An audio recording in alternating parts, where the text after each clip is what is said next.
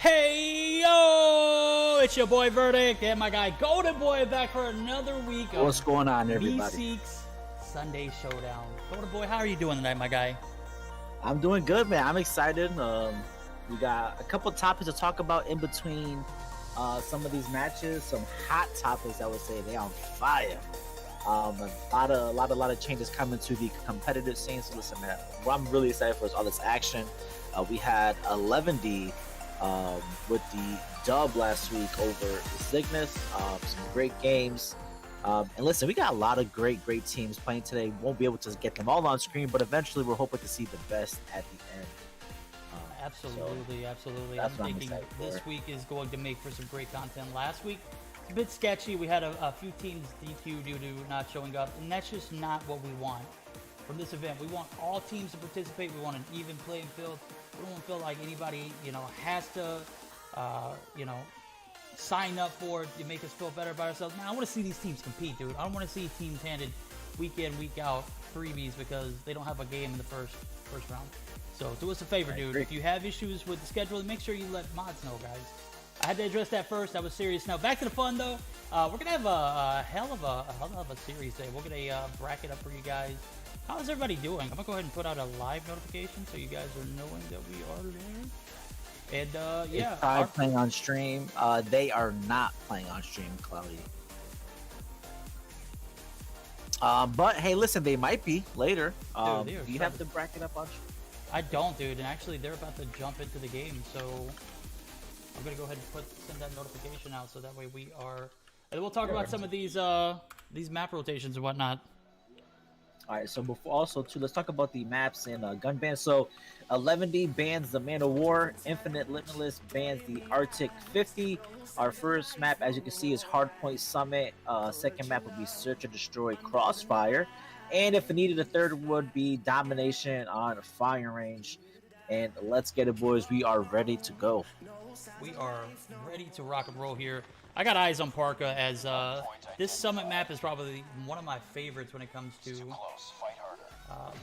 Hardpoint. I feel like this is the only map you can actually play on Hardpoint. Everything else is not usable. This is just kind of like Hackney Yard in a sense, like in terms of the midpoints being the points where you want to control the spawns and flip spawns.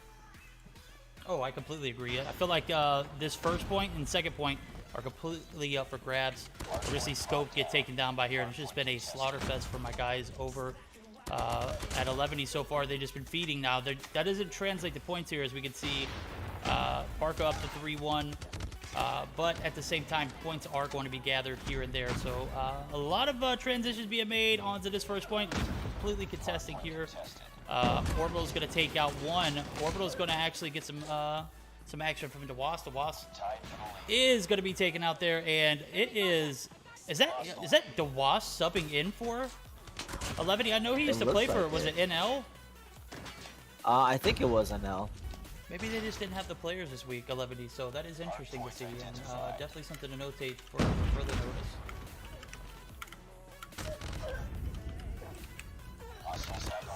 All right, P1 is over, P2 is opening up, and the first few seconds are going to be gained by, or gathered by the side of 18. So beginning the match up pretty strongly here is completely, this is 8 Kings, right? Or is this Infinite? There's Infinite Limitless. Oh my God, what is wrong? Infinite Limitless, Jesus Christ, man, what is wrong with me? It has been one of those days, guys. My wife took me to the park today and wore me and the dog out. Let's just say she made us walk everywhere, bro. I'm talking about, we were going for like an hour and a half. It was something else. My ass needed it, though. I needed it desperately. We're going to see Parka pick up 2 big frags, and Infinite is still on the board, though, with the lead at the moment. Spawns are going to be held by 11, though, so they're going to be playing completely conservative here for this hill, as they know that this next one is going to determine who is going to be in the lead going into the last point of this rotation. Also, too, Verdict, well, we got a quick break at the P3 opening up. So I follow Parka on YouTube, and it looks like he got called out by some people in the competitive scene saying that he needs to be benched. He put out a video basically saying that he's gonna be doing some work and he's gonna prove people wrong. So we're gonna see how well he plays tonight. As he is out to prove himself as one of the best players in COD Mobile. Yeah, he's got a lot of potential. I've seen this guy just absolutely slay out. And then there have been times where I've seen him just struggle in certain aspects. With that being said, I've never seen the guy just get completely bodied. Now, definitely one of those guys that you got to have in the rotation. Not only is he a pivotal, player in the lineup, but he brings that lineup a lot of clout, dude. He brings it a lot of publicity, brings a lot of viewers in. These guys week in, week out come in, and they've got 400 or 500 viewers every time they play. That's for a reason, bro. Parker is coming through with a lot of those views, and he's definitely gonna get some help from his other teammates. But he definitely plays a pivotal role in the org. Still pretty close game. Infinite Limitless being the lead by 10 points, and also listen, man, this guy Hua. He's got up to 12 frags right now, coming in for Infinite Limitless, so just keep eyes on him as well to see if continues to do what he needs to do for his team. Absolutely, and saying that, we almost saw a retake from Infinite early on in this, and they actually are going to get the hill. This is pretty exciting. Oh man, this is depressing if you're Levity. If you are Infinite, this is looking pretty good. He was coming through in the clutch. He's got some help from his teammates. Modsy is out there holding traffic. Nobody's coming through. After these first 4 hills, we're going to find Limitless in the lead here going into this second game, or second reset, rather. So the side of 11, he definitely needs to find their groove. They need to do it early on. The Wasp, I wouldn't say is not contributing, but you got to think, like, when you have a new guy in the lineup, how does that play out for objective-based games? Is it going to be something that you're going to be able to bounce back from? Is it something that you're going to have to accommodate to? I mean, there are many different factors in talking about having a sub in the roster. So it may not, the team may not sync well. Those roles may not flourish well. We're going to see Wedo pick up 3 big kills rather. 4th now as Hua goes down, and he is off of his Annihilator. However, he is still going to pick up Modsy there. So, yeah. When you make changes to a well-established lineup like this, it seems to work or it doesn't work. It's a 50-50 shot. There's no in between. We saw Nova Invictus have someone come in their lineup and sub in Tectonic, and it just absolutely worked out because that guy is an absolute slayer. He's a very versatile player. He knows how to play objective. He knows how to slay. God knows he knows how to slay. Probably one of the best gun skills in a comp scene, or even in the... Speaking of which, he did win Player of the Year in the Galaxy News poll. So congratulations to Tectonic. As you was showing him some love, he did win Player of the Year. And without question, definitely deserving and more than worthy, as this guy was putting in work. No matter what team he played for, this man was putting in work. Oh, no doubt, So it goes bro. to show you how versatile he is. He is super versatile. He is definitely the kind of guy you want to have on your lineup. Definitely don't want to be playing against him in any form or fashion. The guy just, he has that 200 IQ that just continues to go. So anybody who was able to snag him up before Champ's going to be super lucky. With that being said, we're going to see this 3rd hill open up, and 11D battling back a little bit there as they gained a few points initially off the rip. Infinite definitely, I wouldn't say they're still in this. I would say they're still owning this game. This is all Infinite. This is not 11D at the moment. 11D is getting, not handed to them. They're not getting handled, but they are definitely not playing this game the way they should be. And as P3, I guess in 15 seconds, so P3 opens up. I mean, I'm watching this guy Just, who's Rocky. Just did die, but he's rocking the Fennec. Oh, sorry, the Fanique we established last week. Right, Is now the Fanique. He's doing so. He's got the 22 frags for 11D, and they actually take the lead. They're up by 30 points. I know in the last point before switching back for the resets, Infinite had a good hold on it, but I mean, whatever. When they flipped spawns, 11D took control over, and haven't looked back since. Yeah, this is exactly what you need. I was afraid they weren't going to be able to get that the spawns for this new point, but it looks like they were able to take it. Even though Infinite played very, very conservatively just to save face and save spawns there, they were still able to get that. So Limitless, not going to be able to get any points off this one. As we can see, they are still spawning out. They're way away from the point, and at this point, they might not even go for a contestation. So with that being said, 11 needs to continue this kind of dominance. If this is something that, oh my, Wedo, what are you doing? He's in that cubby building, and he is going to be destroyed there because he did not get anything going past that little cubby area. So he pushed out from this point. I'm not sure what was the play there. Maybe just because Infinite wasn't contesting, trying to get some kills, but does get taken out as P4 opens up. And Infinite Limitless, just like previously, have a good hold. If you get some eyes on how they're holding, they've done a great job of holding every angle. I got eyes on Hua. He just took out DeWass there as he was trying to pick up the staircase. Parker's going to push up and pay the price too. So Zay is going to be the last remaining player that's on this side of the map. So this might be... Oh, no. Oh, yeah. Actually, we got a few more, but Zay is going to go down just as well. So they're going to be spawning out. I think Q is doing a great job of hunkering down that little spot right there. This is going to be the it's going to be your guy who's going to have that equalizer. He's going to be taken out too. Not equalizer like operator, but he's going to be the one that balances out that that spawn setup. So as long as he was able to keep that point, he was not going to be spawning out. His team was not going to be spawning out. With that and being they still said, have spawn with 15 seconds left. That's exactly right. That's what I was about to breach into is, you know, transitions to P1 as everything's going to be resetting here is going to allow 11D to still have a 30-point lead, but it's, you know, 30 points in this point of the game is not comfortable in my opinion. Quick question, Verdict. So at what point I've been playing, trying to figure out like when to rotate, when to transition to the new point. Is 15 seconds a good time once you figured out that you can't win the new point, or if you're already in the point and you want to rotate to the next one?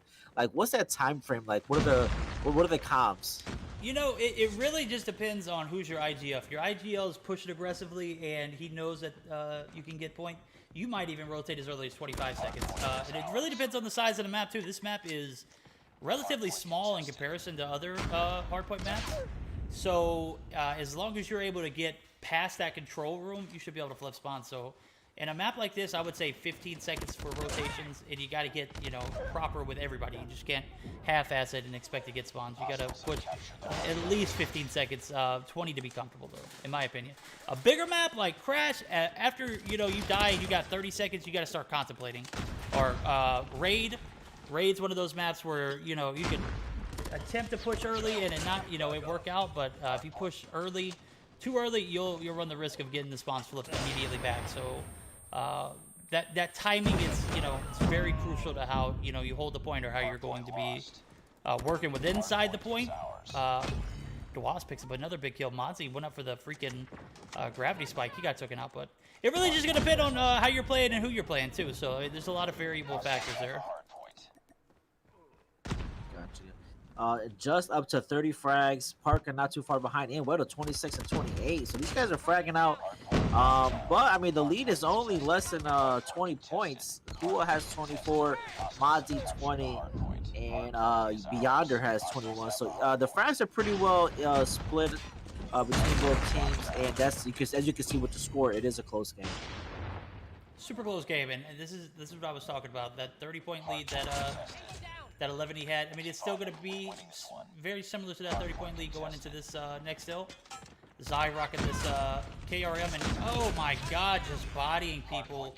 Picks up one with the SMRS. He's going to be taken out there as he pulls out his Predator missile. Where he spawns at is going to determine how this match will end. We see spawns being held. Oh my, orbital play, and very, very smart. Going to pick up a frag onto DeWass.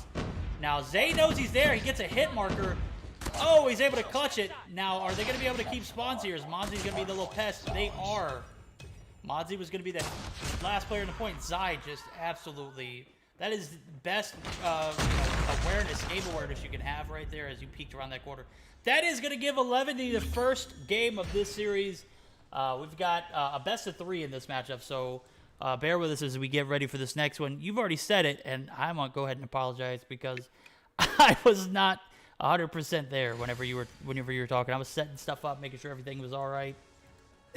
What's that next matchup? That is Search and Destroy on Fire Rain. No, Search and Destroy. Oh, look, I forgot to. That is Search and Destroy Crossfire. So we shall see these snipers, and I'm gonna call it now. I'm actually, I think it's Zai. Zai's gonna whip out the shotgun. You think Zai's gonna shotgun on this map? I don't think so. Though. I don't think this guy's gonna shotty on that map. I think. Well, he does snipe too. He might have the Arctic with the with the ACOG. Which, speaking of, guys, listen, before round 2 starts, we will get into the new mobile mayhem rules that will affect the rest of the competitive scene outside of championships. And they're not starting this week. We are going to get into those rules. We will implement them next week, but definitely some topic worthy conversation. Topic worthy, yes. Um, Debatable or controversial to many, yes, absolutely. To me, I don't care. I like the rules. I like any rules they implement. They feel like it's going to better the game. They know more than I do. I don't know. I don't know crap because I'm not playing right now. Most of these rules are made by players, so it's not something that we control. It's something that the players vote on, and they their voice is what matters in this particular instance. So you guys got to start and step back and let go of everything that's going on, man. And sometimes you can't control things like that. These are some of the things that you just got to let the players decide on. If they don't like something, they're going to vote on it. They felt like there were some unbalances in the game, and some of these rules that are being implemented are going to help balance the game. So who doesn't want to see a better balanced game when you watch a competitive matchup? I know I do. I love it, dude. I love it when these guys, are playing with guns that aren't 3-tap or that Arctic 50, which we won't see next round because that Arctic 50 is banned. We've got yep. So, oh no, that's actually the other match. We don't have weapon bans for 11D, do we? 11D banned the Man of War. Why did we not have bans for both teams, and why were they not put on the original post? That's crazy. All right, so let's take a look. And we're going to go ahead and get this in because I want you guys to hear it first from us. Oh, my mic is like super dazed. Are you good? You good? Hey, there we go. Yeah, there we go. There we go. So, Tribe has forfeited 2 weeks in a row. F4 is going to be moving on to round 2. So, we won't see Tribe at all this week. So, guys, if you come in here and ask for Tribe, they're not going to be here. Yeah, they have forfeited. They have forfeited, my guys. They've got better things to do. All right, we're going to go ahead and get started up with the second matchup as soon as possible. I still don't have gun rounds or gun bans and whatnot. What do you mean? It's one gun ban for the whole series. Yeah, but we don't have gun bans for both teams. I don't have anything for 11D. Yeah, I said it. I said 11D banned the Man of War. Why am I not? Okay. And okay, it was the Man of War at Arctic 50. Okay, never mind. We won't see the Arctic 50. I was looking up earlier, then I saw the Teletubbies and Devious. I don't know. Any rate, and then I saw the Teletubbies versus Devious again. I don't know why you just didn't edit the first one. Any rate, we're going to go ahead and get started up here. Guys, predictions. Is A-King's going to be able to come back? Are we going to talk about gun or the new rules? Infinite Limitless Verdict. Ah! You said A-Kings. If I call them A-Kings again, dude, just go ahead. Because you see the number 8. I see the number 8, dude. That's all I can think.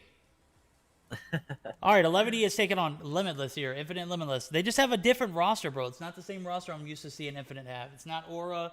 It's not Papa Taco. Papa Taco, we know, is with NL at the moment, so... Yeah.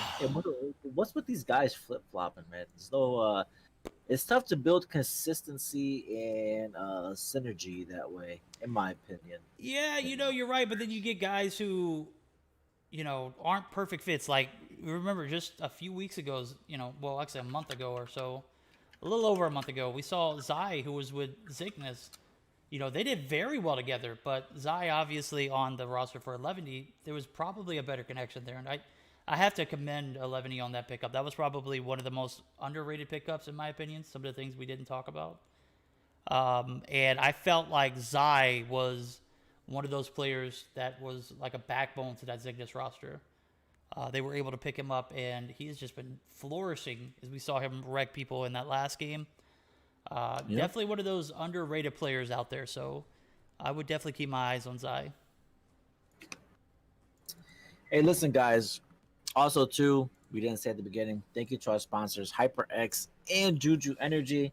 As you guys saw, I just took a sip of my Pina Colada, one of my favorite flavors. And if I'm not mistaken, I think we do have a giveaway going on. So let me drop that. Let me see if this works. We one do of have those a big boy giveaway goals. going on Twitter, so make sure you follow our Twitter and join the giveaway. Giving away a tub of JuJu and a shaker.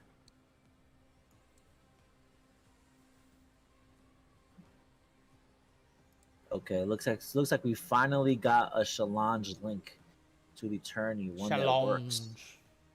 Shalom. I don't like how that works, how that sounds, to be honest. You know Sounds what? like I call it challenge on. I don't call it challenge. challenge. Is that what it You know challenge? what? I think it's challenge, but then I look at the OED and I'm like, I know they forgot to just put That's OED at the end. does. All right, so I don't know what we're waiting for. Let's maybe probably wait for some screenshots. One of the things I want to talk about is since Infinite banned the Arctic 50. The Arctic 50 is now completely banned, along with any ACOG or TAC scopes on sniper rifles. That's one of those mobile mayhem rules, right? Yes, that's one of the mobile mayhem rules. Now, listen, guys, just so we get some perspective, these are rules that were suggested in a poll, and the players who participate in the competitive scene voted. So these are not implemented by the people who run mobile mayhem. These are uh, polls that were taken, so the players voted on these changes.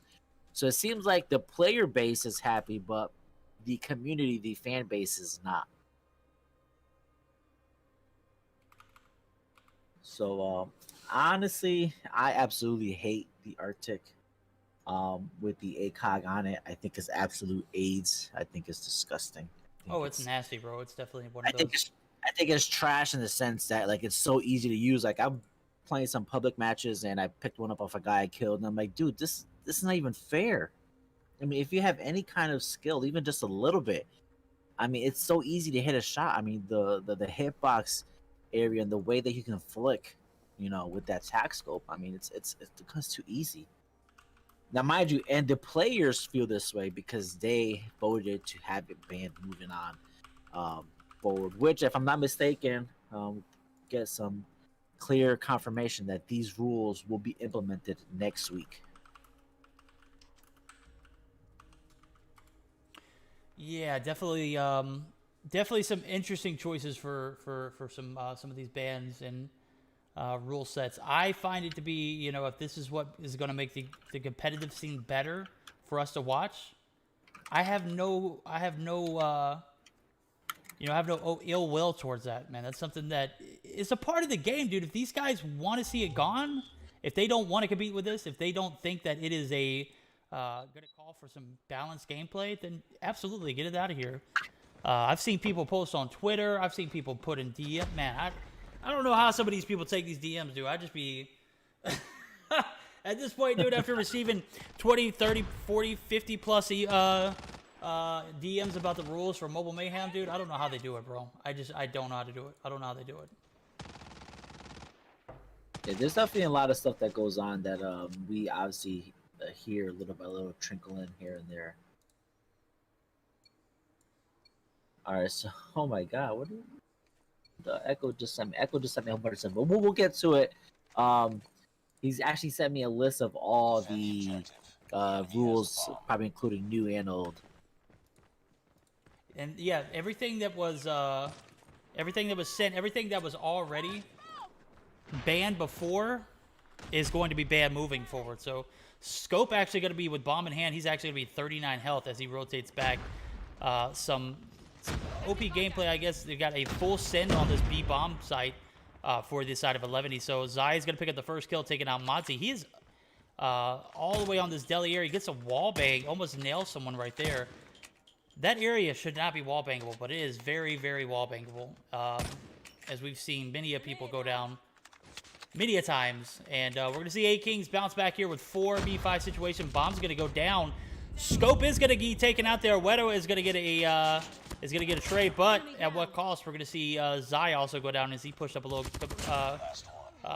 aggressively. And then we're going to see 2 more players go down as 11 does take this first round. And yeah, that unfolded pretty quickly. I did not expect, not 8 Kings Limitless. Yeah, I know they took out 1 and made the trade, and it was back and forth, but then we just seen an overpowering 11D defensive. So good strats from 11 as they already pushing back up to this B bus station. Man, this is probably the most aggressive I've ever seen a team play while on this B site. Oh, Zai! Oh my god! Oh my god! Zai just turned on Orbital. Oh dang, dude! I didn't even get a chance to look at it. I was taking a look at Justin and Wedo there. Listen, bro, like I say every week, man, if I hear a sniper, man, that's where my eyes go. Well, I got eyes on Modzy, who's got a DLQ, one of your favorite guns at hand, the holiday one, and he is. Oh, he's got Parker in sight. He misses the shot though. He is going to be weak, and Zai's going to be taken out, lasered. Night. See you next round. Modzy picks up his second kill of the round. He's going to have to take out one more. He's got two more rather. He's got about 55 seconds left to do it. So interesting to see how he does it. We see Wedo posted up in this corner building area. I'm sure he is aware of the location of Modzy, but I don't think Modzy knows where he is. So Parka, I think he's going to be playing that bait role. And Modzy's actually going to be pushed here. So, oh, he's got a Finnick out too. A Finnick. Yes, Finnick. Also, what's up, Stepsley, in the chat? We're not ignoring you. We're ignoring you, Stepsley. I'm kidding, dude. GG's on our... We almost got a Warzone dub before I got on here, bro. Where is Stepsley? I don't even see him. Is he in YouTube?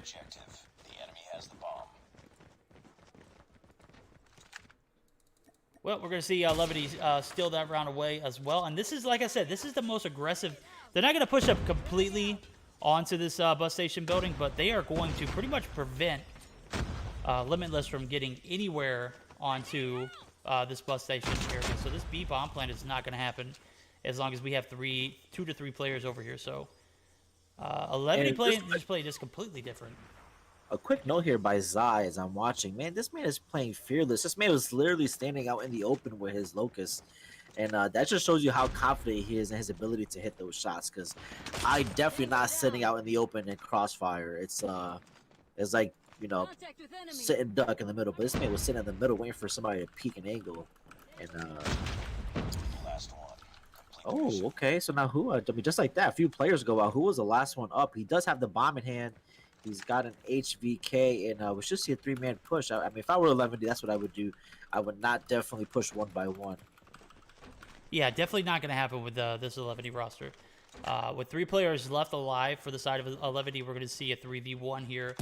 And we've got Hua is inside of this top corner building. So we push by 1, easily takes out the Wasp. Parka and Zai are on the run here. They're going to get, yes, they are going to get him as Zai does get the shot.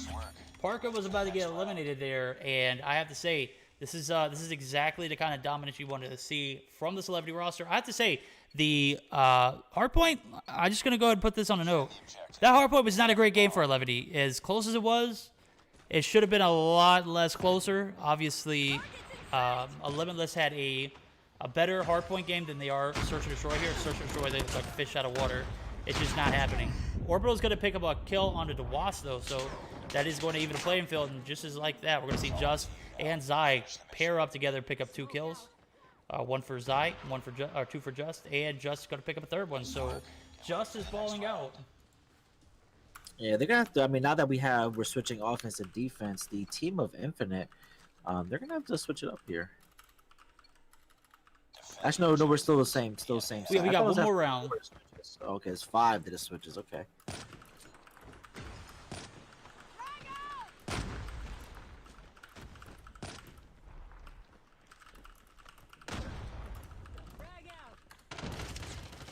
Hua picks up a big frag with the nade.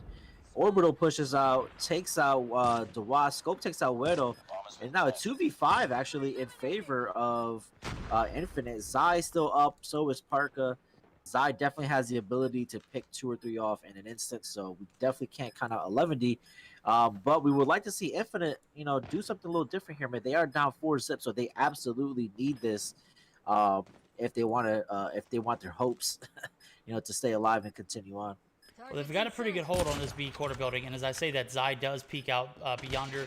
Now, with that being said, we're going to see some shots from this corner building, And we're going to have Zai, who was just like, he was in a triangle of cluster there.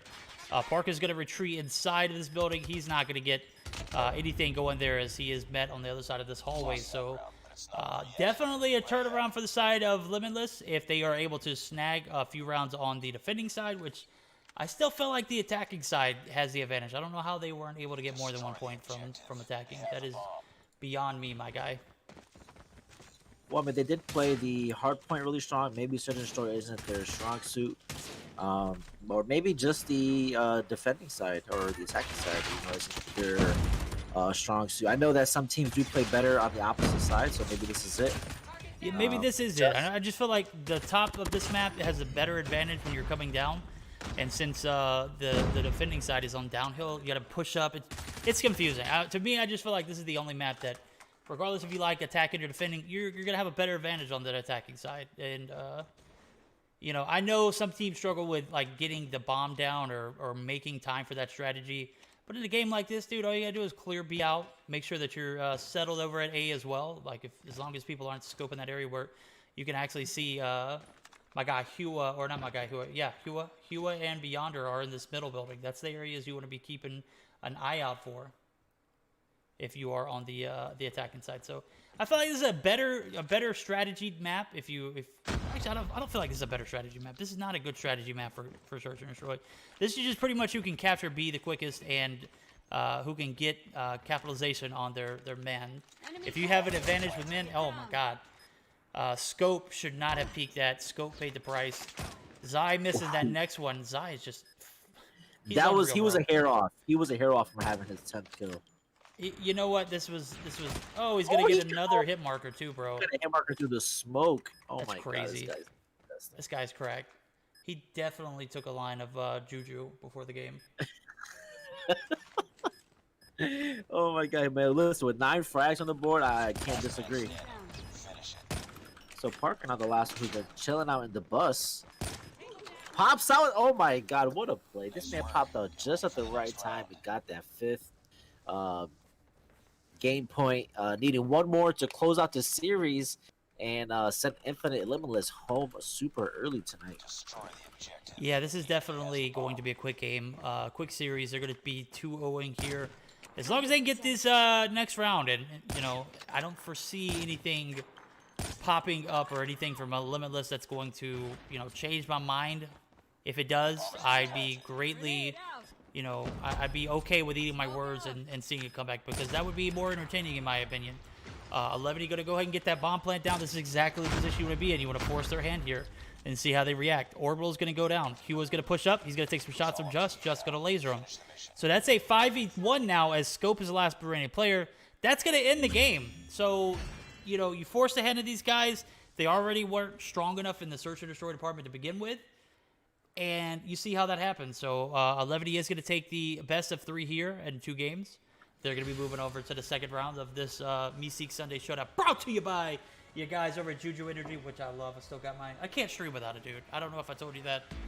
I blame Griminy, but brought to you by JuJu Energy and my guys over at HyperX. I can't play games and I can't stream without my JuJu or my HyperX. I don't know what's going on.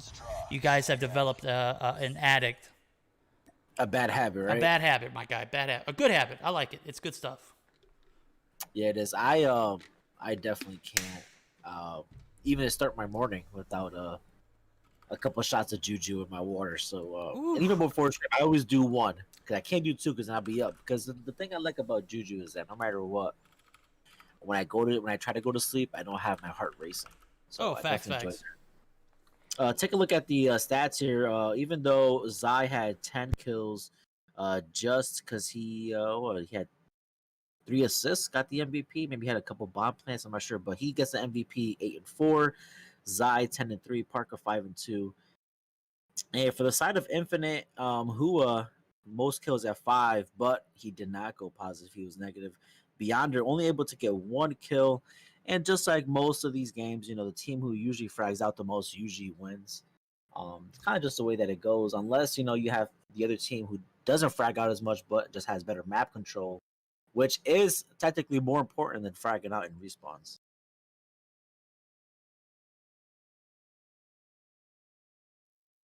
Did I lose your verdict? Hello?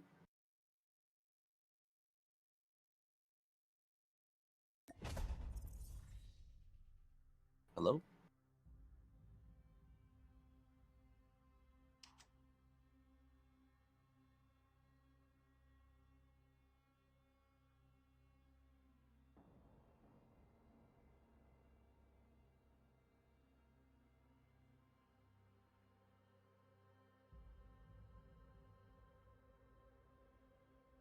I got my mic off. What is wrong with me? Oh my god, I'm like, dude, what's going on? I'm talking. My stupid self, when I went to change it, I turned my shoulder. My shoulder hit my button and muted me. But Because of the tap. Yeah, yeah, dude, I love where my mic's at, and I don't want to move it. But at this particular point, I've hit my mute button so many times, bro. Agnes says, Viva Mexico, Lebrones. I'm not going to say the actual F word. for verdict. Cabrones? What is that? Yeah, you don't want to say that. I want to say that? Come on, bro. What is wrong with you? Somebody give That's this man why a 10-minute ban and then instantly relieve that ban. I just want to make a point. I'm going to do it. I'm going to do it. I got you. I don't even know how to do Pac-Man, I got you, my guy. Ban. 10 minutes. There we go. And then unban. You're unbanned. You're unbanned, my guy. You're unbanned. I just wanted to make a point here. What's Right. Echo says audio? The audio should be good now. I think Verdict by accident tapped the yeah, mic. Verdict doing Verdict things. F for Verdict. That's right.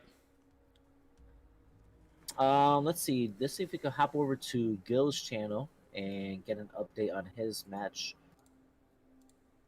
Gilmania is streaming Teletubbies, which is a mashup of former Tribe players, and they're up against Devious. Let's see if we can get Echo.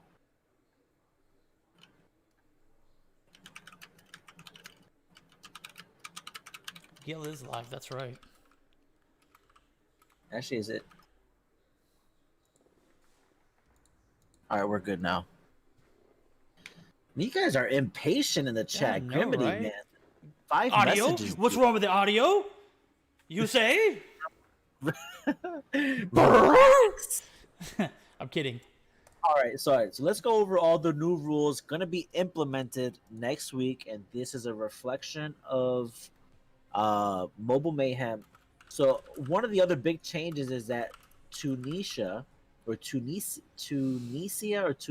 I say Tunisia because I say shit in Asia, but then that wouldn't be stream appropriate. So we're gonna say Tunisia. It's a that is crappy getting map. added. That's getting added only to Search and Destroy. Well, that is interesting. So respawn sniping has been banned.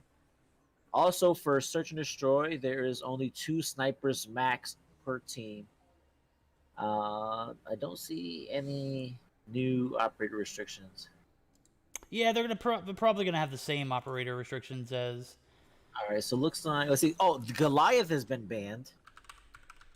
The Goliath has been banned, and RC cars still limited to 2 players per team. And actually, another thing that's interesting: all LMGs and shotguns are also banned.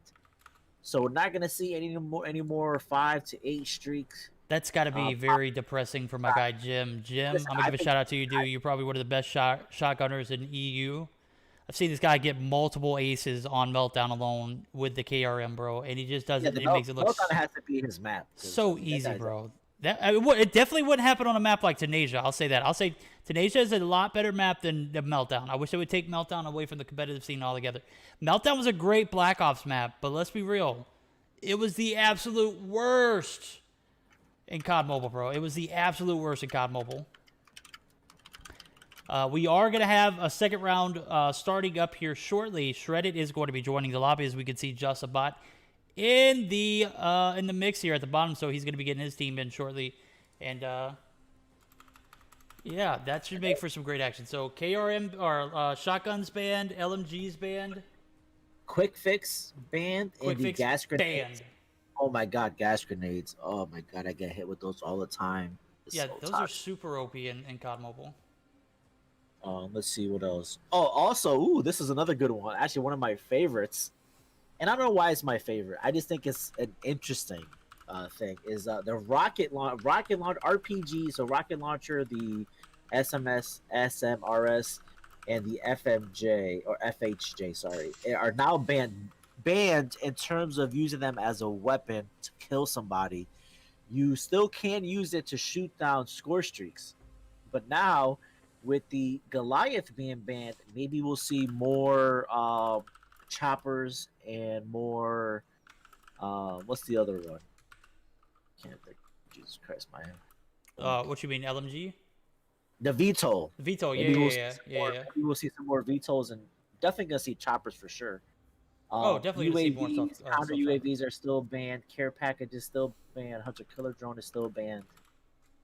So, like I said, all these restrictions and all these rule changes will be implemented starting next week. So it should be interesting to see. Like I said, the player base reacted beautifully. They're all in love with the changes. Some are sad because of the shotgun usage, because like Jim being one of them. But they are definitely happy with the balance. Because if Call of Duty won't balance the meta in terms of guns, at least a competitive scene can balance out some of the guns that are being used in a way, in a sense. All right, and looks like so. Did you already mention our next match? I have not actually. I was sitting.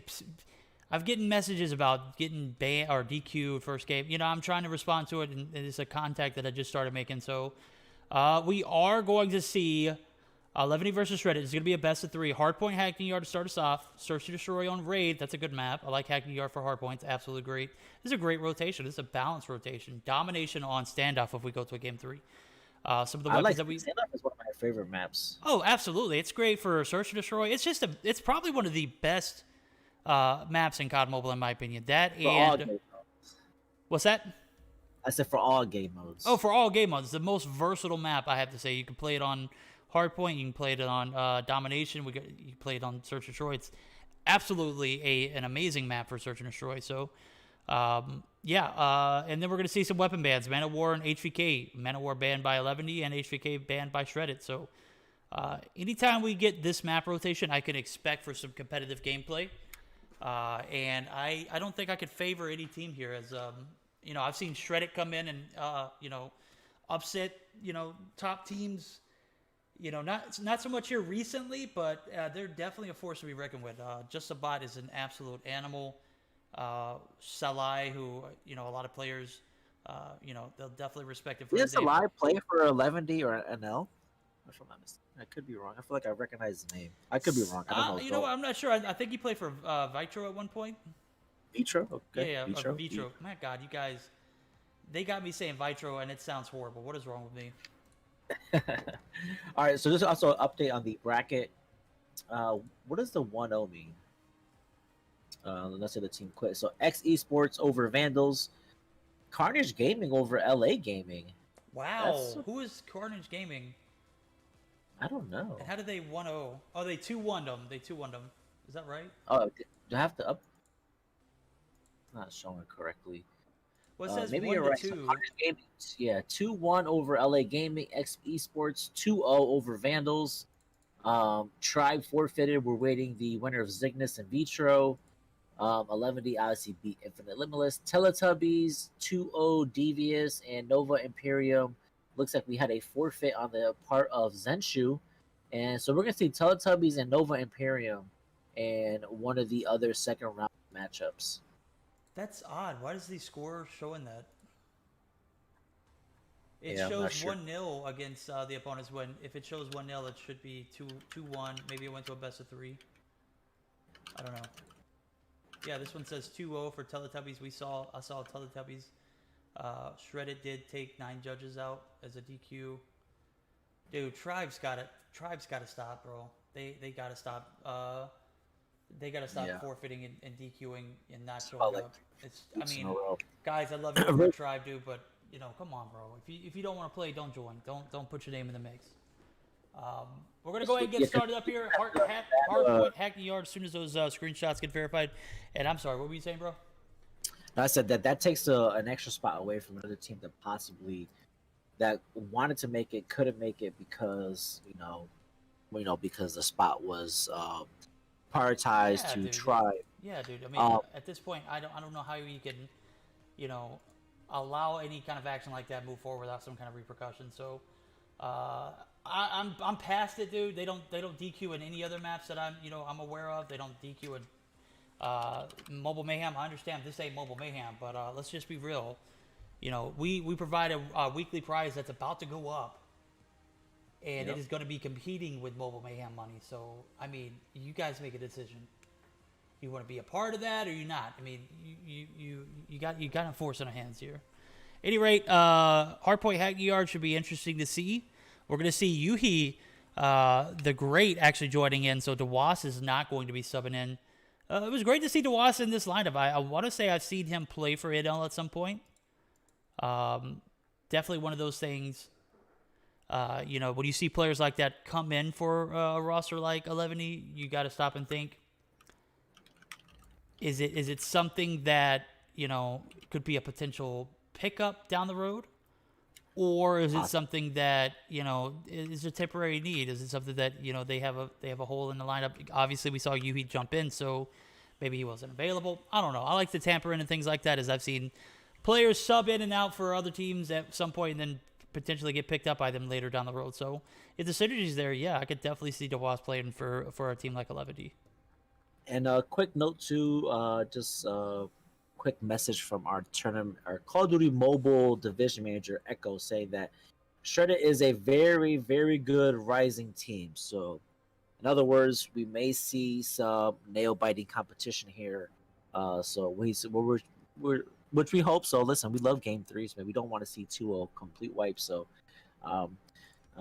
we're expected to see some good gameplay from the team of Shredded. Also, bienvenido al canal de Verdict en el Meseeks Sunday Showdown. Apreciamos su apoyo en esta noche. Tenemos ahora mismo, en este momento, a 11D contra Shredded. 11D le ganó 2-0 al equipo de Infinite Limitless. Y eran los campeones de la semana pasada. Esperamos ver si pueden regresar al premio y el campeonato del Meseeks Sunday Showdown. Otra vez, bienvenido al canal. Yeah, I'm taking a look. I just want to go and say, everybody, I got to stop and drop everything because we joined the chat. How you doing there, girl? You doing all right? I appreciate the roses. Roses. Awesome job. I appreciate it. Always coming through the clutch. Definitely knows how to drop the roses for me, and I appreciate that. And I'm reading chat, too. I've seen some people saying 11D or Yuhi left 11D, which I'm looking at all the players. I don't know if you just saw me do that, but all of the players in the roster for 11D up top are in Team 11D Clan, like the in-game clan. But I'm seeing that he's not in the clans. Today is his last day with 11D. That's a rip, bro. I hate to see a player like according to Yuhi. Supreme, today's the last day with 11D. So that is interesting. Sad to see. Hey, at least he wasn't, that player that found out he wasn't on the team anymore during our Meseeks Sunday Showdown. I would really hate to be that guy. Awkward. And I know. I mean, I'm not gonna say the name because we're not trying to say anything. We're not trying to embarrass anyone. But somebody, who while was they it? Who were was not it? playing and while they were watching, they found out that. I remember now. It was a particular team who is a former victor of our tournament. We'll just say that. Yeah, former back-to-back. Yeah, back-to-back at some point. Rip. Do I not have enough for a spell rocket? All used? Yeah, my bag is empty, dude. How do I not have a spell rocket? What do I have? I got a super cap. What should I say? What should I put on my super cap message? What should he put on his super cap version? He should put.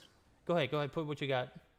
I'm way off of a super spell or a rocket spell. That's crazy, bro. Usually I'm like way up there. I usually have like 1 or 2 in my bag, but I guess I don't. That's a cap. Oh, how did I do that? How did I spell your name wrong? 11E's actually a 3-peat. They're 3-peat champions. Let's not get that confused. They were the first ever 3-peat champions of the Meseeks Sunday Showdown. That is correct. That is correct, Mundo. All right, I'm going to be spectating. This is probably something that a lot of people aren't going to want to see, but I don't care. I'm going to be spectating Will. Will's one of the players that I have I think he has a familiar name. I want to say I know this guy. Maybe he did a name change, but I have a feeling he's going to be someone who is super sweaty. So I'm going to keep an eye out on him. We're going to see him actually switching guns back and forth, back and forth. They're going to be speed boosting, obviously. Yep, there we go. Speed boost complete. Oh, wow, a little bit of lag there. Yeah, we're going to see everybody actually leave the lobby. So no kills were made, no DQs are going to be made. So 11D leaving the lobby, as I'm assuming they had a connection issue. Oh, no, hard. Yeah, hard. I don't know what happened here. We'll find out with the tournament mods in a second. It's a draw. Stand down.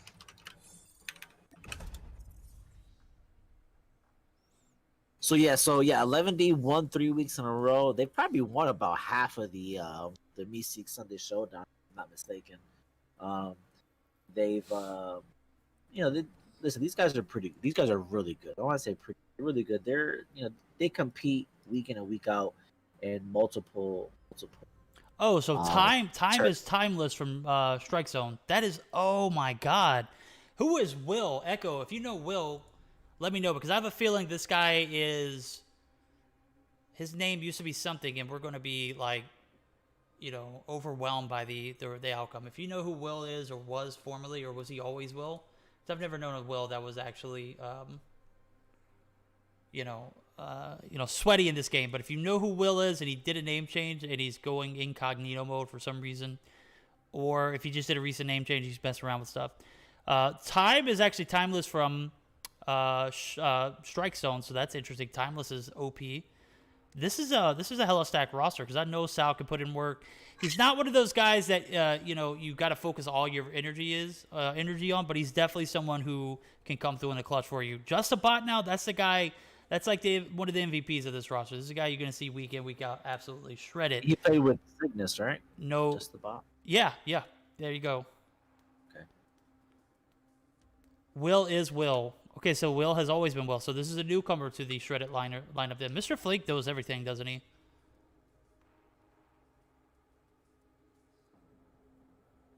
Jason is from Strike Zone, I think. He says 9%. Sure. Will is. Did Will play for Exiled? I don't remember a Will. Jason is from Strike Zone, I think. I'm not 100% sure. Sal tried for Immortalis back in August. I remember that. Yeah, I remember playing with Sal. Sal actually ran with us for a few weeks. Trialing for the team, and not 100% sure how that ended. All right, so the reason why the team of 11D started Kachu verdict is apparently one or two of the players did not successfully switch the operators. So that is the reason why we're having a restart of this match. Yeah, I wouldn't announce that on stream, bro. That sounds almost DQ-ish. You can't get into a game and not have everything set up prior to and leave just because of that. Yeah, listen, man, I don't do any modding. I just pass on the information. Hey, you're so right. You're so right. Yeah, but in my opinion, dude, it's like, don't ready up unless you're ready. That's how I say it. Listen, I don't make the decisions. I just let the viewers I'm the middleman. know. That's right. Oh, it looks like the team of Shredded is leaving.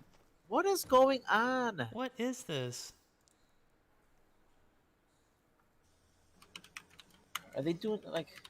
Yeah, I wish Echo wouldn't even have told of this. Oh, why am I not leaving the lobby? All right, I guess I gotta do it manually.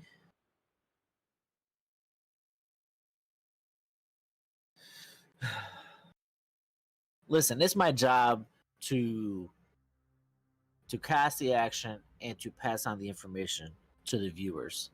Whether or not that embarrasses the players, listen, that's not up to me.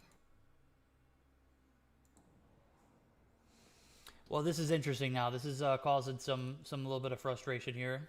I have no idea, Turner, bro.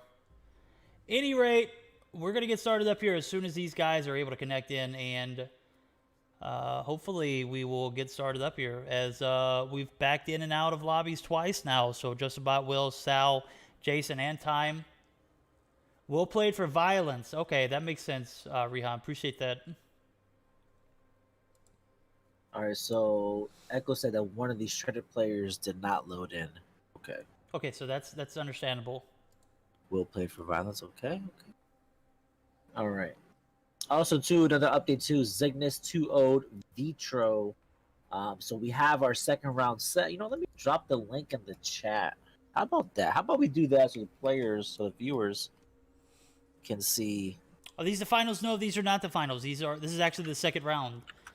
So we're just getting started with the tournament with the action. This is actually the first game. Well, actually, this is going to be technically the third game because the first two we had to back out of. So be the technically the first game of the series, best of three, but definitely going to be the third game that we've jumped into. Okay, we should be good. Violence is a former GN ranked team, and they played in Mobile Mayhem. I think they did play in Mobile Mayhem.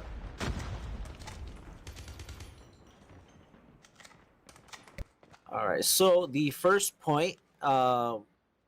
So if you are on the side of Shredded, you want to hold that spawn, and if you're on the side of 11D, you want to absolutely flip it because P2 is obviously on the opposite. Where Infinite is spawn. I mean, we're Shredded is spawning right now. So Absolutely. let's see if 11D can get them to flip the spawn here. Yeah, they're pushing for a complete 5-man onto this hill, and Will and team are going to try and hold it here for their life. They're going to be 2 players wiped off. Yuhi is going to be taken out by time. Will is going to get his first frag and is going to be traded there. So back and forth, a lot of trading going on.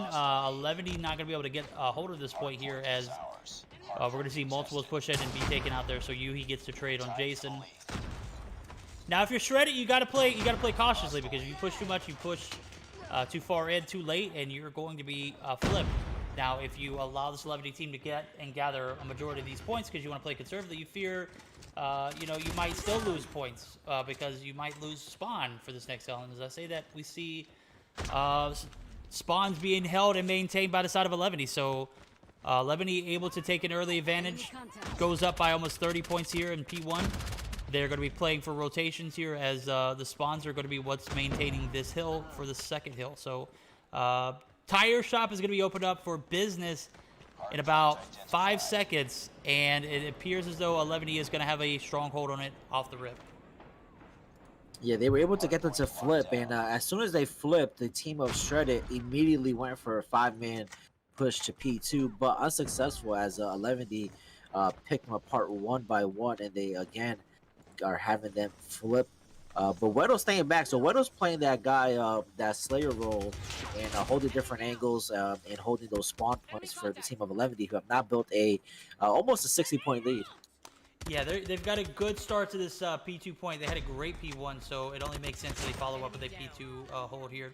As Wedo and Zay both get frags. Wedo knows that there are going to be players spawning over here, so now he's going to play this little gatekeeper role in top warehouse as he is spotted and taken out. So tries to take a couple shots with the DRH, just obviously not going to be able to outgun 3 people as 3 people are going to be pushing that same angle.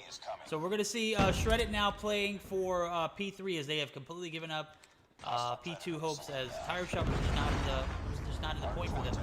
94-6. This is an awfully steep deficit to find yourself in after just 3 hills, or actually just after the 2 hills complete. So Wedo pushing up. He's going to make some shots on the Sal. Sal is going to go down. So just that little contestation time alone, this little time that Shredded is not going to be able to be on the hill because their OBJ guy gets taken out, that's going to be pretty crucial to how this game plays out. That's something you want to keep your eye on. Granted, it was only like 10 or 12 seconds. It's definitely something. Those things add up. Yuhi sitting here on points. His rocking the BY got a couple frags there. And something that right now is kind of giving the team of Shredded a little bit of hope is that every time one of the players from 11D was less than 20 points from getting a score streak, they were able to take them out. So no team right now with the score streak advantage. Actually, Will has an RC car, but besides that, nobody else holds a streak right now. So right now, what the team of Shredded needs to do is that they need to win they gotta win their fights, and they gotta control the map. They have to win the spawns here. Yeah, we're going to have to see a little bit more effort from the side of Shredded at the moment. They are getting completely owned in this hardpoint matchup. And, you know, that's understandable coming from, you know, a hardpoint game. This is a map that is wouldn't say it's new, but it's relatively new. It's something to still talk about as far as rotations and everything. Will just gets obliterated. Parka had better advantage. I'm not sure how you didn't see him. I saw the shadow right in front of Will. I'm not sure how he didn't peek that up. Maybe maybe he was zoned in. Enemy down. Sunglasses. He's got sunglasses on. He's got sunglasses on. He doesn't see that shade. He doesn't hear Verdict speaking shade of Will. So regardless, though, Will is putting on quite a bit of a spree here as he's up to 9 kills. We take a look at the scorecard. And we can see nobody from the side of Shredded is net positive with the exception of Will. So Will is that only person positive. He is going to get a kill on a Just, but immediately taken out by Güero. That does not excuse the fact that he's still the only person positive. So Zai going to be able to peek in and is going to be able to get the last remaining seconds here. They're going to have to push in for spawns if 11 wants to compete here. P5 is a spawn-held map, or part of the map. And it doesn't look like 11 is going to be able to get that transition with the first 2 attempts. So Parka is going to be pushing up. Parka is going to have a little bit of help there. Or Güero is going to have a little bit of help there as Zai gets a frag onto just a bot. Zai is spotted, and Jason is playing that gatekeeper role very well. Just absolutely obliterated Güero there. Yuhi obliterated Will with the RPG straight to the face. I mean, absolutely demolished him. How does that make you feel that we're not going to be able to see that moving forward after these rules are published? I'm sure our tournaments are going to be, catered towards that. As pretty much all the tournaments in NA cater towards MM. I mean, it's a big thing. Honestly, I don't know. I mean, taking an RPG and killing, a competitive player, takes skill as it is. So I mean, it's kind of one of those things that it won't make or break a match, in my opinion. I have to say that I would love to agree with you, but then you got to stop and think. It's going to affect these guys in particularly because, one, you take away a weapon that they use as not only a score streak destroyer, but, you don't have to worry about, Goliaths anymore, so I guess there would really be a need for it. It's going to pose a question. Are you going to be rocking a pistol, or are you going to rock a melee as your secondary then? Because, in my opinion, I feel like, with that being said, if RPGs are banned, or, any kind of RPGs are banned, I would expect for, players to opt to not use it. Maybe 1 or 2 players tops. You know what? And I'm wrong. I gotta bring up another point why it's good to have an RPG as a second weapon. Because let's say like a guy like Güero right now, he's rocking the DRH. Depending on whether he chooses to use a 25 round mag or a 30 round mag, I mean those 25-30 bullets can go pretty quick. What a lot of these players do is that once their gun runs out of, once their mag empties out, they switch to the RPG, and they are able to get kills. So yes, you're right. Now that I think about it, that will absolutely change the game. That is a game changer now that I think about it, because being able to switch to an RPG and getting a frag up close, changes, whether or not maybe you flip a spawn or not. You're absolutely right, and as we say spawns and whatnot, we're going to see 11 actually fight for the entire shop spawns, as it appears as though Shredded has found a little bit of a groove. They're cut the deficit to about 6, and just a bot. Where were you at, my guy? How is no one on the point? Shredded absolutely throwing, dude. They had 3 people close to the point, but nobody on the point. I don't understand that. They could have closed the deficit on this 11 roster. They're not going to be able to do so, and they're going to give up and start setting up for new, as I see just a bot rotating back over to this back warehouse area. So interested to see how this pans out. Those are the things that I'm talking about, like easy 15-20 seconds off the clock for Shredded, as no one was in the hill, nobody gathered points. They're going to have to fight back. We saw a strong comeback in P4 and P3 for the side of Shredded, but those are like game-changing moments in my opinion. Yeah, and 11D has proven that they're definitely one of those teams that you do not give them free points. Oh, definitely not. If you give anybody free points, don't give it to 11D. Don't allow these guys to continue to run and go over. Yeah, they've been down multiple times. I've seen different matches, and just by taking the last 10-15 seconds of the hill, I mean, they've been able to come back and win matches. So, like you say, no free points here. No free points. No such thing as a free lunch. Whoa, hey, listen, there's nothing wrong with free lunch. Yeah, Someone's gonna pay for it. 11D isn't. 11D is gonna get those free points, guys. They're going to get those free points off the rip, dude, because they know that they have to have one player in the point at all times. And as I say that, someone is taken out. Will is going to push in. Will, I don't care what your position and role is, you play and hold that hill for your life. He wasn't able to hold that hill. He did take his life, though, so got to commend that. As we see Parka right outside of the point, going to push right back in. And that's the price you got to pay, dude. You got to get those nickel and dime points. Can't just... Can't be ungrateful for what they're handing to you, man, right? If they hand you 15 points, take 15 points. Hardpoint lost. So Shredded completely 5-man the next hill before it opened up, and they seem like they're in control for now. They won a couple fights there to continue to hold it, but will they be able to do it consistently is the question. Wedo's up to 25 frags, Zai at 29, about to drop a 30 bomb for sure. Just about holding strongest at the point, whips out the equalizer, gets a kill onto Wedo, but can they continue to hold off the push from 11D? Yeah, I was taking a look at Just About. It looked like he was kind of struggling. He wanted to stay in the point, but he didn't. He had his operator. He wanted to make sure he maximized usage on it. And he was kind of forced back in as no one else was on the point. So he saw that someone was on the point, and then they bounced out, and he bounced out. There was a little bit of miscommunication there for the side of Shredded there, if you ask me. So 11, you got to be able to push up and get the remainder of that hill. That puts them that much closer, you know. You found yourself in a peculiar position if you are Shredded, as you have now found yourself with, 12 seconds to be defeated here in this first game of this match. And what was a semi-competitive matchup here has turned into a lopsided one. As I say that, 11D does get taken out of the hill, so we're going to see Shredded contest and hold this hill. Nope, it's going to go right back to 11D. That's going to be game if Jason isn't able to get that kill. Zai does get the frag. Playing time as Will does push in, so 3 seconds is remaining. 11E is... it'd be interesting to see. Are they going to push in and go all in? Are they going to double down and push up for the fifth hill because they know the side of Shredded has to hold it for dear life? Do you full 5-man holds? Like, at what point do you move to P1? I mean, that's like I said, this is a very peculiar position. You either opt to hold it 5-man and risk, them setting up proper for P1, or, you push out and you put 1-2 people in the point. Now, we're going to see one person in the hill right now, which is very, very risky. Sal does an excellent job of holding hill as he took one of the 11 players out who was pushing in. And like I said, those are those pivotal moments that you're going to see Sal clutch up. That's a clutch player from someone who is extremely vetted in the game, knows exactly what he's doing. But as I say that, they are going to give up that P1 hold. And, like you said, that was interesting to see how that pans out. So, do you 5-man the hill or do you push out? Either way, you found yourself in a weird position. It's almost like you're playing with fire and you're just allowing it to burn you. You know what I mean? Yeah, I mean, like I said, it just depending on when. But, I mean, considering that 11D was holding outside of the point as well. So they gave it up knowing that all they needed was 3 points, and they set themselves up.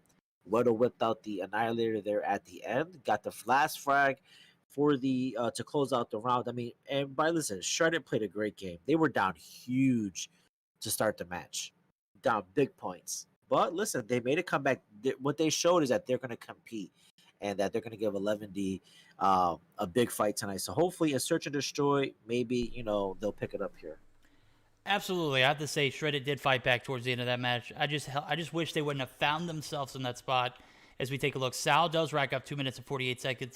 Doesn't matter. He goes, -5, negative. I'm looking at that time on the hill. That is absolutely OP. The only other person with similar time is Parka. Parka's 2 minutes and 42 seconds. Somehow managed to go positive, but I mean, this game could have very easily gone either way. So 11E playing very aggressive towards the end. Played very aggressive towards at the very beginning. We saw them rack up easy 90 points as they went up into P3. So if you give these guys an inch, they're going to take a mile. If you continue to let 11D get free points, dude, would they lose by 32 points? There was 15 points that they could have had and made it a little more competitive. Who knows how that would have panned out if Listen, I mean, I've never said it on stream, but I've said it in Discord. There's only a few things in life where an inch matters. All right. And like Verdi said, you give them an inch, they're gonna They're turn gonna it take a into a mile. Yeah, mile. they're gonna turn it into a mile. My guys over at 11, they know what they're doing. They know how to win. They know how those points add up, and they find a way to get to those points. So, opting to play hard point or OBJ, getting that guy like Parker, that's a crucial player. It's going to be very hard. If 11D is Parker's getting called out on Twitter or YouTube or whatever for his his performance. Come on now, dude. You gotta value a guy that plays 2 minutes and 42 seconds in the hill, man. Might as well taking out a lease on an apartment in there. That's a lot of time in the hill. I mean, he did go positive. He did go positive. There you so, go. I mean, If your OBJ player is going net positive, he went 2+ positive.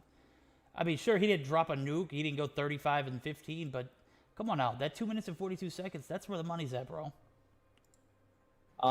and that's also another thing to comment on. We didn't see one Goliath in this hard point, which is surprising and rare. And like I said, every time that the team of 11D was at a point where they were going to be able to get a score streak, somebody from Shredded took them out. So that's definitely another thing, you guys want to do too, is that once you see that player getting on a hot streak in the kill feed, you always want to target that. But you want to take that guy out. Well, the last thing you want in a hard point, a Goliath normally is the point breaker. You either take out the Goliath or you don't, or the Goliath takes you out. Yeah, it's one of those things. Like we saw it at a position in the first game. I think my guy was Aguero that was pushing out. He got caught up in that cubby and he was instantly taken out. Literally, that Goliath was in the it was maybe a 30-second lifespan, dude. It was on. It was in the point, pushed out, dead. So positioning for that Goliath could have been better, but obviously, we're all to a new game. So interested to see how this pans out. We're going to see a search and destroy on Raid. This is going to be a make or break moment for my guys over at Shredded. They're going to have to come through in the clutch and make something happen here. I'm expecting a lot better turnout for the Shredded team going into the second hill. So this actually might be one of my favorite matchups of the night. This is a Shredded team that is just absolutely OP at the moment. Saw them fight for their lives in that hardpoint game, so I'm expecting a lot of better things coming from them in this search and destroy matchup. Raid is definitely going to be where it's at. I'm going to have my eyes on Zai, and I'm also going to be having my eyes on Timeless. Timeless is one of those guys who can clutch it up in search and destroy.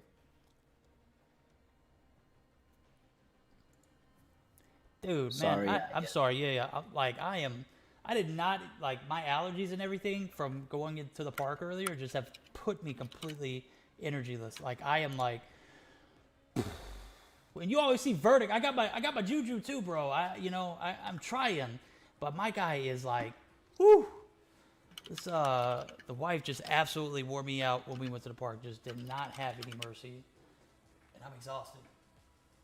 In a good way, though. It's like a good, like, I'm definitely gonna be sleeping good tonight. That kind of way. Turner says, surprised Justibot didn't do better. And listen, maybe it wasn't his hard point. Sometimes you have off games. Michiko says JuJu on that beat. And JuJu speaking on the of, I beat. got my JuJu here. Starting to run a little low for the stream. I got me some pina colada. And if you like pina colada, Dump. code Meseeks, 10% off. If you like pina colada, bump. Oh, that's an OP cup, dude. Is your cup big? Oh well, this is not a JuJu cup. Oh, This you is son of like- a gun, dude. This is like one from. This is one from like GNC or something. My hope is all gone now. I was expecting a big, because I love the size of the cup. Don't get me wrong, but a bigger one would be great to have too. Actually, I need more cups. I find myself using this day in, day out. I can't continue to put this thing in the dishwasher or hand wash it. One, I'm not a hand wash kind of guy, so I'm not gonna. I've had to hand wash it because I don't have an additional cup. So I'm gonna need to get another cup at some point. Dude, between me and my wife, we probably got like 10 to 15 Shakers? shakers. Yeah, Oh, just different. You would we expect have a a guy lot. like me who used to be in the gym 24/7.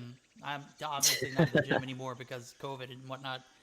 But you would expect me to have like shakers, but I don't. I never use product or protein or creatine, any of that stuff.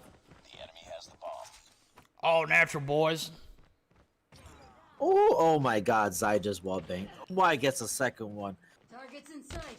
I'm lagging a little bit, but I do see Zai pushing up on mid area. He's going to be spotted by one. Sal's going to be taken out by Wedo with the ASM-10, that gun that I felt like should have been banned too. We're going to see Zai rotating in, and he's still alive. And Timeless is going to be that last player remaining. He's going to be taken out by Wedo. That was a perfect round for 11ES. They did not lose anybody. Super clean round. So 11 going to go up 1-0 in this Search and Destroy series. They're already up 1-0 in the complete series. So all they need is one here. The enemy has the bomb. Zai is an absolute monster, and as I look at the map, the team must try to go for a full pool push over onto, looks this A.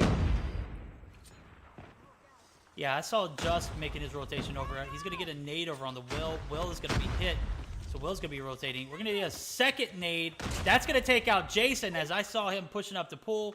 And Will is going to be taken out. Sal's going to be taken out. Just a bot also. Man, that turned out too quickly. Timeless, again, the second round in a row. Last remaining player for Shreddit, and Shreddit off to a piss poor start as they go into this third round. Down with only 2-0. one kill. Time is the only person with a frag. I see 4 donuts and 1 breadstick. That is a pretty interesting lineup if you're asking me. So 1 breadstick and 4 donuts. That's a lot of carbs, bro. That's a lot of carbs. That is a hell of a lot of carbs. See Time playing aggressively here. We get 2 kills from Just a Bot, so this is a better start for Shred as they get this bomb down over at the A site. Sal's going to be your man with a plan, as Just a Bot does pick up 2 kills, so he is going to be anchoring this team as he's setting up in this little ninja spot. Little ninja spot as he gets up on top of this rock. I didn't even know this was a damn spot. Look at this guy. Who? I don't think he's going to be able to see anything there, but he's definitely going to be playing sound, so... he's going to have Wedo right on the other side of that tree head glitch, also Sniper's Perch. But Wedo is going to be taken out by Time, who had perfect positioning on the stairs. Shreddit absolutely dominated that round, and it shows as they are up and closing that gap. It's a 2-1 lead for the side of 11D. Yeah, they definitely picked it up in that round for sure. Their pushes were a lot smart, and they won their fights when they needed to. So they kept it. Oh my God, Zai picks off another. So they're gonna have to ban Zai with his Locust. This man's absolutely got 4 frags up on the board.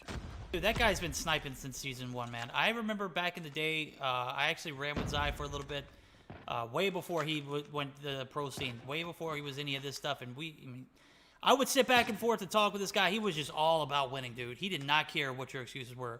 He would call your ass out real quick. Zai gonna get taken out there as Jason picking up the Locust as well. So Locust for Locust. Jason takes the dub there as we see a 4v2 ensuing. Parka and Just, the last 2 players. Bomb is planted at B, so Parka and Just are gonna have to make their rotations over to this B bomb site, and we're gonna have a little bit of contention here as we've got 2 players too. Will spotted by Parka. Parka blasting, not able to make the shots land though, as he is still donut on the table. As we're gonna see the game evened up for the side of Shreddit, and Shreddit playing to their abilities, as I know they can, should make this an interesting game. I'm hoping to see a little bit more from them this game. If they're able to clutch it up here, we will see a game 3. All right, so who gets a breadstick first, Parka or Salai? I'm gonna go Parka. Parka, I got my money on Parka. One, because dude's out to put on a show tonight. This is his moment to tell the haters to go to hell. Definitely gonna have to get some information though. Oh my God, Parka! Sal, you bastard! You sold me. I'm kidding, Sal. Oh my dude. God! I so absolutely Sal gets the sold breadstick Parka. against Dude. Parka. The irony, my guy. Seriously, dude. The irony. Somebody clip that for us. That's gonna be a good clip right there. And when you do clip it, put Sal, you bastard. Ooh, okay, but then Zai takes his head off, so yeah. Oh, we're gonna see Time take out Yuhi there. A 3v2 now going to ensue as 2 men left for the side of 11D, and Oh my God! oh my God, they are playing absolutely well. Bomb is on the A side, so Will and Wedo right there on it. We're gonna have to get a little bit traction from Wedo as he's pushing up aggressively. Jason's a little healthy. No, Jason's dead. Oh, but no time left. He is gonna get the kills, so he's gonna start shooting the bodies. That's exactly what I would do. Round is over. It is gonna go to Shreddit. And just like that, my guy, I sold Parker. I shouldn't have put him in that position. I put too much pressure on Parker. Parker, unable to get on the board with a kill just yet. Sal, my guy, I'm sorry I underestimated you. The enemy has the bomb.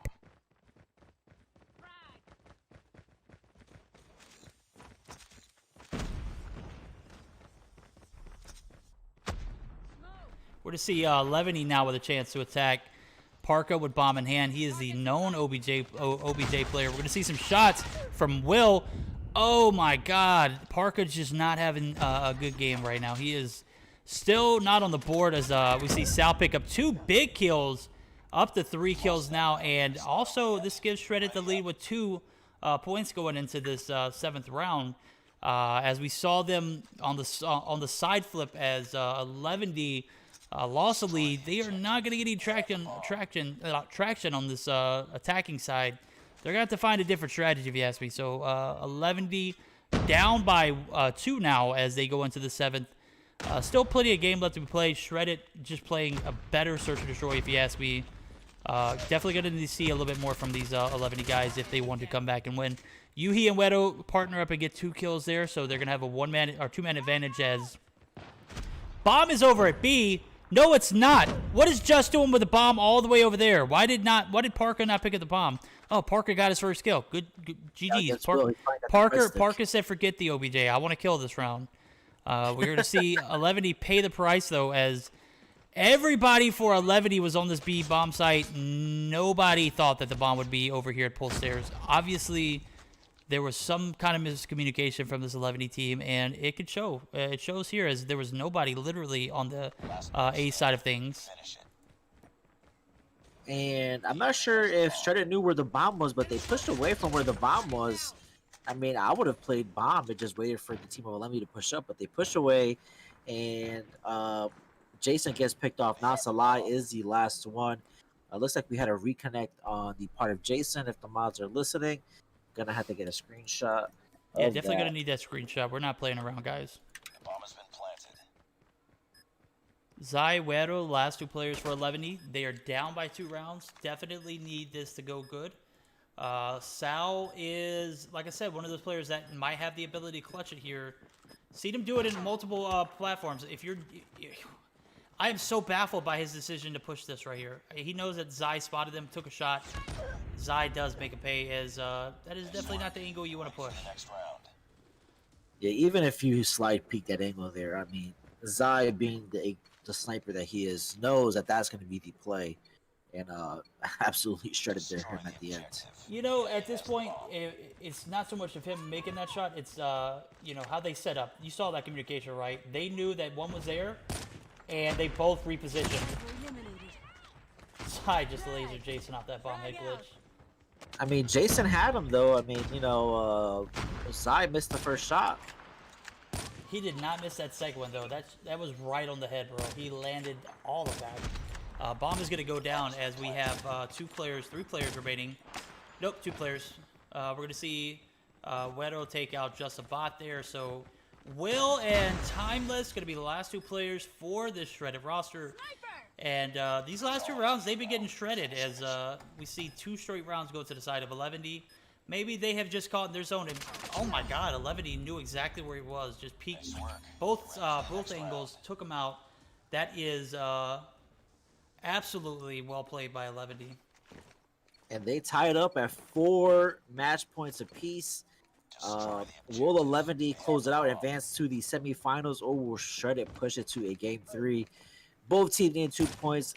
Zai going for the wall bang here through Zig does not. There's nobody there, but he doesn't know that. The team of Shredder are have a 2-3 split, 3 man at A, 2 at B. So hopefully this works in their favor, but they are pretty well spread out. Yeah, I'll have to say this is in due to the fact that B or A has been pushed multiple times now and has been very successful for the side of 11D. So this is their way of adjusting. Now, will it work? I don't know. 2-3 split might cause 11D to push this B site as we see them held stagnant in this mid site. This is not an area where you want to be playing at, but since you're there, might as well go ahead and have dinner with them. Wedo going to get the nade off, takes out 1, and Will is going to be taken out as we saw there. Just a Bot is going to get a refrag, so it's going to have a one-man advantage for the side of Shredded. So this game is still within arm's reach of any team, anybody. So 11 could come back here as we see Zai. Oh my God, Zai. See Just a Bot. Just a Bot respects the snipes with the knowledge that he saw him there. He knew he was there, so he does not repeat that angle. That's a smart player. We're going to see Wedo taking out Timeless now. So Sal and Just a Bot, last 2 players remaining. And just like that, we're going to have 2 players left for Shredded and 3 for the side of 11D. Exactly where Zai and 11D wanted to be at, as they got the bomb plant over at B, played a little bit of time, waited for a few picks to even take down. Oh, Just a Bot lasered! And Parka is going to be the last remaining player alive. This should be interesting, as he is kind of in this little... oh, yeah, he's got one above him. He's going to get a refrag there. Just a Bot going to be the last player alive. He's going to have to play time. Oh, Parka clutches it! Huge clutches for Parka as he took out Sal and Just a Bot. That was OP gameplay for my guy Parka. That was his make or break moment there. If you have any question about that guy's performance, it was on those plays alone. Don't question anything else. Clip it. That's right. Zai and Widom, I'm looking at their the kills, 12 and 11. I mean, just carrying, the hard carry, man. There's, oh my God, Zai. The carry absolutely is real. Destroying Jason. It's the second round of the row, isn't it? Third round? Ooh, we're going to see some creepy crawlers over here. Hey. Oh, hit marker. Oh, Parka does get the refrag as Just a Bot goes down. Just a Bot was taken, or Parka does, I'm sorry, does take out Zai. So we're going to have a 3v3 ensuing, and the bomb is going to go down at A. That was planted for staircase, right? Not staircase, but, what am I talking about? Pull bar. And time here on the opposite side of the map. Maybe they're going for a full flank all the way around. Hopefully to pinch the last 2 players of 11D, Park and Whittle, being those 2 players. Whittle holding inside the bomb. Oh, he did not hear Will behind him. It is now a 3v1. Can Parka clutch it again? No, he's not going to be able to. He's not going to have the time to do it, and he's going to be forced out of the spot. This is not a good spot if you're Parka. If you're Parka, you need to be inside of that pull bar side. That's not an area where you can capitalize on anything. You can't defuse the bomb or defend the bomb from that area. So we saw him clutch up that last round, the previous round. This past one that just happened, just an absolute fail. So that was not an area of capitalization, if you ask me. In Money Room, that was not the play. If it was the play, he would have taken out people before they got to the site. Parka unable to get the right timing there as he's taken out. We got a 5-5 here going into the 11th round. Sal and Just a Bot picking up 2 big frags, but they still have Zai alive. So with Zai being alive, that's definitely going to, in my opinion, cause some trouble. Yes, this guy is an absolute animal. Zai takes out 1. Just takes out another. We got a 2v3 now in favor of 11D. 11D going to be pushing in. Zai going to take some shots. Parka's going to get the frag. Will is going to be the last player alive. He's going to be a top laundry. He's going to be taking some shots and is eliminated. Just like Shredded, as they are not moving forward. 11D gets the dub in 2 games. They are going to be going to the semifinals. What a game, dude. I mean, when Shredded there picked up the first 2 kills there, I was like, Shredded is going to pull this off. They're going to go to a game 3. And after that, I don't even know what happened. I mean, Zai pushed in through pillars, took out a player. I think that was Jason, if I'm not mistaken. And I think I was Salai just holding that angle. Did not take out Zai when he needed to at that moment. I think they take out Zai. Tables are a little bit different. Will pushes out from laundry. But 11D, man, they pulled it off, man. It looked a little rocky there for a second. Yep, and as we say that, dude, I need to step away and let the dog out. He's been whining for a second, and I definitely don't want him to think I'm ignoring. I'm not ignoring you, Herschel. I'll let you outside. So yeah, we're gonna get a semifinals going here. Should be interesting to see. I got to take a look at this bracket and see who might be playing in. check your DMs real quick. So Wedo and Zai with 13 frags apiece. I mean, absolutely tearing it up for the side of 11D and Shredded. So Lai going 6 and 7, just about 8 and 9. They had an opportunity there to push it to a game 3, were not able to, and that is it for the team of Shredded. And 11D moves on to the semifinals, and we are going to wait to see who that will be against, either Teletubbies or Nova Imperium. That is currently on Gilmania stream.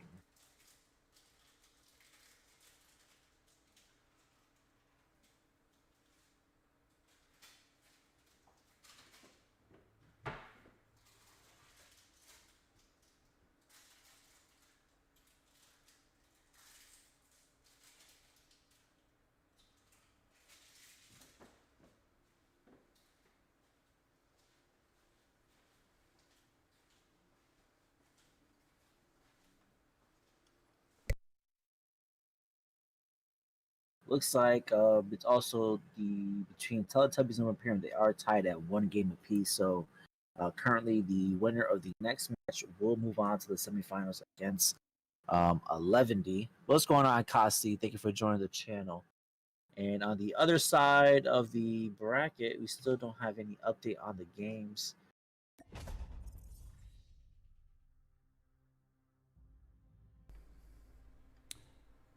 Alrighty, I am back. We just saw 11 come through and absolutely win at the highest fashion. Definitely a great game from Shredded. Super close. Shouldn't have let it go into a round 11. That should have been won And well before then if you wanted to compete. I am going to take a bathroom break. Oh, good. We're going to go to a short intermission. Should I pull up, what's his name stream? Gil stream? What's his name? Jesus Christ, I'm so disrespectful. Yeah, Nova Imperium and Teletubbies are 1-1 right now. Ooh, that's interesting. Let me get that pulled up for you guys. Yep, Teletubbies won SND 6-5. Nova won Hardpoint 250 to 162. It is a game 3 domination. Hackney Yard. So going to be a great game to watch there for the Teletubbies, who is a mashup of different players. You got Washi, Vague, Lil B, Tectonic, and Defear from ARP. So that's an interesting lineup there. But yeah, Verdi, you're going to pull that up, and I'm going to take a little boy's bathroom break. Good deal. Give me just a second, guys, as I will have that up for everybody to see here shortly. Let's see.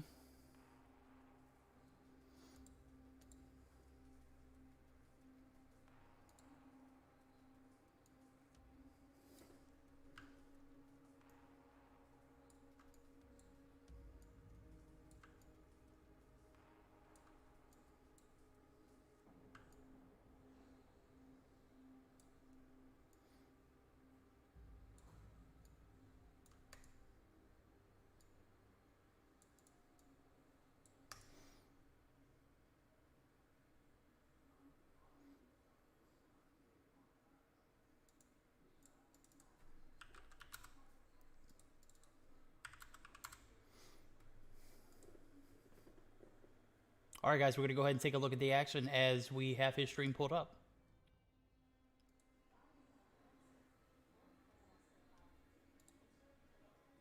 Maybe they were having some sort of issues that they had to fix.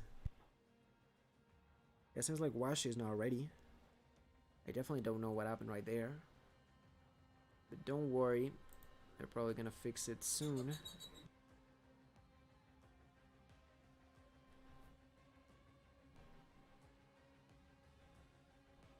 Alright. Welcome everyone who's tuning in here. Let me remind you all that this is game number 3 between Teletubbies and Nova Imperium. The winner of this game is gonna fight against 11T. So they better end up, like, one of these teams better end up on a high note so they can move that momentum onto the next fight, because it's definitely not gonna be easy for them to go through that. Okay, Washi's gonna be ready. Now we only need, I don't know, to ready up as well, and we can start for this final matchup. For those who don't know, the banned weapons are the Man-O-War and the VRH. Probably, like I've said it before, I think we're gonna see a lot of those bans a lot. maybe like we can see one different every now and then, but I am expecting those two to be the predominant on this All right, weekend. I am back. And as we wait, like I mentioned, I think Tectonic is gonna put up a fight, but I don't want to sleep on players like Vague, like Lil B, Washi, Fair. They've actually shown us that they are capable of doing a lot for the team. So yeah, all right. Seems like the admin is trying to push onto the game now. I don't know. It's ready too. We're probably about to start this game in a couple of seconds. This is once again domination on Hackney Yard, and yeah, there you go. Game about to start. Game is a go. There you have it. I'm really hoping to see a little bit of a shotgun gameplay. We haven't seen a single shotgun, I believe, today. Not only on this match, So but also on the previous looks match. like we're ready to start the third There's no and specific final player that I map might call out for being one of those who of likes the playing with round. shotgun. So that's also a thing. We're gonna see the side of Teletop is trying to push onto the B flag. Unfortunately, that's not gonna work out for them, as everyone gets taken down pretty quickly. And instead, actually, wait. Seems like yeah, Nova is not gonna capture that C flag, and instead gonna push all the way. Yeah, they have not been able to take a single flag. Little B is gonna try to gain control with the B flag. They are not gonna get it for a split second. Maybe Fair can do it. He does. And finally Nova picks up a flag, but they already are losing not only on points but also in flags, with 2 being taken for the side of Teletubbies. Teletubbies coming in strong, and I'm pretty impressed as how they, like, I'm sure that they were with the plan, they were probably trying to maybe take by surprise onto the side of Teletubbies. Unfortunately, that didn't work out as they might have expected, and we can see 15 points deficit for the side of Nova. Tectonic right there being the highest fragger with 6 kills himself. That's all what I was expecting for him. We're gonna see Tectonic right here using that diamond camo on the LK, pushing forward. He should know that the enemies are behind that, but he's just playing it safe. He's playing it slowly. He's gonna pick up the frag onto high, gonna push onto Hacks. Can he get the double? They're fighting against that. They try to take him down. They don't make it. Picks up a frag with that pistol. Finally gets taken down. But really, really good play. Really good push. Like, everyone was trying to tear him down, but they were not able to do it. Nova about to get B, but by that kill from Fur, it's not gonna be the case, and that's gonna be a huge momentum for Teletubbies right now, as they have already 50 points, and the side of Nova doesn't even have 25, so they are already doubling the points that Nova have. They're gonna be trying to push onto that B flag. They are finally gonna get it. But let's see for how long that's gonna last. We're gonna see High trying to rotate from behind, and that's gonna work for him as he picks up the kill onto Tectonic, picks up a double onto Fur, and kind of feel like Teletubbies might be trying to rotate through the other side, but High is there to prevent just that. He nearly picked up a kill through the smoke onto Little B. His allies are gonna be the ones taking that out at the end. And just like that, seems like Nova is finally putting up their feet onto the ground. And even though they're still losing, they still have control over that B flag. Let's see how long that's going to last. We're going to see Tectonic being one of the only players with double digits. Oh, there's actually going to be 2 now, and his team being Lil B, the other one. And a lot of gameplay with the LK right here. A lot of LKs being played, and by a lot I mean 3, I believe, but it's even more than the average that you can see in a lot of games. Actually, I think it's 4 LKs being used, and their remaining players is going to be using the HBK. Okay, let's give it a look at Godsaken. Godsaken also one of the key fraggers for the side of Nova, and Nova only losing by 10 points now, decreasing that disadvantage that they had of about 30 points onto only 10 right now. Second has to rotate out as he noticed that Little B was trying to make up a surprise. We're gonna see Second pushing onto the enemies. That's not gonna work out for him, as Little B alongside with his ally are gonna take him down. And now the side of Teletubbies are the ones that are struggling right now. Little B picks up a frag. Fair does the same. Washi does too. Tectonic got second down, unfortunately. Let's see how well they can push onto the B flag, because they are about to lose their advantage. I don't know, doing an amazing job defending through the heights. I don't know, now gets taken down by Fair. Fair gets taken down as well. Tectonic tries to get B. Can they do it? 20 seconds on the clock.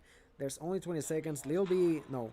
I don't know who pushed onto that B flag, but that is gonna be huge. With only 13 seconds on the clock, I think they might end up this round with the same amount of points. Like, call me crazy, but I think that's a possibility. 96-97. There you have it. Just like I said it. Oh, yep. No. Yes. Yes. No. 99-98. Jesus. I was pretty close, but like this cannot be any closer. I did say that coming out of last game, I was expecting just this pure madness, pure chaos, and both teams playing neck to neck throughout the whole round.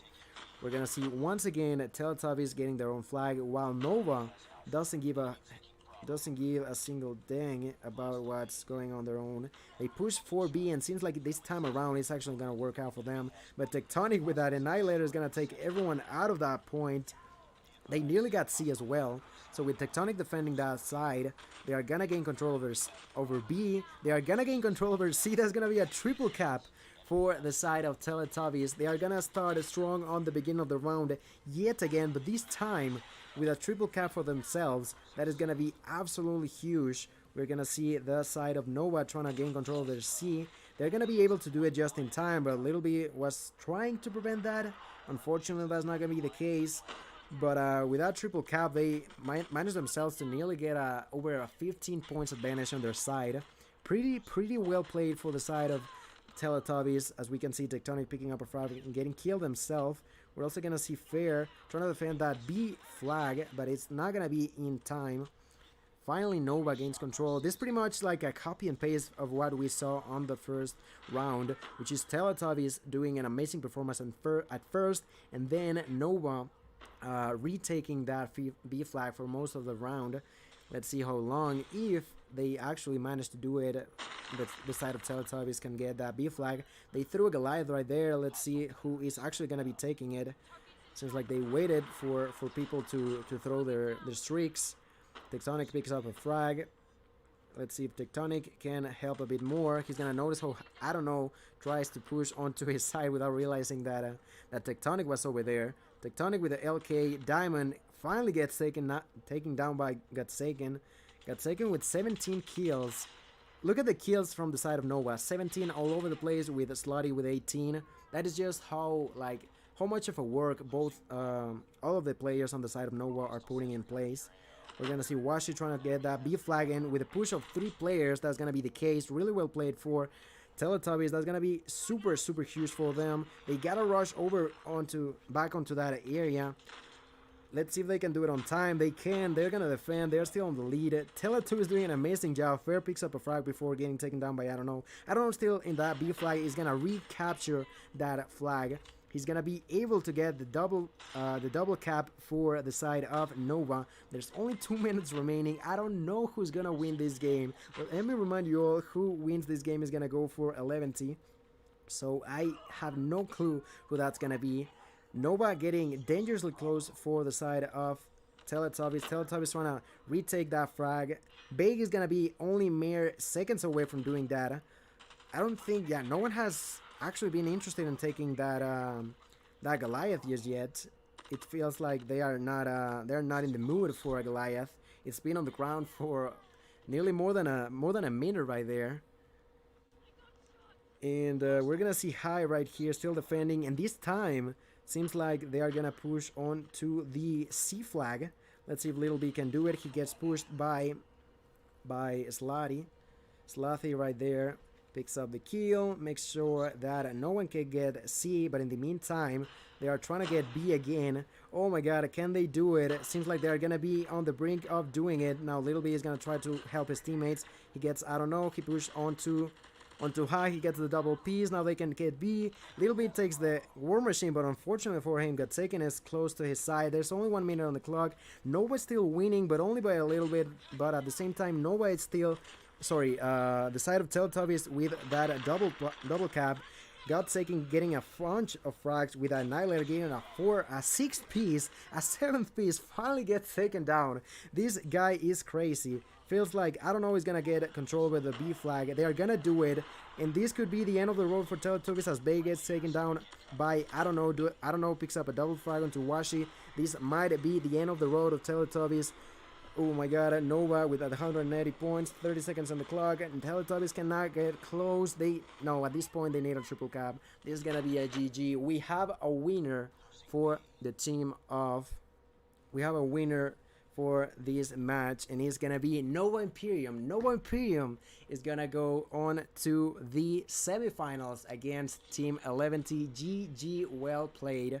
What a match, what a game. Congratulations to both of these teams. Amazing, amazing game.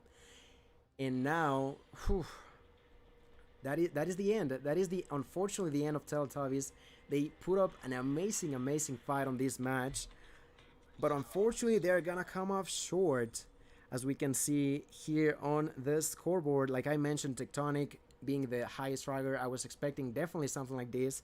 Tectonic with 30 frags, dying 25, actually being the only positive player on the side of Teletubbies, but at the same time, they were doing a really solid rotations. Unfortunately, that was not enough for them to advance, so congratulations for them, but...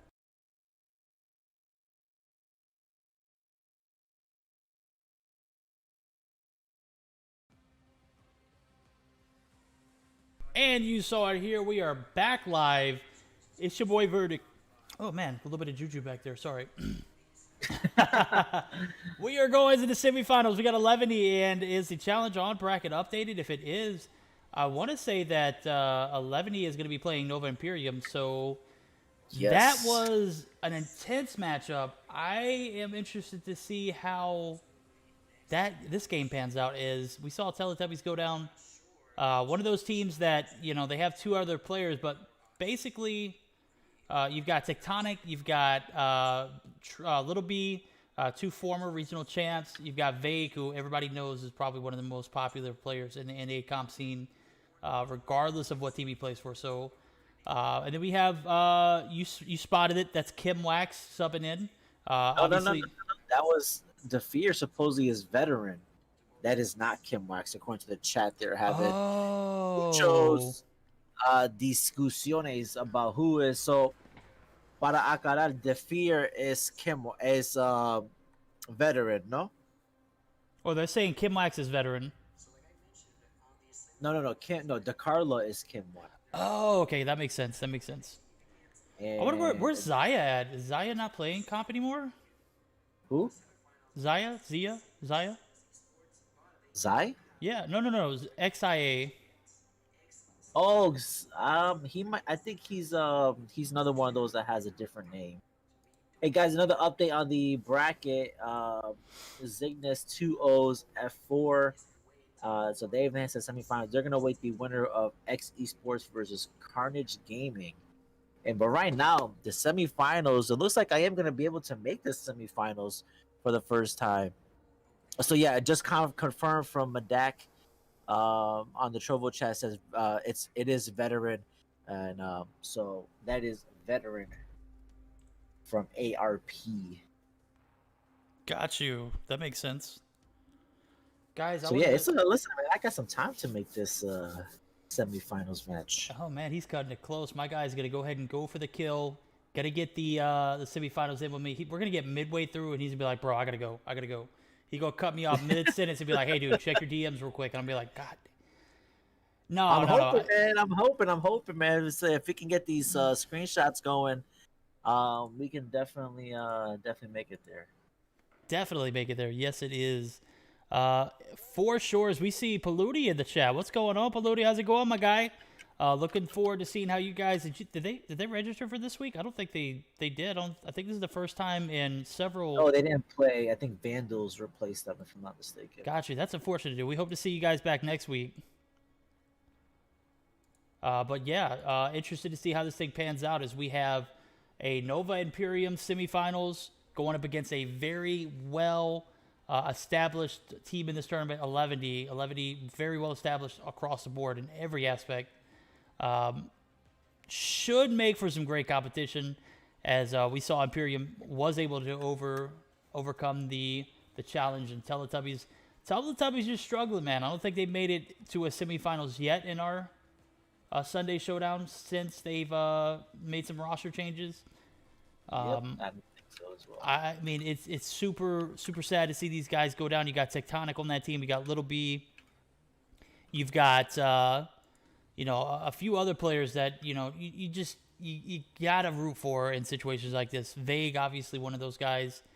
So I was hoping to see a little bit more from them tonight. We are not going to get that, as we are setting the stage for the semifinals. Nova Imperium is going to be taking on 11D guys. Who do you expect to win? In a matchup like this, I've seen 11D just play super well in every single semifinal matchup that they've played in. So Nova Imperium, unless they're going to come in with the smoke, I feel like 11D might be the top dog in this matchup. El de la derecha es Gerardo Ortiz. I don't know. Somebody's saying that they're wondering if you're Gerardo Ortiz. So we're gonna look up who is Gerardo Ortiz. Yo, if that's an insult, bro, go ahead and give him a 10-minute ban and instantly lift that ban, because I'm being serious, but I'm also joking. Oh, hey, listen, you look like Gerardo. He is an American singer, songwriter, and record producer in the regional Mexican genre. That's Dude, no lie, I ain't gonna say. Oh my god, you kind of why you guys do me like that? I'm not a country music star with a cowboy hat. Yo, Verdict, if you put that cowboy hat, bro, I don't know, man. I think I think you might be pulling it off. You guys are too much. Chat, you guys are absolutely too much. First I'm Nicky Jam, then I'm this guy with the cowboy hat. Come on now. Do I just need to start doing music? Just say forget casting? I guess at this point, bro, whatever works, right? You gotta have a cowboy hat and a little. All right, I'll get a cowboy hat, a black cowboy hat. We'll do a little bit of benchata. We'll just go ahead and have a good party, man. A little bit of guitar. Yeah, dude. All right, so it looks like Carnage wins against X Esports. Don't have that update on the bracket yet, but I got that in the chat. Who is Carnage? Where did they come from? And let's check out who the roster is. Let's go over to the registration. Oh man, Nova's Carnage, got Slothy as a sub, dude. That's hella interesting. Let's see, confirmed rosters. Let's go over. Okay, hold on. As you pull that up, I'm going to see if we can get some map rotations. Yes, I've got them. Yes, we have them. We have confirmed them. First, we're going to start off with a hard point on Summit. That's going to lead us to a Search and Destroy on Crossfire. Domination on Hackney Yard. God. All right, this is a best of 5, so if we see a game 5, why did we have Domination Hackney Yard? Hard point Scrapyard, and then followed by a Search and Destroy on Raid. I hate that Domination on Hackney Yard could be a potential deciding factor in how this series ends. I would love to have seen... Man, they could have literally done anything other than Domination Hackney Yard, and I'd have been happy with it. Domination Raid, or not Raid, but Summit. If we put a Domination Summit in there, I would have probably flipped my lid. So the roster for Carnage Gaming is Brian, Legend, Blast, Spin, and Geki, and the 2 subs are Fallen and Pelon. So it looks like it's a fairly new team because they only have 68 members. Sir. So there's got to be a fairly new team that's put together. I've never heard of them before. Repeat their names again. The roster for Carnage. Okay, so it is Brian, Legend, okay, Blast, Spin, and Geki, and then the 2 subs are Fallen and Pelon. Yeah, I've never heard of any of these guys. Maybe Legend. Legend, not necessarily ringing a bell, but he would probably be the only guy I'd be familiar with. But I'm still not 100% sure who that is. So 11D bans the HVK and Imperium bans the Man of War. Which honestly, Give me a second, honestly, bro. that leaves the DRH in play. So we should see some DRHs and some LKs.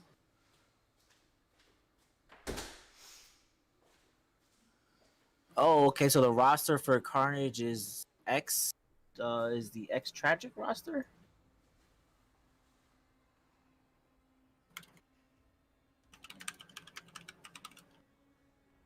So yeah, so we got some information in the chat that the roster for Carnage is the former roster for Tragic.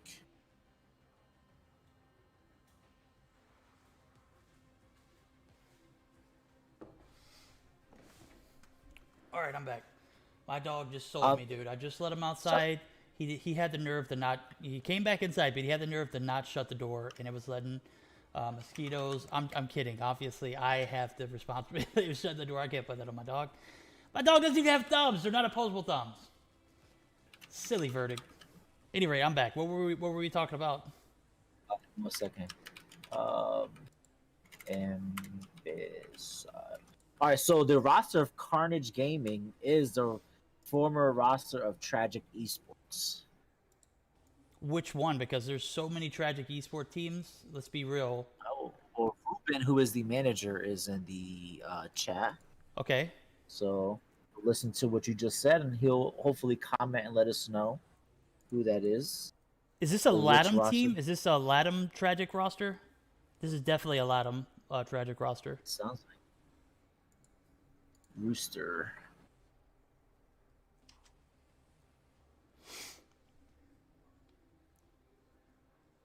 Yeah, so Slothy Tribe obviously. How did Slothy manage to get a sub in this tournament when Tribe actually registered? Let me know that. That's a great That's point. Echo. That is a one of the things that I. Come on now, did they foresee themselves not being able to play and just didn't communicate it?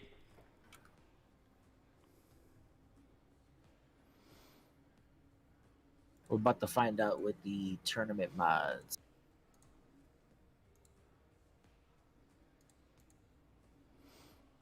So I told one of the viewers that because they said, what did they say? And we're seeing ARP Gaming registered as well. So, go ahead. So the viewer said that in this tournament you could register with whoever, and he says since Tribe didn't play, maybe Slothy wanted some money and decided. Yeah, but those roster changes happen. Yeah. Roster changes close before the tournament starts. Bolu in the chat, what's going on, Bolu? What up, Bolu? Bro, this is 2 weeks in a row. What's going on with you guys? I need answers. I need them pronto. Why didn't y'all play, my guy?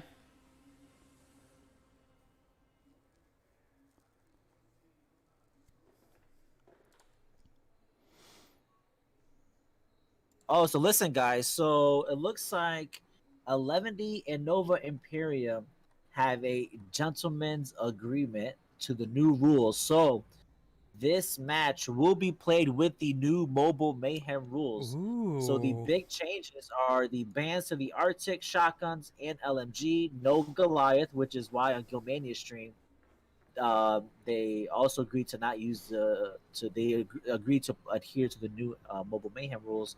And it was a mistake on the part of Tectonic to call in the Goliath, but he did not use it. And what else? Gotta stop you right here. Super coming through with the 187 Raiders. I see you, Super. Bienvenido al canal de Verdict. Estamos en el Meseeks Sunday Showdown. Super con el raid de 187 Raiders. Vamos a empezar pronto. 11D contra Nova Imperium.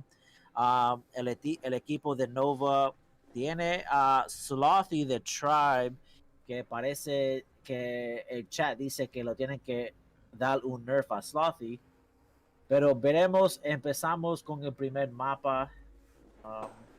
que será Hardpoint and Summit, Search and Destroy, Crossfire, Domination, Hackney Yard, Hardpoint, Scrapyard, and Search and Destroy Raid if a fourth and fifth game is needed. Y también, para lo que no sepan, el torneo de Mobile Mayhem han cambiado un par de reglas y entre 11D y Nova Imperium they have agreed para jugar con las reglas nuevas. So I was just letting them know that the team of 11D and Imperium have agreed here to the new mobile.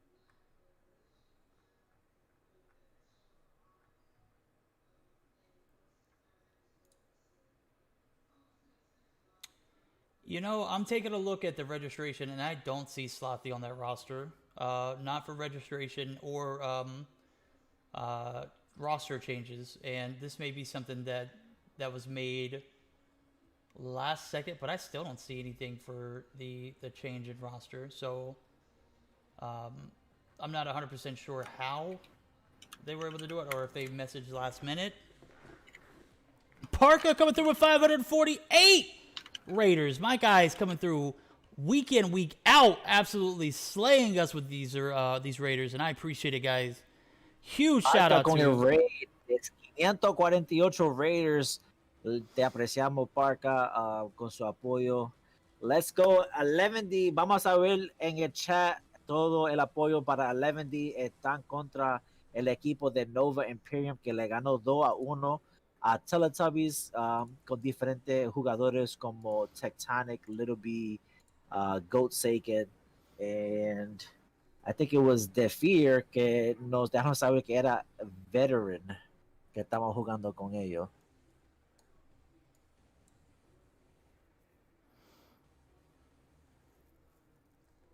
I'm trying to see here. Where's Echo? Yeah, definitely need some answers from that. Imperium and 11 have a gentleman's agreement to new rules. Yep. Mobile Mayhem rules 3.0. I love it. 3.0. Can we get Tunisia as one of the rounds? Can we switch that up? Search yeah, and destroy? dude. Can we get Domination Hackney Yard out of here? You really do hate that one. I hate that map. And Summit should be out too. Standoff, raid, firing range. That would make for some stale content, I have to say. Dude, they really don't have really good maps for Domination, do they, competitively?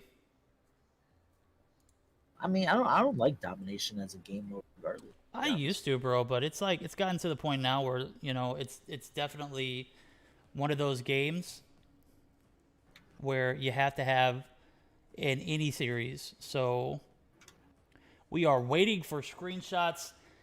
I'm definitely going to have to get information for how we got a last minute roster change, and I mean I'm just interested, you know.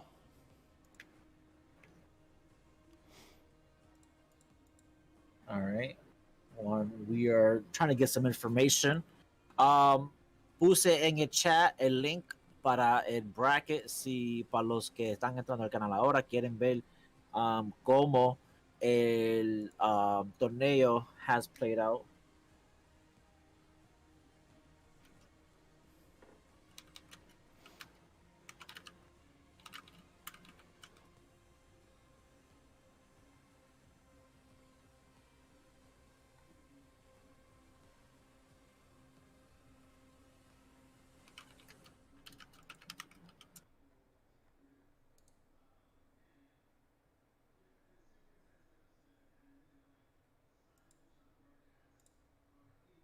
I'm ready to get the action started, my guys. I need some hardpoint summon in my life, guys. Who you guys got first game of the series? This Nova Imperium team looks pretty stacked. But that being said, the reigning champs of the Meseeks Sunday Showdown and the one-time three-peat champions of the Sunday Showdown, 11D, right there at the very bottom of the screen. Definitely nothing to overlook, as we're going to see Wedo, Just, Yuhi, Parka, and Zai just absolutely slaying. They're going to have to go against a pretty stacked roster in High Hacks, IDK, Slothy, and Goatsaken. So, interested to see how this pans out. I am super ready for this matchup. This This is that kind of high quality gameplay that you would expect to see from both of these. Is IDK is that IDK? Is that high? Is that Hi? Is that who that is? No, it's another player. It's Wishful. Well, hold on. Wishful, hold on. IDK. Oh, that's IDK is 1809. Wishful YT. That's interesting, man. This is you know, I gotta stop digging, dude. I gotta stop digging. I gotta stop finding shit. I gotta stop putting myself in this position. This is just All right, so we wait for some information. We're talking to the powers that be to see what exactly happened. And thank you to our sponsors, HyperX and JuJu. Estoy viendo un poquito de piña colada de JuJu Energy. Si no lo han probado, pruébenlo. Es uno de los mejores sabores que tienen. Usen code Meseeks para 10%.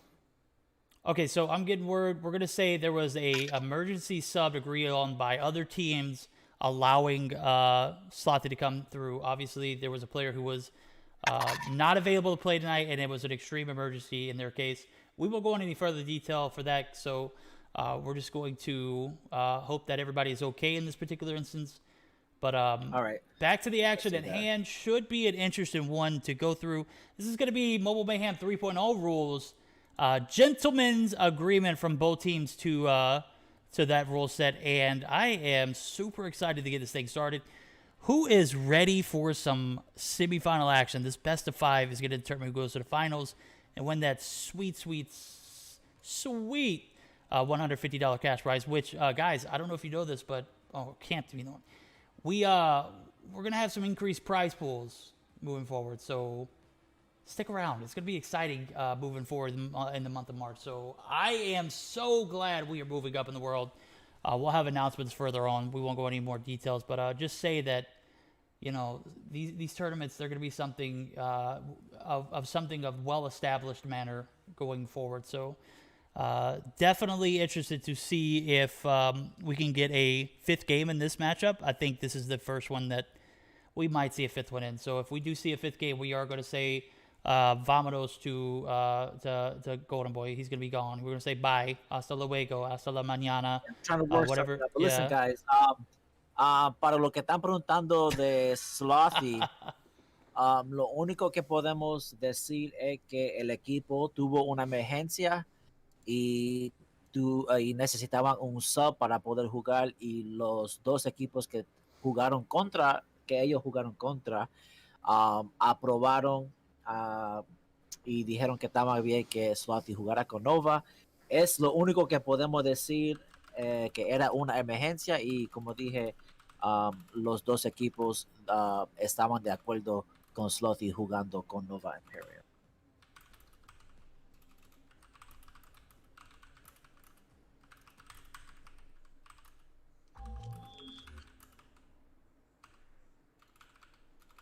All right, we are ready to go. Everybody's connected. They're all getting their screenshots, and we are ready to go. We are indeed, and I'm going to be taking a look at Park off the rip, but of course we're going to be flipping back and forth depending on who is popping off and who isn't. We're going to see an initial push onto this first hill, and my guys over at 11D. Oh, we're going to see Parker actually dip out, so everyone has disconnected. All right, that is going to put us in a position to go back to the lobby. Guys, bear with us. This has been a connection issue all night.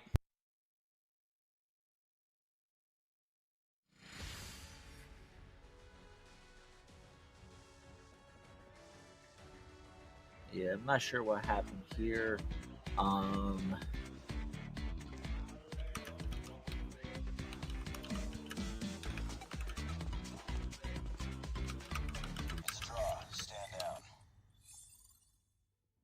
Man, the chat is absolutely going off. We're at 630 viewers. Absolutely killing it. Super and Parquita con el raid. Not nice dropping in the spells. We appreciate you. Not nice, even though you are very nice. Yo, I just saw Bolu ask if he could sub in for 11D, bro. Where was your team at tonight, dude? You guys backed out again. What happened, my guy? That's 2 weeks in a row, dude. I need some answers. Come on now. Don't leave your boy hanging. It looks like the chat is trying to persuade Bolu to join 11.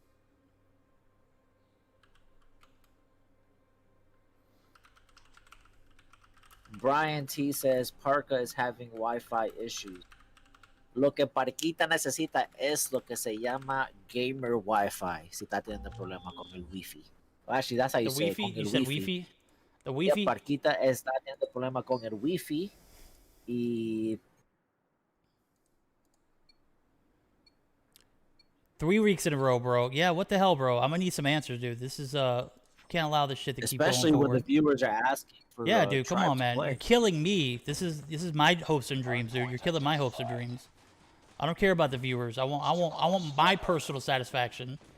I'm kidding, obviously. I care about the viewers. They want to see you guys play, dude. It's tough. Schedule is too tough, and some toxic mod DQ'd us, and that ain't cool with me, my guy. Dude, you know what? You got to play by the rules. With that being said, we're gonna see 11E hold this first point. We're gonna have a quick 15-point lead for them as 11E looking to take the first game of the series. They've got a pretty well adjust for this first hill, so some easy points for them as I see an early lead going into P2 transitions. IDK and High going to pick up some big frags as they take control of top control. They're going to get another one on Goatsaken, or on Wero as Goatsaken picks up another frag. Something to note here, Wero is 6 kills. 6 kills hit, and we just started the game. That is wild. And just up until now, Zai didn't have a kill yet. Parka and Just also rocking some donuts, but they are inside the point. So listen, man, if you play OBJ, you don't necessarily need to be the top fragger as P2 opens up. And I say that Parka breadstick on the board. Parka con su primer baja aquí, empezando con el punto número 2. Yeah, I don't care how many donuts they have, dude. If you're able to get 56 off that first hill, that's a W in my book, bro. You could have -5 kills, and I'd be happy. 60-point lead now as 11D playing OBJ hella well. They are going to be up extremely well going into this P3 transition. Now, we can all see what P3 does to teams and say that if they don't set up response here, they might be in trouble. But, you know, at this point, you're going to have a pretty good lead enough to set yourself up for a P2 transition. So as long as Nova is going to go ahead and give them points on the second hill, I take it if I'm 11D. So 11D pushing in as we see Just making the rotations over to spawns. This might be what the side of 11D needs, and we're going to see IDK actually back up and rotate well. But when I say that, I see, is that Parka? And oh, Parka, get blasted. Oh my God, Just 2, what is going on? Yuhi unexpectedly peeks around the corner and just takes my guy off of his war machine. That is going to lead to an extreme lead for 11E as we see Nova fighting for their lives down by 100 points going into this P3 transition. They are nowhere to be found in sight either, so this is an absolute strong and devastating start for the side of 11D. And Yuhi's on a slow bit of a streak here with this Fanique. Yuhi, en este momento he's unstoppable right now. He gets 2 more 3. Oh my God! Por favor, quiten a Yuhi. Yuhi en este momento necesita un nerf. Here we go, Zai. Zai going to be making this rotation over as we see 130 plus, could be upwards to 140 plus point lead going into the P4 transitions. We're going to see a stronghold from Nova Imperium, but they're going to need it, dude. They're down hella long. This is a terrible position if you found yourself in it. You got to hold P4 here. There's no ifs, ands, buts about it. 150 to 7, dude. Going into P4 transition, this is not where you need to be at if you're Nova. With that being said, they're going to start off and have initial possession of this P4 side. Yuhi and team going to be creeping out of this top control area. Could cause for some upsets, but with that being said, we're going to see Yuhi push in. Oh, he gets taken out, but they may have secured spawns. That's tough, dude. This is super tough. Bueno, con el ASM-10, Ya con 17 baja. This guy's doing absolute work with this ASM-10.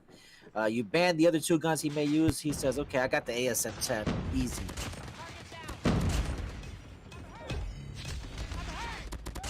Oh my 11 god, deflated. three-piece right. That was absolute carnage as Wedo picks up a huge 3-piece. The fact that they were just able to flip spawns, it doesn't even matter how many points they got off P4 there. Even though they do get the last little bit of scrap time, this is just... How you only got 18 points on the board? This is I don't know, man. If this is Mobile Mayhem 3.0, 11 looking pretty tough right now. Yeah, I definitely was not expecting this. Esperaba un poquito más de competencia del equipo de Nova Imperium. No esperaba que el equipo de 11 sean demasiado de fuerte en este momento, que van a casi a un lead de 200 puntos. Wow, 11 continuing their dominance. They may put Nova Imperium in this 50-point club if they can keep them out of this P1. They're going to be pushing up to this top control room, which is currently held by 11. They do get control. They are going to push in. They are going to get a little bit of time off the hill here, so we're going to need to see a better defense from the side of Nova Imperium as we only got 15 seconds in. This might be their only time to get some points on the hill. Hardpoint contested. Hardpoint contested. Hardpoint lost. This is an absolute beating. 11 is just... They're not holding back. If you can find it in your will, Nova Imperium, you got to bounce back. This is... you got to save face at this point. I don't care what happens. You need to get at least to 75 points. If not, dude, this is just... You need to get past 100 in reality, but let's just be real. I'll settle for 75 at this point. As 11 is... At least a 50 point. I'll settle for... Yeah, they're going to hit 50 here. We're going to see Bolu with the chicken dinners. I see you! And Beerus. Appreciate it, my guys. Coming through in the clutch. 11D absolutely destroying these guys at the moment. Anything can happen, though, as we've seen in games past. You know, 110-point leads just go down the drain. Now, this is nearly like... what was that? Like 100 and... Almost a 180-point lead for the side of 11. There's no way they can blow that, right? Guys, if they do blow that, I need you to clip what I just said. I don't foresee it happening, but you never know, man. Right now, all of a sudden, I'm looking at the kill board here. The team of Nova Imperium have definitely picked it up for sure. Yeah, Slothy is putting on an absolute A1 show here. He takes out 2 in the point. Yuhi, who was, I don't know what Yuhi was doing. Yuhi's head was somewhere else. And 11 is selling their own spawn. Nova Imperium is going to be able to get in the point, so maybe they're just playing, you know, best comeback of the year. Are they planning that? Is that a thing? Is that something that you guys TikTok, you know, best comebacks of the year? Is that something you make a YouTube video on? Are they making content right now? Let me know. Either that or they're saying, you know what, let's get their hopes up and then win the game anyways. That is what I'm talking about. 11D had what seemed to be a pretty healthy lead of 180 plus points as we see the side of 11D finally get into that point. They could not win off this, but you know, they're not going to lose off of, or Nova isn't going to lose off of this, so smart move, I don't know. Pushing out early could be, you know, some devastation. We've seen teams with 2-point lead, or 2-point to close the game out, just absolutely, you know, play it very well. You know, 11 is going to come at this thing with all of their force. So if you're Nova Imperium, you definitely got to bunker down and hold the hill here. I'm taking a look at I don't know. Hitting that spawn trap, dude, was definitely doing his thing, but is going to be taken out. But that was no man's land. That would be an area where if you die, or if one of your teammates dies, that could put them at the spawn of a flip. So we're going to see some contestations, but nobody in the point for the side of 11. So the game is going to continue on, and 11 is going to be taken out. Oh, Hack's coming through in the clutch. And they are going to continue this game, but the spawns are taken. That is it. 11 does take the game. 2 points, you got to stop and think, like, there's no way they was going to be able to come back from that. Nova Imperium loses the first game of the series. Best of 5. All that 11 needs here is 2 more. That is, I mean, for a second there, verdict. I ain't gonna lie, I did get a little worried. It did look like the team of Nova Imperium had a couple tricks in their bag. Um, you know, but I mean, just there at the end, the team of Nova Imperium spawning out and not able to um, pull it off there.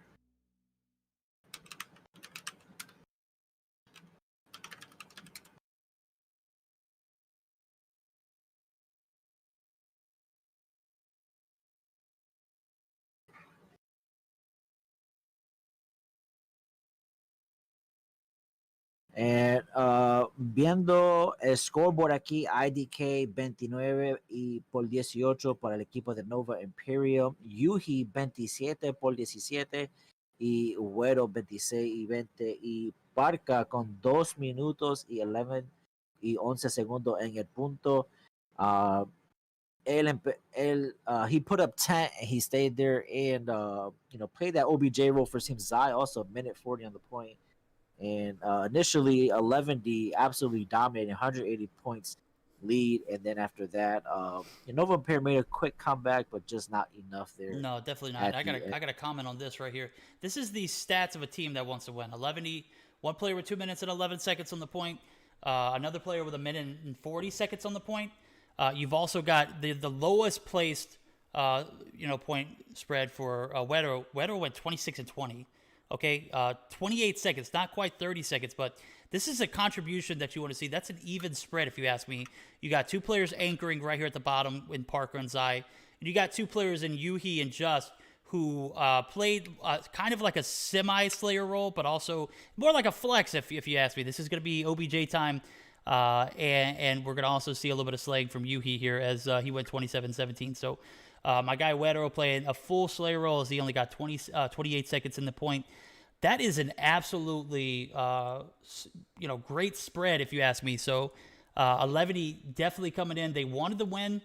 They won. Dude, there's no question about it. That was an absolute slaughterfest from them as they started the game strong, ended it strong. There was a moment where there was a gap where, you maybe thought that, the side of Nova was going to make that comeback, but when you're on the brink of being, beat by 2 points, you got to stop and think. There's no way this team is going to come back from that kind of deficit. Beer is coming through with a cash bang. My guys, you guys doing so much, and I appreciate it. And I think I want to say I saw Sylvia in the chat. Sylvia, how are you doing tonight, my lady? I hope you are well. Glad to see you stop by. We are having a poppin' Sunday stream. Super hypes out there, guys. We've got 11D. We've got Nova Imperium. This is an interesting matchup, probably one of the better ones of the night, as we see Nova Imperium just not there altogether that first game. 11 does take the dub and is up in the series 1-0. So definitely looking forward to seeing how this Nova Imperium bounces back on the Search and Destroy. Crossfire. Search and Destroy. This is one of those maps we talked about earlier. It's much better than Search and Destroy Meltdown. I'll go ahead and give Crossfire that. But it's one of those maps that, if you get into a position where you've got several snipers, which we won't see because this is Mobile Mayhem 3.0 rules per gentleman agreement. And verdict, it is sad to say, man, but that is it. That is the end of the night for me. God, this guy, look, I told you we'd be in the middle of the series. He'd be like, I tried. I'm going to go hit the dusty trail. All right, I'm ahead of. Me tengo que ir en chat. Tengo que trabajar por la mañana. Empiezo el día muy temprano. Le apreciamos su apoyo. Esperamos ver si 11D sigue al final. Nuestro hermano Gilmania entrará al cuarto converted para los finales. So lo veo la semana que viene. That's a G night for me, verdict.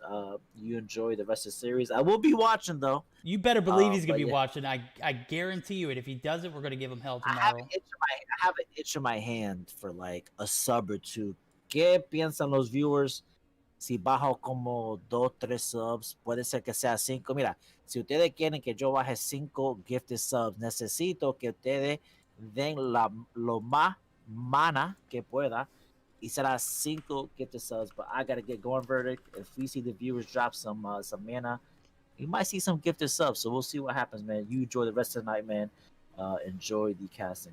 Later, Oh, bro. absolutely, dude. Always a pleasure, guys. We're going to go ahead and make that transition. Everybody send a shout out to my guy, GoldenBoy, as he's going to be signing off.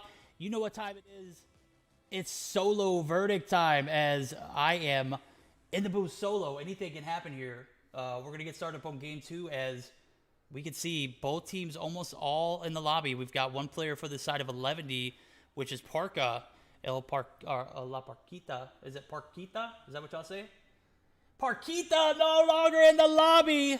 Gonna have to be joining in here and readying up as we're gonna get started with the Grim. He's definitely gonna get the chancla if he doesn't get off anytime soon. So, you know what? I don't blame him. I'm definitely got to, I gotta run and hide when I see that chancla, and she don't ever miss, my guy.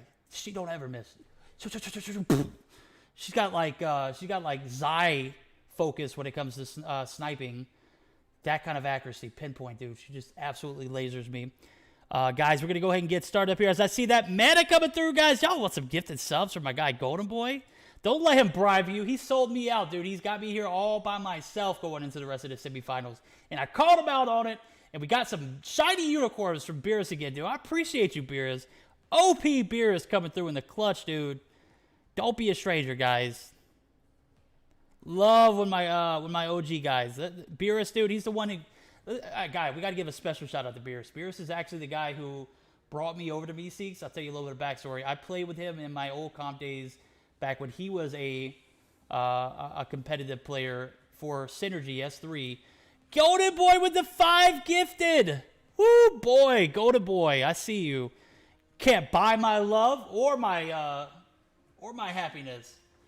I'm just kidding, my guy. I appreciate you coming through tonight. I'm glad you were able to stay this long. This is probably one of the longest times we've had you in for the past few weeks. So I appreciate you for coming through in the clutch, dude. But back to my story. Not GoldenBoy, but Beerus is one of those guys. He's one of those day one guys. He introduced me to the Meseeks organization, and you guys already know the rest of the story. Here I am, Look no further, guys. We're going to get started up here as this best of 5 is going to game 2. We're going to see Search and Destroy on Crossfire as we see Jet come through for the side of 11D. Jet has been kicked by the owner. I was like, who is Jet? So DeWas, one of those players that is on the sub list. Let's go ahead and move over, guys. No Jet. Jet definitely didn't belong here. Jet was kicked ASAP.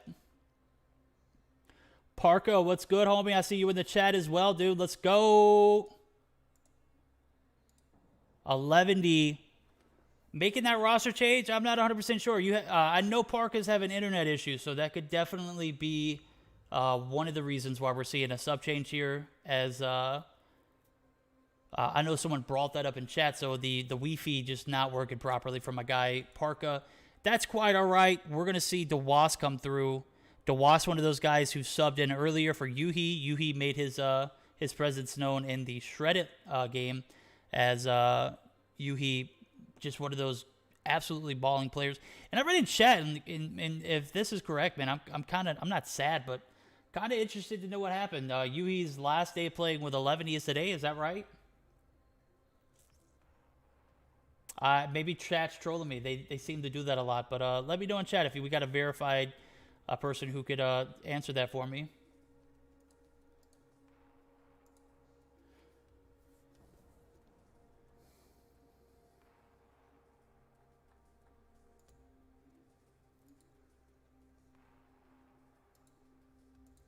Dude, did I not post that? All right, guys. As soon as everybody readies up and gets those screenshots verified, we will be jumping into the next matchup. I'm trying to cipher through chat to see if anybody answered. Also got caught up checking Discord too. But with that being said, do we have anybody that can verify what I was just asking?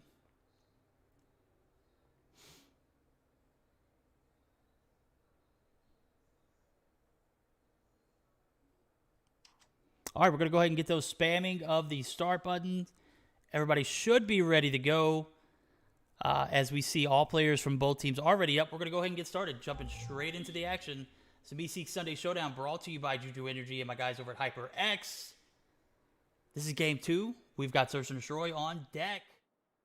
We're going to be spectating Yuhi. No, we are not. We're actually going to be spectating Goatsaken. I want to see Goatsaken and his DLQ abilities. Defend the objective. The enemy has the bomb.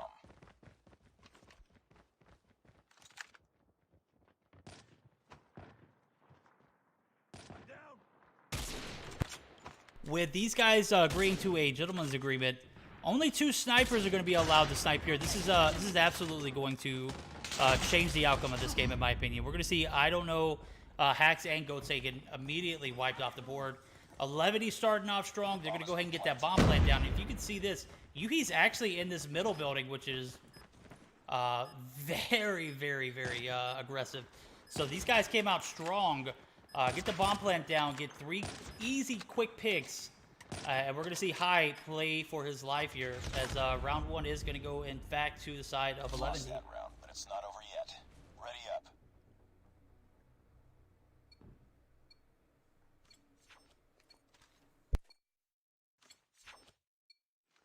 Defend the objectives. They have the bomb.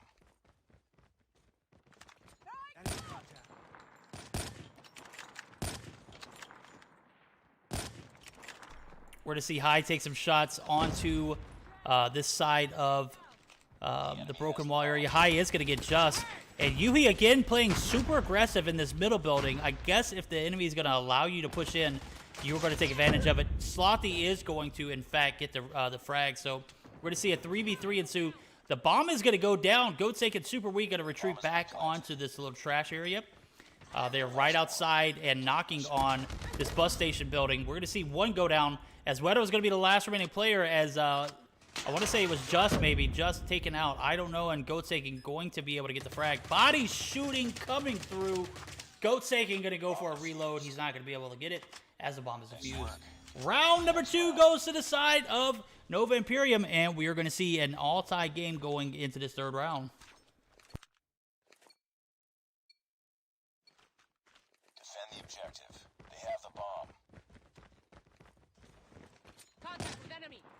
Tango down. Levity playing aggressive, super aggressive, if you ask me. Back-to-back rounds did not pay off. We're going to see Wedo get taken out early here, so a 4v5 will ensue as Just and Zai and the rest of this 11 roster are going to have to play with a man down. We're going to see Goatsaken taken out. Yuhi going to be taken out as well. Slothy pushing up with this Finnick in hand. Going to be rotating back onto this corner building. And we're again going to have a 1-man advantage for the side of 11D. Interested to see how they bounce back, as they lost last round. Playing super aggressive did not pay out for them. High is going to also take out the Wasp with the wallbang. So a 4v2 now, as Zai and Just going to have to get together. Looks like they're trying to make a decision on where they want to go. We can see Just taking some jumps. Zai actually going to go ahead and say, forget this. You know what? We're going to go ahead and look at each other, wait for these guys to push us. It's 2v4. You know, what's the worst that could happen, right? IDK makes him pay, as they are able to take out Zai. It's going to be a 1v4, as we saw them being Zai and Just playing inside of that top building and not paying off, as we're going to see HyperX ultimately get the kill, ending the round, taking us 2-1 going into the 4th. Nova Imperium bounces back after a very, very short first round, making this 11E roster pay those next 2 ensuing rounds. So 11E down by 1, still not out though, as they are up 1-0 in the series. Nova Imperium definitely trying to even things out.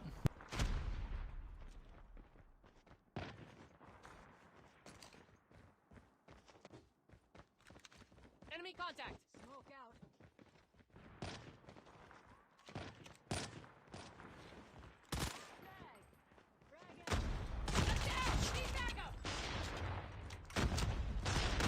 Bomb has been planted. HyperX is going to go down to the Wasp. The Wasp picking up 2 big frags. The help from Yuhi also is going to land a 1v5 for the side of Nova Imperium. So Yuhi is going to again continue his spree. Gets 3 that round and ends it very, very quickly. And, oh my God, B coming through in the clutch. 2 gifted subs. Look at you guys. Destroy I see you. They have the bomb. Let's go. 11D is off to a bad start here as we see Just get taken out. Wedo also getting taken out. He's setting up in this top corner building. Not going to be able to contribute much as the bomb is mid. We're going to see him pushed here by Slothy. Slothy absolutely annihilates him. And it looks like it's just a Finnick game show as we see one player using, the WASP that is, using the DRH. But Hacks and Team Nova Imperium going to be 2 SMG, 2 Sniper, 1 DRH. So Zai going to be the last remaining player, though. We're going to be seeing him 1 health. He's going to be pushed by multiples. Goatsaken is going to get the wall bang. That is going to be the round. And we're going to have a 3-2 advantage for the side of Nova Imperium as we are going to be switching sides here.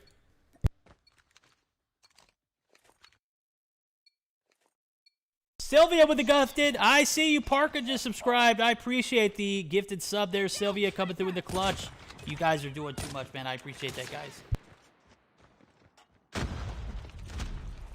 Smoke! So we're going to have 2 ARs, the DRH from Dewas and then the ASM-10 from Wedo. Wedo's going to be taken out early. Not before a series of trades is going to give both teams the advantage as we have a 3v3 ensuing. Just going to be right outside of that building. Slothy spots Zai there. Zai didn't want any of that smoke. He rather back, get better position. Is going to allow Hacks and team onto the site, though, as we see just right outside of the walls there. Just Finnick in hand, waiting for someone to push through. Slothy, I think Slothy is aware of his location. Slothy plays that super well and gets the frag. I think he saw his laser just prone down right there. Gave his location away as he had that laser. Yuhi plays that well as he was on the other side of that little a bakery head glitch. My guy Yuhi picks up the sniper off the ground. We've got Goatsaken and Hacks for the side of Nova Imperium. Yuhi and Zai, 2 of the players you definitely want to see in clutch situations as they have to defuse this bomb. They got to get better position. Goatsaken's going to be up top. I think Goatsaken might get the frag. Oh, he plays it well. Goatsaken does get a frag. Now we've got 13 seconds ensuing. Will he get the shots off? Yes! Yes, defending the bomb. Goatsaken gonna be able to come through and make it work. We're gonna see a 4v2 or 4-2 situation for the side of Nova Imperium. And 11D, what started off to be a decent start, has just crumbled as they have lost round after round, taken a round and then lost another round there, as we saw. So 4-2 going into the 7th. Goatsaken and team Nova Imperium making their comeback into this matchup. Definitely a way to even the scoreboard here, as we saw 11D take the first game of the series. Is Goatsaken and team Nova Imperium going to be able to answer back with a W here?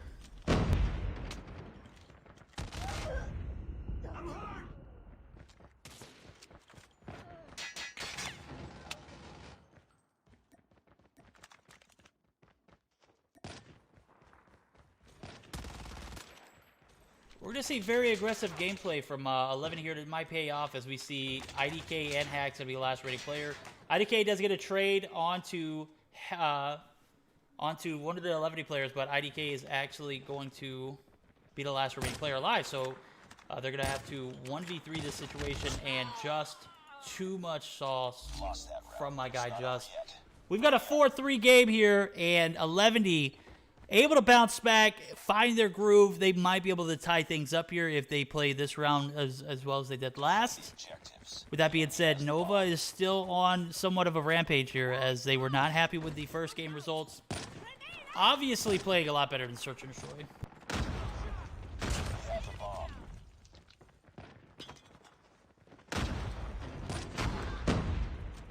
Goatsaken pushing up. He's going to be taken out. Slothy actually going to be able to be the last player alive. 1v3. A lot of 1v3s tonight in this. If the 11D roster can continue with this consistency, definitely going to see these series end very quickly, as 11D bouncing back after a tough start to the game. Have no fear. They have the answers here as we are all tied up at 4. Destroy the objective. The enemy has the bomb.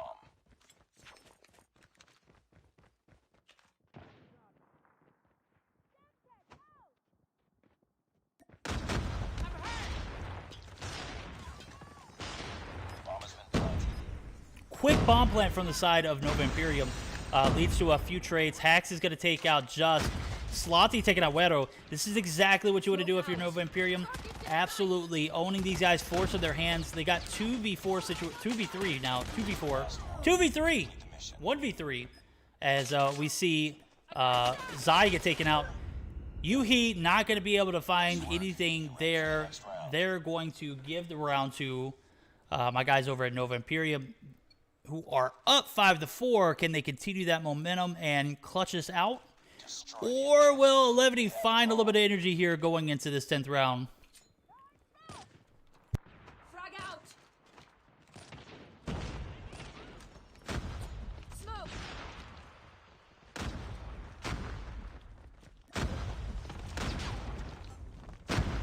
Yuhi going to pick up a frag. Slothy also going to be in the mix here as Slothy is taking out IDK. My goodness, will we see a round 11? This is interesting. Nova Imperium playing a little sloppy here as Zai and Yuhi going to be the last 2 players alive for the side of Levity. Will that be enough for them? Yes, Yuhi does pick up his 13th kill. That takes us to a round 11. Super close game going into this round 11. It's really anybody's ball game. We saw 11D lose 2 rounds or 3 rounds actually to Imperium on the attacking side. So that might be a factor going into this 11th round. 11, you're going to have to play a little better than he did earlier on the attacking side. I think they have the abilities to do so. Slothy is going to get the first trade. Zai going to get the trade onto high with the nade. So 4-4 initial trades being made, and we're going to see Slothy and Team Nova Imperium playing a little less aggressive, allowing for Just and team to get positioned just right on the other side of this wall where I want to say Slothy is. Slothy knows he's there. He's going to play smart and exactly what you want. Will he bait, though? Will he actually go for the push? Should be interesting. IDK picks up a big frag. That's going to give the man advantage for the side of Nova Imperium as we see one player in Hax who is all the way up, rotate back out of that deli building. That's absolutely the best case for him. He pushes out now into this deli building. And we're going to see a bomb plant potentially for the side of 11D. IDK picks up another frag, making it their 9th as they have a 4-2 man advantage now. Hax is going to get the initial trade on Just and onto Wero. That is going to end the game. Nova Imperium evens things up 1-1 as we go into the 3rd game of this series. That's going to be a domination on Hackney Yard. And my girl, what are you doing? My girl Sylvia in here putting on a show for us outside the game. Gifting subs. You get a sub. You get a sub. She's like the Oprah of subs right now. I've seen like multiple subs handed out from Sylvia. Coming through in the clutch. Super OP. I appreciate you, Syl. As we are getting ready for Game 3, guys, what are your predictions? We saw a very stout hardpoint from 11D. Pretty competitive search and destroy from them. Obviously coming up short as Nova Imperium and team just brought their A game that last round and absolutely handled Levity, making sure that they didn't go down 2 games in a series. As that would have been a lot harder to come back from compared to tying it up here. So 11D does not secure the bag. We're going to be all tied up going to the domination Hackney Yard. And if I'm 11D, dude, if I'm either of these teams, I'm not happy, going into this 3rd game. It's all tied up. It's domination Hackney Yard. It's one of those maps that, it could be, either way. Obviously, we don't have much of a selection of, like, a pool selection for domination maps. As, anything past, like, firing range, standoff, and raid are pretty much unplayable. I'd be interested to see what kind of other maps are introduced in the competitive scene, but, there's not much to choose from, if you ask me. So, Hackney are going to be one of those maps you see occasionally. It's one of those maps that it can be super toxic at times. So definitely at a point where, you know, whoever's found a better strategy to play this map, I need to know, because it just feels lopsided at points. I've heard Zim talk about it. He explained it very well. Still, I just don't see being one of those maps that, you know, isn't perceived as lopsided. It's definitely a lopsided map. Not as bad as Summit, though, so I'm glad we're not seeing a Summit domination or Meltdown. Thank God they took that out. We still have a Summit domination in the mix, but it's just not being played tonight, so. This is the semifinals, MSK, the Meseeks Sunday Showdown, guys. We are live here. We're all tied up 1-1 going into the third game of the series. Just deciding how to approach this domination game, as it's ultimately going to give one of these teams the advantage. So, super close search and destroy, not even like close on hardpoint. So if we translate that hardpoint to domination, you know, in the aspect of map control or even slaying abilities, my guys over at 11D have everything planned out. They have everything mapped out. Sylvia coming through with the 5 gifted subs. Sylvia, what are you doing, girl?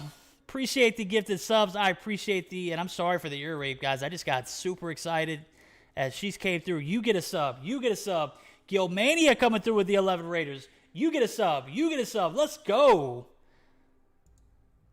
OP Sylvia, I see you. Let's go. Let's go. I guess chat's not going to be happy until everybody gets a sub, so I guess we're going to be here all night. Brooklyn upset that they didn't get a sub. I'm sorry, Brooklyn. That is right. Sylvia coming through in the absolute clutch. You guys, let me know in chat. Are these emotes going to be gone after? Oh, those event emotes? I guess you only get as many as you unlock. I don't think they unlock or keep them unlocked for the remainder. That's my face right now. Oh! We're going to get started up here. Game 3, domination on Hackney Yard. And what a very, very close matchup the second game was. Search and destroy just wasn't in the books for my guys over at 11D. That's quite all right. They took the hard point, and it was, I'll continue to say this, it wasn't even close. So with that being said, with everything that is on the table, I have to say 11D is looking pretty stout. I still can't discount this Nova roster, as we see Goat Saken, one of probably the best players in the NA comp scene, in my opinion. Slothy, who we saw Tribe actually win Mobile Mayhem this past Thursday. So big shout out to Tribe winning the NA Mobile Mayhem series. That was a phenomenal season they've had. They started off in the hole due to some DQs. They did not let that get to them, as they were able to bounce back, played super well in the semis, ultimately landing them in the finals. And obviously, they know what they're doing. Actually, they had did they have to fight it out in the quarterfinals? I believe they did. If I'm not mistaken. No, they had a semifinal spot. If that's right. I think NL and Tribe had semifinal spots. I should know this. I have the access to the NA chat, or the NA Mobile Mayhem chat, but I already got enough to keep up with, man. It's super hard to keep up with with everything going on.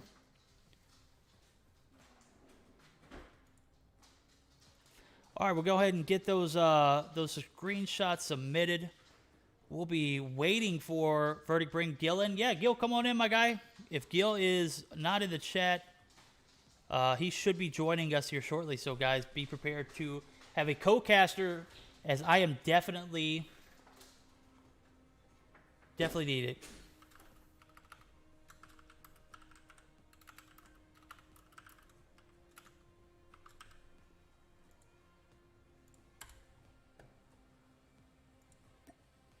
Yeah, I didn't even see him join the spectate slot. What's going on?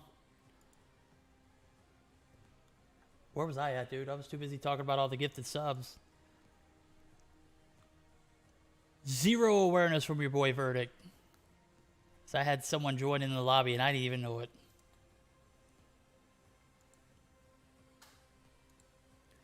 Gilmania is joining us live. Gil, if you're there, my guy, how was your side of the bracket? That was, yeah, I'm here. That was a clean 3-0 sweep for the side of Cygnus. Seems like the guys over there on Cygnus are going to be moving on to the finals, right, in this week. Yeah, they're going to be playing the best team of this series currently. We have it all tied up 1-1 as we saw 11 take the hard point. They took Nova Imperia rather, snuck the W from them in the Search and Destroy. It went to round 11. It was super close, and I am starting to think this is probably going to be one of the better matchups of the night. This is probably the best matchup as we are seeing it all tied up. Can I start and wait till yeah, go ahead, start it up. Start it up. Yeah, I'm sure it's gonna be like you mentioned, taking 11 in a game of Search and Destroy to around number 11. It's just gonna show how good Nova played, right? No, definitely, dude. I think I saw them play they played, who was it that they played? They played Teletubbies, and they took them 2-0, is that right? Yeah. They took him out. They were the ones in charge to stop the path of Teletubbies, and now taking that game from 11. That is like one of those, some people call it like an early finals, right? That had to have been very quick, but or very competitive. But Teletubbies going down 2, just man, dude, you hate to see those guys. I don't think they've made it to a semifinals yet, as they've registered for our tournament multiple times, but I've yet to see them in the semifinals yet. So definitely hoping to see a lot more from the team over at Teletubbies. As we go ahead and move into the game 3 of this series, 11 and Nova Imperium are going to be all tied up. We're going to see 11 with 1 man on the point, sending 4 men to the B bomb site. And for the guys over at Nova Imperium, this is one of those points where you could definitely gain a little bit of traction here if you take B early. I'd definitely say 11 has found themselves off of B, and we're going to see a quick cap from the side of Nova Imperium. Yeah, Imperium gonna start off strong. I don't know, being the one helping the most and picking up the 3rd kill for himself. And really good positioning for the side of Nova to begin with.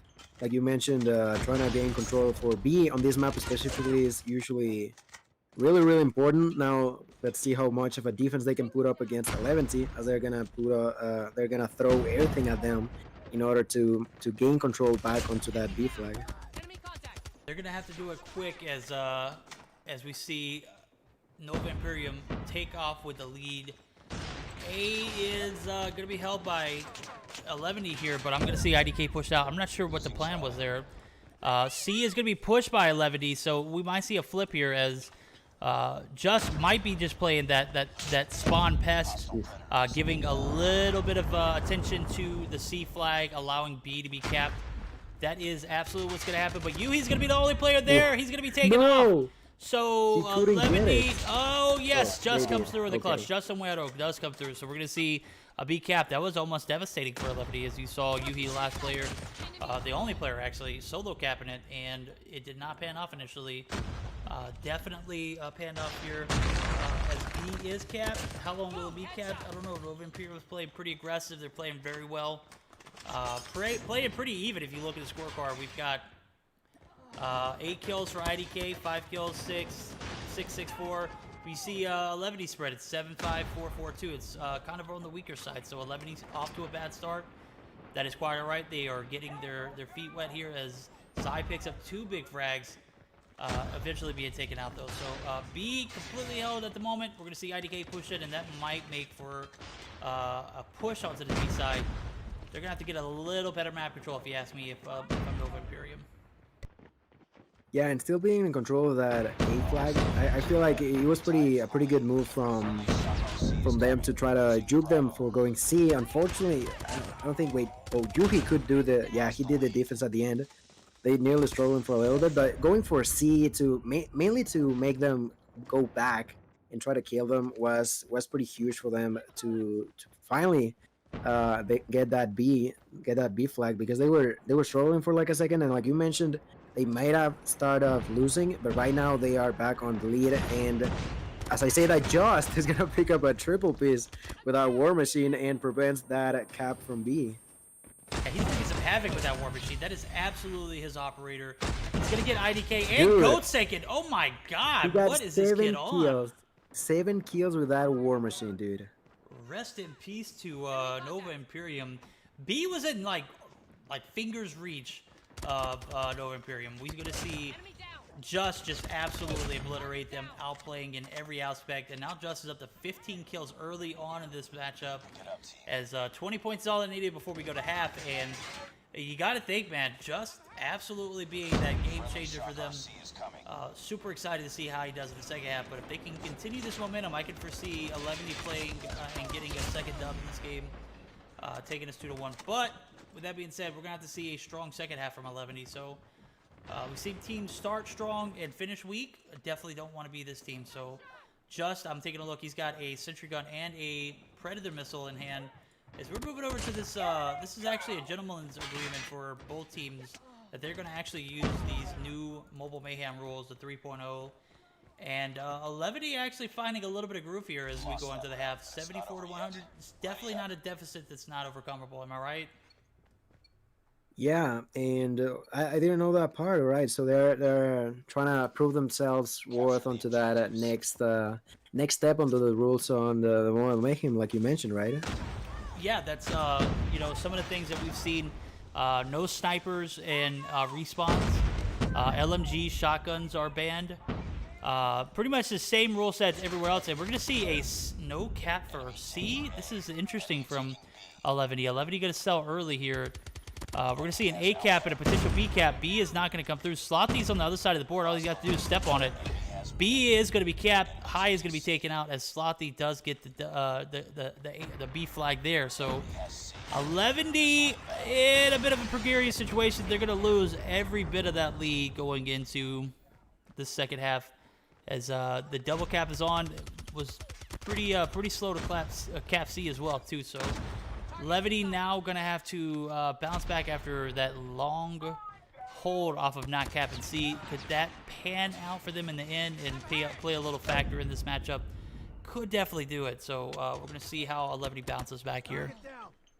Yeah, they definitely went for the risky play right there by trying to prevent the side of Nova from capturing B, and ended up playing against them, as they not only couldn't get B but also took a long time to get C as well.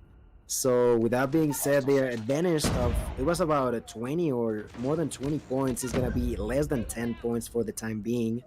So unfortunate turn of events for them, but I'm sure that they're just going to try to build themselves back up and go and push for that B flag once again.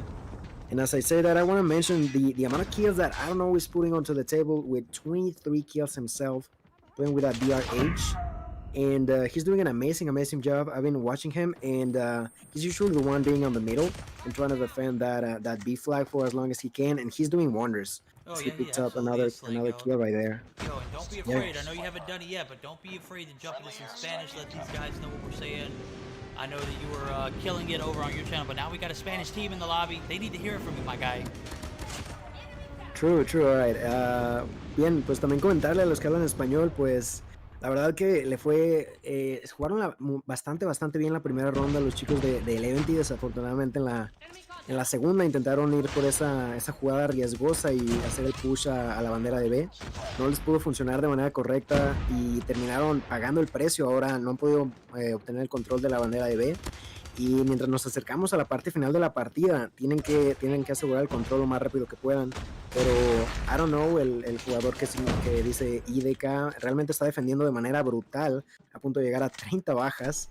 Entonces, a ver cómo le va a Eleven en esta partida. We see a Levity with a well-placed sentry gun in this top warehouse area. Now, I don't think this is going to translate to anything as far as it goes to B, but it is going to allow a Levity to not have to worry about, as I say that, we're going to see hacks push in and probably destroy that sentry gun. They're going to prevent the rotations from this B side. No, that's actually, is that 11Ds or is that Nova Imperium's? I think it's 11Ds. I'm not sure, but I think so. Okay, we're going to see the sentry gun being taken out. Hacks picking up 3 big kills there, and 11 struggling trying to find their feet in this matchup. They're not going to find it from with IDK in the middle of this map, absolutely destroying people. So, is this a different? Is IDK a name change? Who is this guy? I feel like he is someone we've seen play by his playstyle. I'm just not 100% sure who he is. Yeah, he's probably someone we know, but like you mentioned, he's been in here for the day with that name, and I'm not sure. I haven't been given that info, but he's definitely killing it. That's for sure. As he reached more than 30 kills himself, and for the time being, I think at this point it's just too late with less than a minute on the clock. That is gonna be a victory for Nova and a 2-0 lead in this series. Yeah, they're going to be up 2-1 in this series. Definitely takes this. 2-1, sorry. Oh, that's fine. That's fine. 2-1 in this series, and we're going to see 11 regardless if they triple cap or not. You know, what started off to be a great beginning, just as I said, that second half just gets to some teams, and 11 was just one of those teams. As they are saying in chat that it might be Wally. I don't know. That I don't know might be Wally. That makes sense, dude. That definitely makes sense. IDK would be Wally. I don't know though, right? SNS got your 6 coming through with 10 gifted subs. Is it subs Christmas? Is this Subsmas? Is everybody? It seems like it. Surely does seems like that. Jesus Christ, man! These guys, absolutely OP. We had GoldenBoy, then we had Sylvia. Now we got your 6, dude. Absolute beast. You guys are way too OP. I appreciate that. Definitely did not expect to see all this tonight. Wow, what a performance from both teams. As IDK is definitely Wally, if you ask me. I was thrown off by the picture. I was thrown off by the name. Regardless, we're going to see 34-11 for my guy IDK, 27-19 for Hacks, and some very low capping game. It looks like everybody who was able to get the caps was able to maintain points. So no flipping, none of that back and forth. We're going to see a 2-1 deficit for the side of 11 as they started off strong. They slowly going downhill from there. So 11 wins the hard point, loses the search and destroy, and then loses the domination here. Still plenty of games in the series left to be played. So guys, if 11 is unable to take this next game, that might be it for them. So definitely going to need to see a little bit more from 11. Yeah, and moving on to the next game. So it's going to be Hardpoint on Scrapyard, right? That is right. Hardpoint on Scrapyard. It's one of those maps that are newer to the scene. Yeah, and that's the thing. I don't know if you remember. I don't know if it was last week or the week before that, but it was a map that specifically 11 I didn't feel like they got it worked perfectly. At least, it's not like they played bad, but maybe the rotations were not made properly.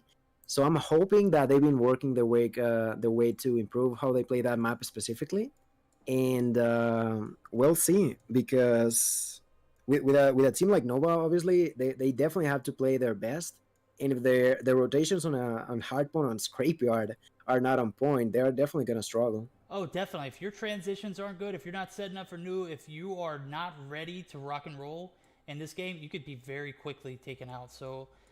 We saw 11 play very well in Hardpoint earlier on. I don't know if maybe tonight's a little different for them, or I'm hoping that it is, because I'd love to see a game 3 or game 4 or game 5 rather. What am I talking about, dude? It's been one of those nights. At any rate, we're going to see game 4 unfold here. Hardpoint on Scrapyard. These guys need to submit their screenshots before we move forward. They need to be verified.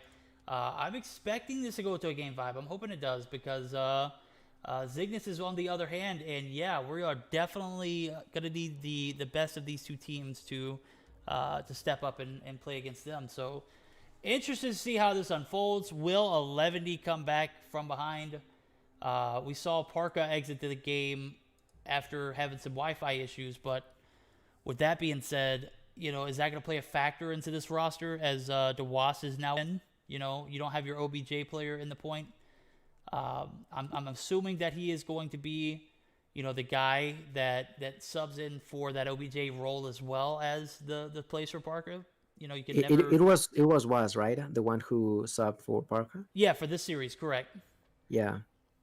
Well, I'm my guess is that, like you said, he's probably gonna be trying to take that position from Parka, being the OBJ player. Those are big shoes to fill. But yeah, that's the thing. It's definitely not an easy task, and well, fighting in the big leads, it's definitely hard. I also wanted to clarify this in Spanish.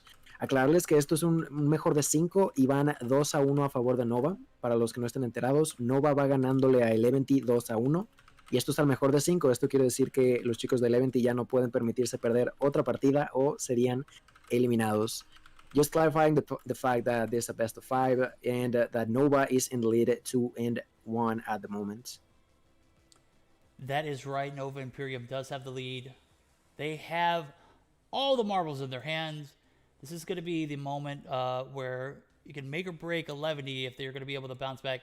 I have to say, though, Parka not in the hardpoint game is definitely going to be something to adjust for the side of 11 as I've seen that guy put 2, 3, 3.5 minutes in point and just absolutely destroying people there. So 11D going to be down one of their biggest OBJ players this game.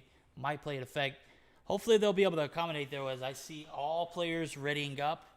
I'm expecting 11E to play their lives off, and if they are able to sneak a dub here, we will see a game 5.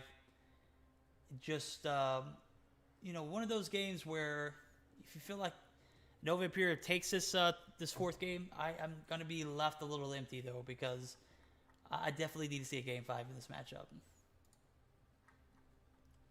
Yeah, and let's say, for example, for a second that you are 11T. You are in a 2-0 and cannot lose anymore and going to a game of hardpoint scrapyard. By being aggressive, would you be aggressive on the P number 1, or would you just maybe play it around, try to get a couple of points in there, and maybe get up more of a solid defense moving forward onto the P number 2?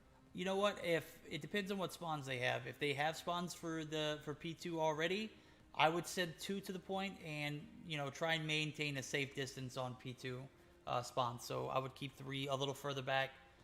With that being said, it's going to be interesting to see how they play it if they're on the attacking side. I want to say they're on the bottom part of the map to start off. If they are, they're going to be... I'd full send it to the point. I wouldn't give these guys anything off the rip. And then from there, I would, potentially send 2 to 3 out to get spawns. But it really just going to have to be how their gun skill is. I've seen these guys play this map and play it oh so well, but then I've seen them play this map and just get absolutely bodied. So it's one of those games where, it can go back and forth either way. So who is going to have the better day, it's really going to determine on who wins those fights in the trenches, who will, be that team that is able to secure spawns and hold points aggressively. So Nova Imperium looking like a pretty strong team after that last matchup. But with that being said, 11E does have a lot of weight to their name, especially when it comes to hard points. Yeah, and something that I don't know if you agree with me, but I feel like it can be pretty huge for you to get is a Goliath, mainly because if you have a Goliath on P2 and P5, I believe is the other one. If defended properly, like with the trophy systems, you can stay in there for a long time, because it can get kind of hard to aim at a Goliath in those places because of the way you gotta go through doors. So basically, the Goliath can pre-aim to them, and with the trophy system, of course, they cannot destroy it in a proper manner. I mean, absolutely. We've seen a lot of hardpoint devastation from Goliaths, in particular this map. What's going on here? Okay, gotcha. This is making sense. So we're going to see Not Nice exit the stage. Not Nice coming through in the clutch. I see you, girl. Thank you, as always, one of the best mods in a... don't be confused. She is just a very, very on top of her game girl, as she puts in work here, and as well as the Mobile Mayhem scene. So super great job from my girl, Not Nice. Always appreciate you week in, week out. With that being said, definitely want to give a shout out to all the mods, all the guys that put in work behind the scenes that allow me to set up this perfect, stage for giving you guys great content. So guys, I appreciate that. But definitely looking forward to how we grow this tournament, and it would not be possible without you guys. So definitely want to take a time to give a shout out to them. Hey, Gil, go ahead and move over, my guy. Yeah, definitely. Like you said, without mods, this is like an impossible task to do. You gotta thank them as much as you can, because we all go in here and cast the games and all. But at the end of the day, like, you can only focus at so many times, and that's where the mods come in clutch and help you to make sure that everything's running smoothly and within the rules. So really, really, giving them like some sort of a clap. So we appreciate you all. And it seems like everyone seems to be ready for this next match. Now we just have to wait and make sure that there you got it. Seems like the game number 4 is about to start right here. There we go. Nova Imperium playing for a W. If they win this game, they're going to the finals. 11 playing for their lives. So gonna have to see a lot more effort from this game, as a lot more from them. A lot more from from the fact of them selling that whole second half. That second half of that domination was just not it. With that being said, some roster changes being made. I could definitely see where there could be some miscommunication, where there can be some miscues and plays. But still, we're going to see a aggressive push onto the point maybe for them, as we've got a 1-1 situation going down. Just is going to pick up 2, so Just going to be wall banging this site, but it's not going to be enough to get anybody completely clear from the point. Nova High and Nova Imperium going to be greedy off the rip, and that's exactly how they should play if I don't say so myself. So 11 not being able to get to this point is definitely going to be something that I'm scratching my head at. They're finally High getting taken down by Sai going into the hard point. Let's see how long he can stay in there. For the first couple of seconds, Nova definitely did a really good play with like you mentioned, High being the one on the point and making sure he didn't die to those wall banks, because that's the thing on the P number 1. There's many places that you can get shot at and it can get a wall bank from too. So that was a good chunk of point for Nova to begin with. So we're going to see a push to the second point, as Big Blue is going to be opening up here. Or not Big Blue, but yeah, Big Blue. There's a big warehouse building here in the back. Big Blue. As the Wasp going to be taken out, Zai is going to be getting some trades that will allow them secure spawns. Just is going to be spawning in, so this is a good sign for the side of 11. You opted not to play P1, and it is definitely going to, you're definitely going to have a great P2. So P1 was not played well. P2 is going to have to be held 100% of the way if you want to compete this matchup. And as I say that, I see Hacks coming in and secure spawns. This is not looking good for 11. As I say that, we do see 11 spawning in, so they're going to hold point. But at what cost? The contestant is going to come through and prevent a few points from going in off the rip. And 11 does give up spawns, so that is not a good sign for 11, as they are not off to a good start, as they sold P1, set it for P2, and was not able to hold P2 here, as P3 is going to be opened up for shop. We're going to see 11 down, but not out, if you ask me. Yeah, they were trying to defend that, but unfortunately, one by one, they ended up dying and losing spawns. And so far, they are, like you mentioned, struggling a lot, because they try to be the aggressive players. At first, it didn't work out. They tried to play defense on P number 2, and it didn't work out either. Now let's see how they move on to P number 3, as Hacks gets taken down by Just. And just alongside with all of his teammates are going to be rushing in there. There's a lot of people in the point right there. Just is going to take out the War Machine, going to get the first kill, going to nearly get the second, but ends up killing himself instead, unfortunately. But Nova is still in control at that point. After all of what just happened, it just feels like every single fight ends up with only one player from Nova. But at the end of the day, in hardpoint, with a single player in the point, that's all you need to get the advantage. That is, it's not a good P3 performance here by 11 either. The 84-37 is not going to put your team in a good position to win, but as I say that, transitions over to this next point are going to be exciting. Zai using that Tempest in a very, very good fashion. When I say that, he is not going to be able to get a frag, though, so he does waste a few shots. I want to say this thing is about halfway done, so he's not going to be able to capitalize a lot on this hill. He should have been rotating over to new with this thing and preventing any kind of flow over to the traffic. Wedo is going to pick up another kill, but our guys over Nova Imperium absolutely slaying out at the moment. Up 97 to 52 as we're at the halfway point to this hill, P4. Transitions over to P5 are going to be starting the maid. That is going to make or break a levity here. If they are unable to get on the point and or unable to get this trade, you know, this could definitely cause for some devastation for this team. Yeah, and the time is running short. Like, of course, Nova only has about halfway there with the final points they need to win. But still with about over 70 points, nearly 80 advantage in the hands of Nova. We're gonna see once again the 11T rotating early for the P number 5. Now, this is probably gonna be the key moment for them. They definitely gotta make sure that they don't lose this point at all, because if they do end up getting taken out of it, that is gonna be just maybe just too much of a difference for them to come back from. Yeah, I would have to agree with you. And opting to set up for new that early usually backfires. With that being said, we're going to see pretty much the first 15 seconds go uncontested. That's a good sign. But what I do see is Nova Imperium trying to play this little back alley area. All they need is one trade that they can get. As I say that, Wedo is going to be spawning out. So we're going to have 2 players now spawning out for the side of 11D. This is going to be a break for the side of Nova Imperium if they can get in and take Yuhi out. Yuhi's going to be the last remaining player. And he gets taken out, like you said. That's just tough, bro. Yeah, and there you got it. 11T getting taken out of the hard point, and the problems are continuing in their behalf. They cannot allow themselves yet to lose, yet they are losing at the moment.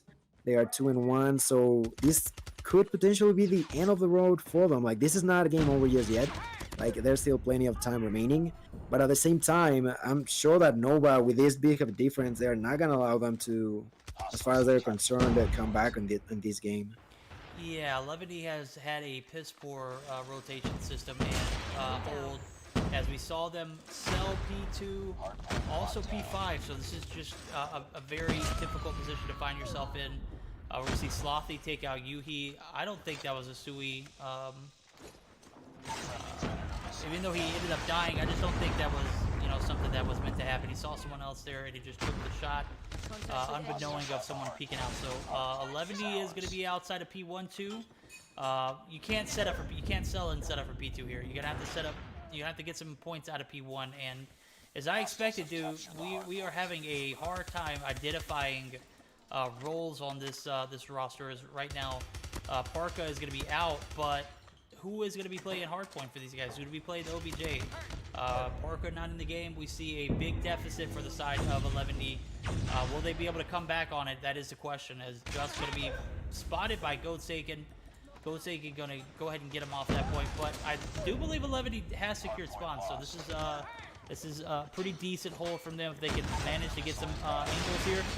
Oh, if that Predator missile would have been in the right spot at the right time, we're going to see Hacks push in and completely wipe the squad. Oh my godness, just what is going on over here for 11D?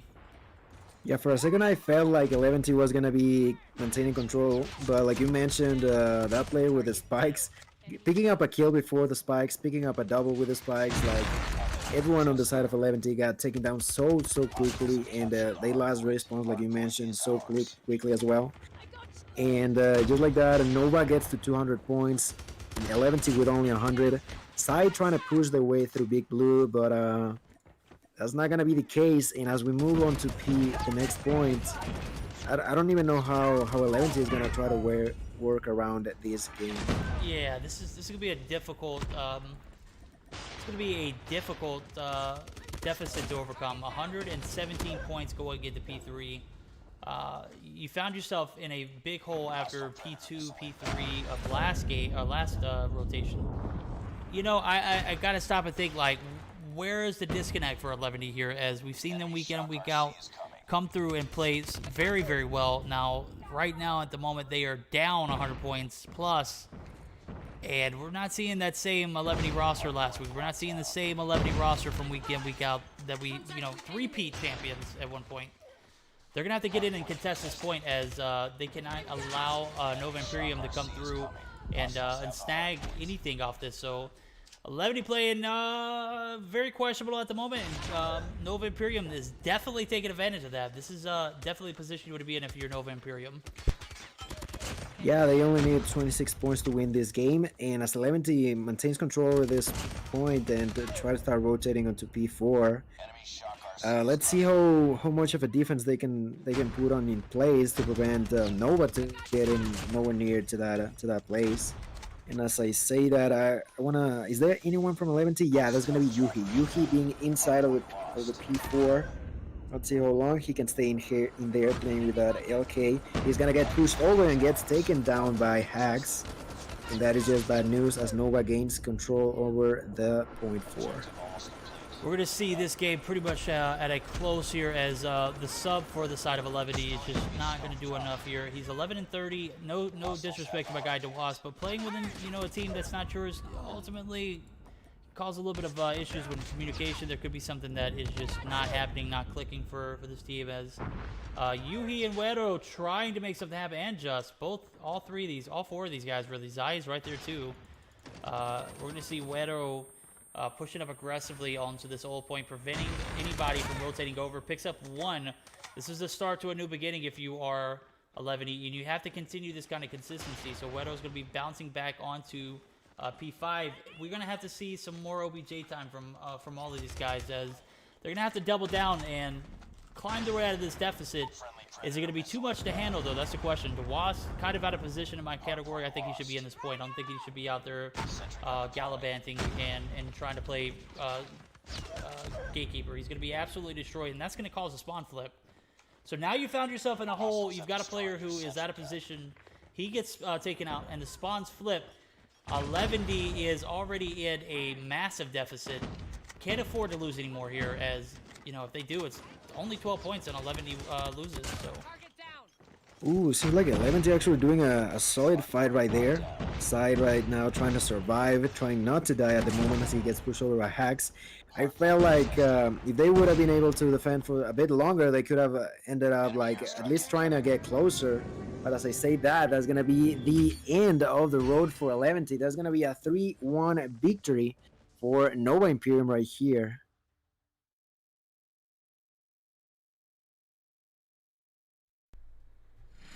As you just saw it, 11D loses the hard point in the 4th game of the series, giving our guys Nova Imperium their go-ahead pass to the finals. They're going to be playing up against Zygnus.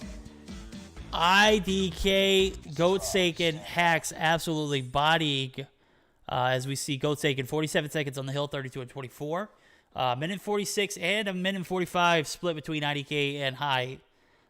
Great balance there. And as we see, we don't have anybody over a minute and a half we see Zai. Zai's playing that OBJ role. Interested to see why he played OBJ and DeWasp didn't, as DeWasp almost went triple negative. That's a questionable choice. Obviously, you got to trust who you trust. Going into this matchup, not having your OBJ player, your premier OBJ player from Parka coming through. 11 going to be selling out early as they were last week's champion. They ain't going to be repeats this week. No back-to-back champs for them. 11 is out as we go ahead and move over to the finals. It's going to be Zygnus versus Nova Imperium here, as we saw a hella stacked Nova Imperium take out the champs 11D. Comentarles, pues eso fue las semifinales. Desafortunadamente el Eventi fue eliminado. Ahora vamos a avanzar a las finales donde Nova se va a encontrar a el equipo de Cygnus. Cygnus también ganaron su partido y avanzan a las finales. Y pues desafortunado, realmente no esperábamos a ver si el Eventi lograba ganar una vez más por segunda vez consecutiva el torneo. No va a ser el caso, pero pues quédense, estamos a escasos minutos de comenzar también con las finales. And as we move forward, it's going to be against Cygnus. I don't know if you remember last week you told me about looking up for Bear. I was definitely doing that last game, and Bear, they won 3-0, and Bear killed it each and every single one of those games. So I'm expecting to see him putting work, as he's going to be fighting against, like you mentioned, a super stacked team of Nova Imperium. Yeah, Bear is one of those guys that can absolutely anchor your team to a victory. Now, you got to give, you know, Cygnus all props when it comes to collectively as a team, but let's be realistic about it. They have a roster that has been pretty interchangeable. S-Thug is probably the only one who has been consistent. So the side of Cygnus struggling with some roster changes, not able to find any of that consistency. Bear, I felt like, is the only guy that comes in, week out, and absolutely balls for those guys. So we're going to see Hello joining in the lobby. They're going to be in the spectating spot. Nova Imperium definitely, I wouldn't say has an advantage, as I feel like their roster right now in this tournament is just absolutely OP. You got Hacks, you got High, you got, I don't know, I think that's Wally. I hope that's Wally. I think B said that it is Wally indeed. Yes. Got you. So I'm looking at the UID. It might match up. It should. Perfect. We're going to be staying in this lobby for the matchup. We're going to have our guys over at Nova Imperium taking on Cygnus. Guys, what are your predictions in chat? I definitely expect to see some of you guys stay. I know 11D is not going to be moving forward, but dude, it's definitely going to be some great content from these two teams. Two heavyweights in the division here, as 11D is taken out. We're going to see Nova Imperium taking on Cygnus. ID predictions, guys. Nova Imperium against Cygnus. Like, this is a best of 5. I'm definitely expecting at least going to a game number 4. That is the bare minimum I'm expecting for this game. And I wouldn't be able to tell a clear winner. I wouldn't be able to say. So maybe, like, in these finals, I do believe that game number 2 is gonna be on S&D on firing range. And I do believe that if Saxi is gonna be playing for Cygnus, that could bring in some heat for that team. I'm looking at the registration, and Hack's name actually matches, Hack's UID actually matches Wally's. That's crazy. So the registration UID for Wally actually is Hack's UID. So interesting. I don't know if it's anything to point out, but obviously, and my guy IDK actually is Hacks. That's what it shows. Is, I guess they flipped. I don't know what's going on there. Yeah, no idea. Actually, no idea. Got to be something like random. Everyone. I don't know. I definitely I can't make an assumption. Name change has been for more than 24 hours as I take a look. And it is too soon to tell. Let's take a look at his recents. This will be... Okay, well, Hacks have been Hacks. IDK, I don't know, chat. I don't know what to tell you, chat, but guys, let's go. We're ready for game number 1 of this finals. The finals of the Meseeks Sunday Showdown. I need to update my title. I don't have GoldenBoy here to do it for me. Guys, I'm a bot, so I definitely have to do things on my own. I gotta learn how to start doing these things on my own. Yeah, and it seems like we already got the banned weapons coming out of Cygnus. Is gonna be the DRH. The DRH is a weapon that actually saw banned all the games that I've been casting besides the last one. And from Nova, it's actually going to be the Arctic 50. And that is the weapon that I was talking to you about from Saxi. So it kind of makes sense for Nova to do something like that. Oh, absolutely. Definitely makes sense. Dang it, I didn't save the right name. Definitely makes sense, as we've seen many teams ban it in the past. I'd expect these guys to ban it moving forward, as it's just one of those things that it can make or break in any possible scenario. With that being said, with only 2 search and destroys in the mix and respawn sniping is actually banned, I could imagine that the Arctic 50 would not be banned as much moving forward, considering the fact that, we're not going to see more than 2 snipers in Search and Destroy and Mobile Mayhem with the 3.0 rules up to date. And we're not going to see respawn sniping. So I would start to think that more teams would opt to ban other weapons other than the Arctic 50 for obvious reasons. You have the potential of 3 hardpoint game or 3 respawn games in the series of a best of 5. So even with Search and Destroy just being one of those games in a best of 3, I mean, you've got to factor in the other 2 games, right? If it goes to a game 3, I don't know. I'm trying to think outside the box. I couldn't agree more. Like you said it, it's like you're banning a weapon that can only be used once out of the potential 3 games, like you mentioned, in a best of 3.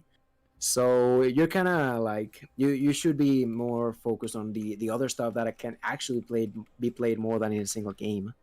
Absolutely. So yeah, it would make sense for teams to start trying to figure out maybe some other strategies instead of going for that Arctic 50.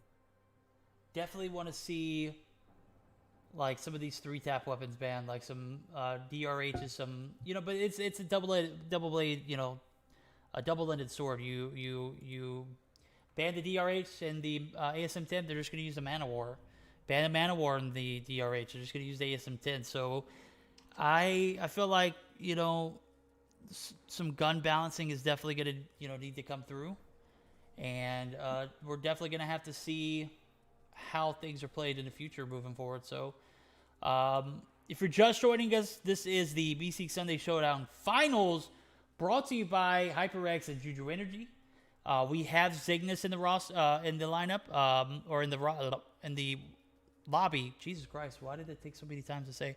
And we've got Nova Imperium in, and we are about to get this thing started off. Actually, I'm going to sneak a bathroom break, guys. So bear with us. I'm actually going to put us on a quick commercial. So I'll be right back. No se muevan, ahora volvemos, vamos a un pequeño comercial y estaremos con las finales. Hasta ahora.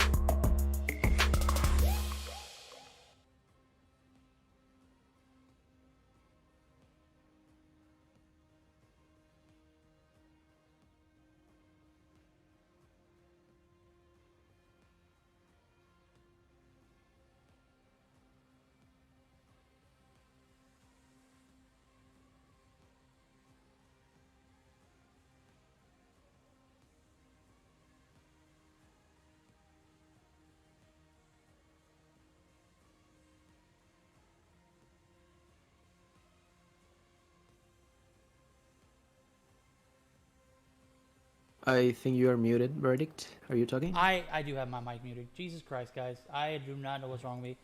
That was a word from our sponsors over at JuJu Energy and HyperX. So, guys, I just did my little spiel.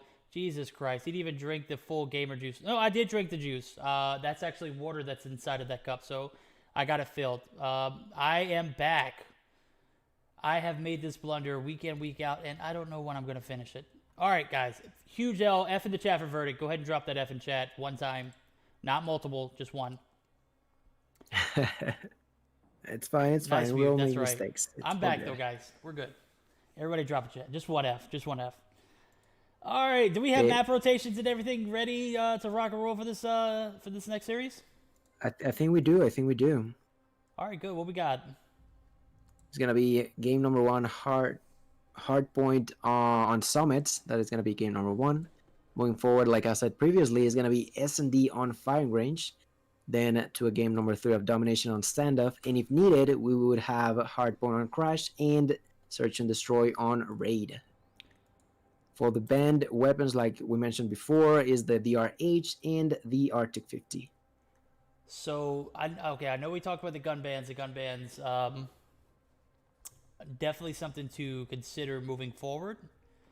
Verdict's mic is OP. Yes, it is. As I barely touch it, and it goes off, dude. But that is definitely on me as we are getting those start spam buttons. Definitely want to get this thing started up. Let's go. I don't want too late of an ending as we've got everybody in the lobby. Everything's been verified. Let's go, Adapt. Don't sell me here, bro. I need you guys ready up. I'm ready to jump straight into the action. There we go. All right, I don't think we're gonna need. We might need some Spanish speaking, as Zygnus is a primarily Spanish team. I say that, and I see Saxy and Bear and Ninja. Maybe not primarily Spanish anymore. But still, you know, Cygnus, a team that is well known for that same thing that you mentioned. So maybe not necessarily the players, but definitely the fan base. They all know and love them. Absolutely, I could definitely agree with that. And as we say, that first point is going to be pushed and held by them. 11D, or not 11D, but Nova Imperium definitely going to put some work on this top control here as Adapt. Looking to take out Hacks, absolutely obliterated him. Has the Man of War in hand and is on a little bit of a spree here going into this P1 transition to P2. So 30 seconds in, the guys over at Nova Imperium got 14 on the board, 4 for the side of Zygnus. And I don't know if it's just me, maybe that I haven't been playing multiplayer as often lately, but I've definitely seen an increased use of that red dot sight on a lot of different weapons. This time being Adapt with a Man of War, and of course Ninja with that Fennec. I've also seen some others as well using it, so it's pretty interesting to see for me at least. Definitely an interesting attachment to have on top of a gun. Who is it that's using the Fennec with the? Is it Slothy? It was, I think it was Ninja, but maybe he picked that up from the floor because actually it got saved. Yeah. Seems like they are not anymore. They were before though. They might have changed it. Interesting. I do see the Man of War with the that just because the Man of War iron sights are trash. Yeah, that is true. A lot of people always complain about that, right? Oh, they do. And I'm gonna see my guy Hyde. I don't think they had a gentleman's agreement for a Mobile Mayhem rule set, and that is the reason why we see Hyde rocking that shotty. So the shotgun is definitely going to be in play this matchup, as we had 11D and Nova Imperium opt to ban everything just like Mobile Mayhem. So interested to see how this pans out. Nova Imperium is one of those teams that, you know, given the opportunity, going to run all over. As we saw the hard point just devastating for Nova or for 11D. Actually, they gave 3 straight games to these guys over at Nova Imperium. So 68-16 lead now as they make transitions over to P2. We're going to see 3 players wiped out completely off the point. High is going to push in solo. That is going to give spawns for Nova Imperium. And my guys, Nova Imperium, somehow able to get the point, or spawns, but I don't think it's going to be mattering, as that gas is actually going to play a factor. Yeah, we do. We see a break and a complete spawn flip now for Nova Imperium as we are about 20 seconds in, and they have made the break, giving them the opportunity to extend that lead. Yeah, P number 3 halfway there, and about 50 points deficit for the side of Cygnus. Cygnus are struggling right now. They seem to be trying to go for this P number 3, but at first they, like you mentioned, got taken all out by Nova. Like they were all in there and ended up getting taken down rather quickly by the opponents. So well done by Nova. Unfortunately, by the end of the point, they did got taken down as well. But maybe it doesn't matter as much as Nova is already rotating onto P number 4, I believe. Hardpoint identified. Enemy down. And Wally, I don't, aka IDK, just doing an amazing job with those 11 kills. He's using, like we mentioned, that Manowar with a red dot sight. He's defending his allies at the moment, not necessarily being the OBJ, but more of a Slayer role, trying to stay in the back and defend his allies. And he's been working out wonders for his team so far. Hardpoint contested. We see adapted team pushing up. Cygnus is going to potentially get the spawn flip here. They do not secure the bag. So 11 or Nova Imperium. God, I'm gonna keep making those same mistakes. IDK is gonna push it in. He's weak. Good God, Bear, you're a savage. My guy Bear just absolutely owning that point is going to be taken out, and the lead for the side of Nova Imperium is going to continue to extend as we see Cygnus and team fighting back and forth, unable to get any traction on that 4 point. Bear held it for a little bit, but ultimately majority of it went to the side of Nova Imperium. Yeah, Bear was in a 1v4, 1v5 for so long. Like he managed to pick up like 3 or 4 kills before eventually dying. But that's gonna hold the side of Nova behind for at least a solid couple of seconds that allow the Cygnus team to try to position themselves in a place that it can work better. And as I see Bear taking out the Annihilator and picking up 2 kills for himself. Now pushing through that second floor and going for more blood, as he is just that good at pushing onto the enemies. He finally gets taken down by that second, but not before picking up a 3rd kill with that Annihilator. Nova Imperium lead is being dwindled here as P1 has not been so graceful for them. Cygnus able to secure the bag though. They are closing that gap now to about 30 points, and we're going to see how Nova Imperium reacts and if they start setting up here for P2 as 4 seconds left on the clock. Man, with Adapt right there and Bear also with the Shoddy in hand, that's just super toxic. Right around the corner, just waits for you to push around and bam, right in the kisser. Yeah, and with Cygnus, it seemed like even though they struggled at first, they're finally catching up, only with about 10 points deficit. So really well played how they've been moving onto this game. And not only Bear, but also Adapt is putting an immense amount of work with 18 kills himself. Him playing with a Man of War. But it always surprises me how Bear plays, you know? Like he is not only the MVP, but also rocking that shotgun like you mentioned.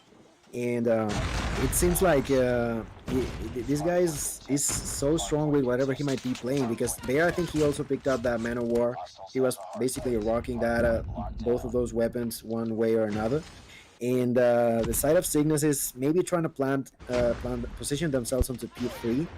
And maybe, I don't know if I agree that much, but it was only at the last couple of seconds at the same time, so maybe it could be for the better. Definitely for the better, but we're going to see Nova Imperium actually get the break here as the hill is going to be pushed here by multiples, and we're going to have a spawn flip for Cygnus. Cygnus is going to be out, spawning out. They're going to get a few points off the rip, but immediately hand that point back over to my guys over at Nova Imperium, who are going to continue to extend that lead. 30 plus points now as, or actually it's 40 plus points as we are about 20 seconds into this P3 transition. And my guys Nova Imperium looking super sweaty, taking this first game very heavily. Definitely don't want to give any ground to anybody as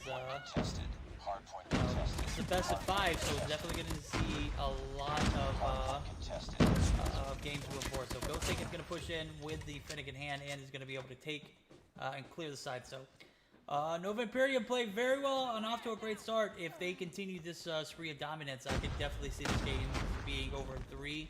With that being said, Zygnus is no team and no pushover if you ask me. So Zygnus needs to find their groove. This first game is just not where they're going to find it at. Yeah, and correct me if I'm wrong, but this last point on the previous rotation was actually the same that started making a difference. Too, because we saw Cygnus trying to position themselves early, but Nova rather quickly took them out of the last previous points. And now moving on to P4 with pretty much everyone on the side of Nova either inside of around that point, that area, and everyone from Cygnus just trying their hardest to get close, but getting taken down one by one. I don't know if there's a way for them to come back at this point. Enemy airstrike incoming. Themselves in a position of being eliminated here, 20 seconds left. It's going to be definitely difficult for Zygnus to make any kind of thing happen, but as soon as I say that adapt is taken, yeah, that's going to be game. That is going to be Zygnus losing the first game. The first game of the series is going to go to the side of Nova Imperium. And a very stout game as we see the Goliaths come in. Not going to be needed. Nova Imperium is going to steal this first game, 250 to 130. 250 to 130. Oof. There was a moment where they were only losing by like 10, 20 points. And I don't know, it went all down from there, you know. For a second, I thought that it was going to be like a closer matchup at the end. But Nova definitely coming in hot at the second half of the game and ended up doing an amazing job, an amazing rotation every time they were either like early, or if they were being late, they would take them out rather quickly. So really well played by them. Super, super OP gameplay. And I have to say, what a way to start off this best of 5 as we take a look at the scorecard. Goatsaken goes 29 and 15, 45 seconds on a hard point. Very admirable performance from him. And pretty stout across the board. Everybody 45 plus for the side of Nova Imperium, as we see the side of Zygnus struggling to find their foots in the point. And only a minute and 29 for the top fragger. And OBJ point, a minute and 29 is just not going to be enough. So definitely excited to see how they turn this thing around. But that being said, if Nova Imperium can continue to play like they're playing here, I don't see this game going past game 3. Yeah, definitely not. Definitely not. With how dominant they were on the first couple of minutes and on the second half, it's gonna be like they definitely gotta show us something different. Maybe I'm like, given that the second game is gonna be S&D, they could try to work around with those snipes. I know that quite a couple of players from Cygnus do like using that, so that could be a difference. But if they don't win this next game for the side of Cygnus, it could pretty much go as a 3-0, like you mentioned. Absolutely. And if my guy Saxy can't turn it around, I know someone just pointed something out in chat. Triple negative, and then 9 seconds on the point. That's just not acceptable. That's not Saxy behavior, dude. I don't know what's going on with Saxy today. Saxy not playing like Saxy does play. Definitely a complete sell as we move over to this game 2. Like you just said, search and destroy. This is going to be the time for my guy Zygnus to turn it around. We are about ready to go. Just wait for these screenshots to come through. Definitely going to need to see a little bit more from Zygnus if we're going to see this past to game 3. So, Nova Imperium playing super well. Definitely could turn it around here, though. So, Search and Destroy could definitely be their game. Yeah, most definitely. We're going to see them probably put all the cards on the table. And moving from there, I think, we'll definitely have to see how this next game goes for the side of Cygnus. And with the Arctic 50 though, like I usually I mentioned how they like using a sniper, but from what I've noticed, it's usually that Arctic 50. So do you think they will actually go for maybe the Locust or something like that, or just straight up use a different weapon, a different category of weapons? It's interesting. So definitely has to, just determine what sniper you're going to see. I'm expecting to see some Locust action, as I'm not saying the DLQ is something that, is is not the meta. A lot of people like the DOQ, but I just feel like the Locust is a little more admirable in my opinion. So it's just one of those guns that come in consistently. You got to worry about much. It's low maintenance. It's you know, it may not be the highest damage, but it definitely packs a punch. So if you're able to even land a hit marker, you might be able to secure a kill. So interested to see how they play this. Obviously, these guys aren't playing by the Bubble Mayhem rules here, so expecting to see a little bit different secure or search and destroy here as we move to the firing range map. And well, like this is the finals. Like I'm sure that they are gonna try the hardest. I don't know, from what I've seen, at least in the last couple of weeks, maybe probably like a month, for the side of Cygnus, they were strolling a lot in those first couple of rounds from the tournament, being the round 16 or the quarterfinals. And now for them to see them in the finals, I'm sure that they're not gonna go out without putting up a fight. Problem is that with no Imperium playing how they played last game, I'm not sure if like their strength could be potentially enough or not. I don't know, but I'm seeing Zim pop through. I see you, Zim. I saw that LMAO. What's going on, my guy? Just coming in chat laughing. Doesn't say a word, just LMAO. What's up, Zim? How you doing, guy? Sorry, I gotta do something real quick, but I'll be right back. The series count is Nova Imperium is up 1-0, 1-0 as Cygnus unable to find their feeding or the right chemistry going into that hard point. Nova Imperium is on a bit of a streak here, but they might be playing a little too aggressive, if you ask me, from the search and destroy. So Nova Imperium, definitely a different breed when it comes to this matchup. We're going to see some trades. No trades. Gunshots high and Goat Taken both going to be weak. We're going to see Cortez and Slothy be taken out as Slothy takes out Bear. Cortez gets the refract. So Cygnus down by 1 game in the series, could even end up here in the search and destroy. So interesting to see how it pans off. Hacks caught in no man's land, going to be taken out as he was approaching that sandbags area. That's a no-no, my guy. Breaching into enemy territory, going to be taken out as Hacks try to push up in the wood. Not going to happen. All right, the balancer here, Goatsaken does take out a depth, so we're going to have a 3v3 ensue. And my guys, Nova Imperium, playing still pretty super aggressive. Bomb is in the hands of Ninja. Where that bomb goes, I would highly, consider waiting for another pick, but with 40 seconds left on the clock, I don't think they can wait any longer. Yeah, this being a 3v3, and like we mentioned, a lot of sniper gameplay from Cygnus. Unfortunately, yeah, Adapt and Bear were taken down right there. Cortez coming in clutch with that HVK. And actually that HVK is something that I've seen a lot today. I don't think I've seen a single ASM-10, at least on my side of the bracket. I didn't see a single one of those games. Someone being using the ASM-10 instead using the HVK. We're going to see Saxi picking up a frag and Wally getting taken down. Saxi picks up the double. Living got taken on his own, as we can see also Saxi as well. Maybe pretending to plant the bomb, but it was already too late for them. Pretty unfortunate sort of events for Cygnus right there, isn't it? It was something that Nova Imperium started off a little too aggressive, in my opinion.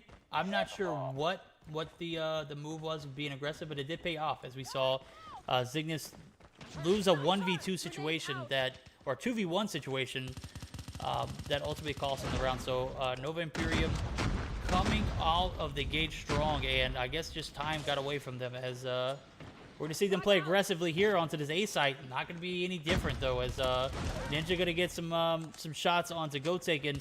Adapt is ultimately going to get the frag, so we're going to have a 3v1 now as Cortez going to be taken out from behind. Hax is going to pick up his first kill in the game. And that's going to give a 2-0 lead to Nova Imperium. Yeah, that's definitely not how Cygnus was trying to start out this game number 2. Like I previously mentioned, I do think that they have to win this game in order for them to at least go to something else, Nova Imperium definitely being the dominant team in this final so far. Wally with that sniper, just dominating 4 kills for himself in the last couple of rounds. And I don't know how to feel about how Cygnus is doing at the moment. Yeah, I'm not 100% sure what's happening over here at Cygnus. Cygnus looks like they don't know what they want to play in this Search and Destroy. They don't necessarily have the ability to push A aggressively. They don't have the patience to play time here, and you know, this is not a good combination. So if you're not able to rush and get A as a unit, I could foresee them having issues with making a push to B. So Goat Taken is going to be taken out. It's going to give them one trade. IDK is going to get the other trade. Oh my God, IDK absolutely lasering. That's going to leave Saxy as the last remaining player. Saxy is going to have to 1v3 high spectates. Oh my God, pushes up all blankly into mid. We're going to see one go down. Big shots from Saxy. Saxy almost gets taken out as it looks like he had a little bit of a movement trouble here. We've got Slothy pushing in. Slothy is spotted. Shots are going to be taken, so it's a 1v1, 30 seconds left to go. I'm assuming Slothy's going to play this very stealth-like. Bomb's over at B. I wouldn't have moved out of this B site. He's going to get the plant down. Slothy has to have this communication from his team to know where that bomb is. It's not going to come through as he makes his rotations. Ooh, he gets away Laser. from 1 HP. But, yep. Slothy that was lasered him. like... it was a really solid attempt from Saxy, picking up two kills on that 1v3 situation. Unfortunately, ends up getting taken down by Slothy, but still, like it would have been amazing for them to be 2-1, but now being 3-0, it is definitely gonna be even harder than it already was for the team of Cygnus.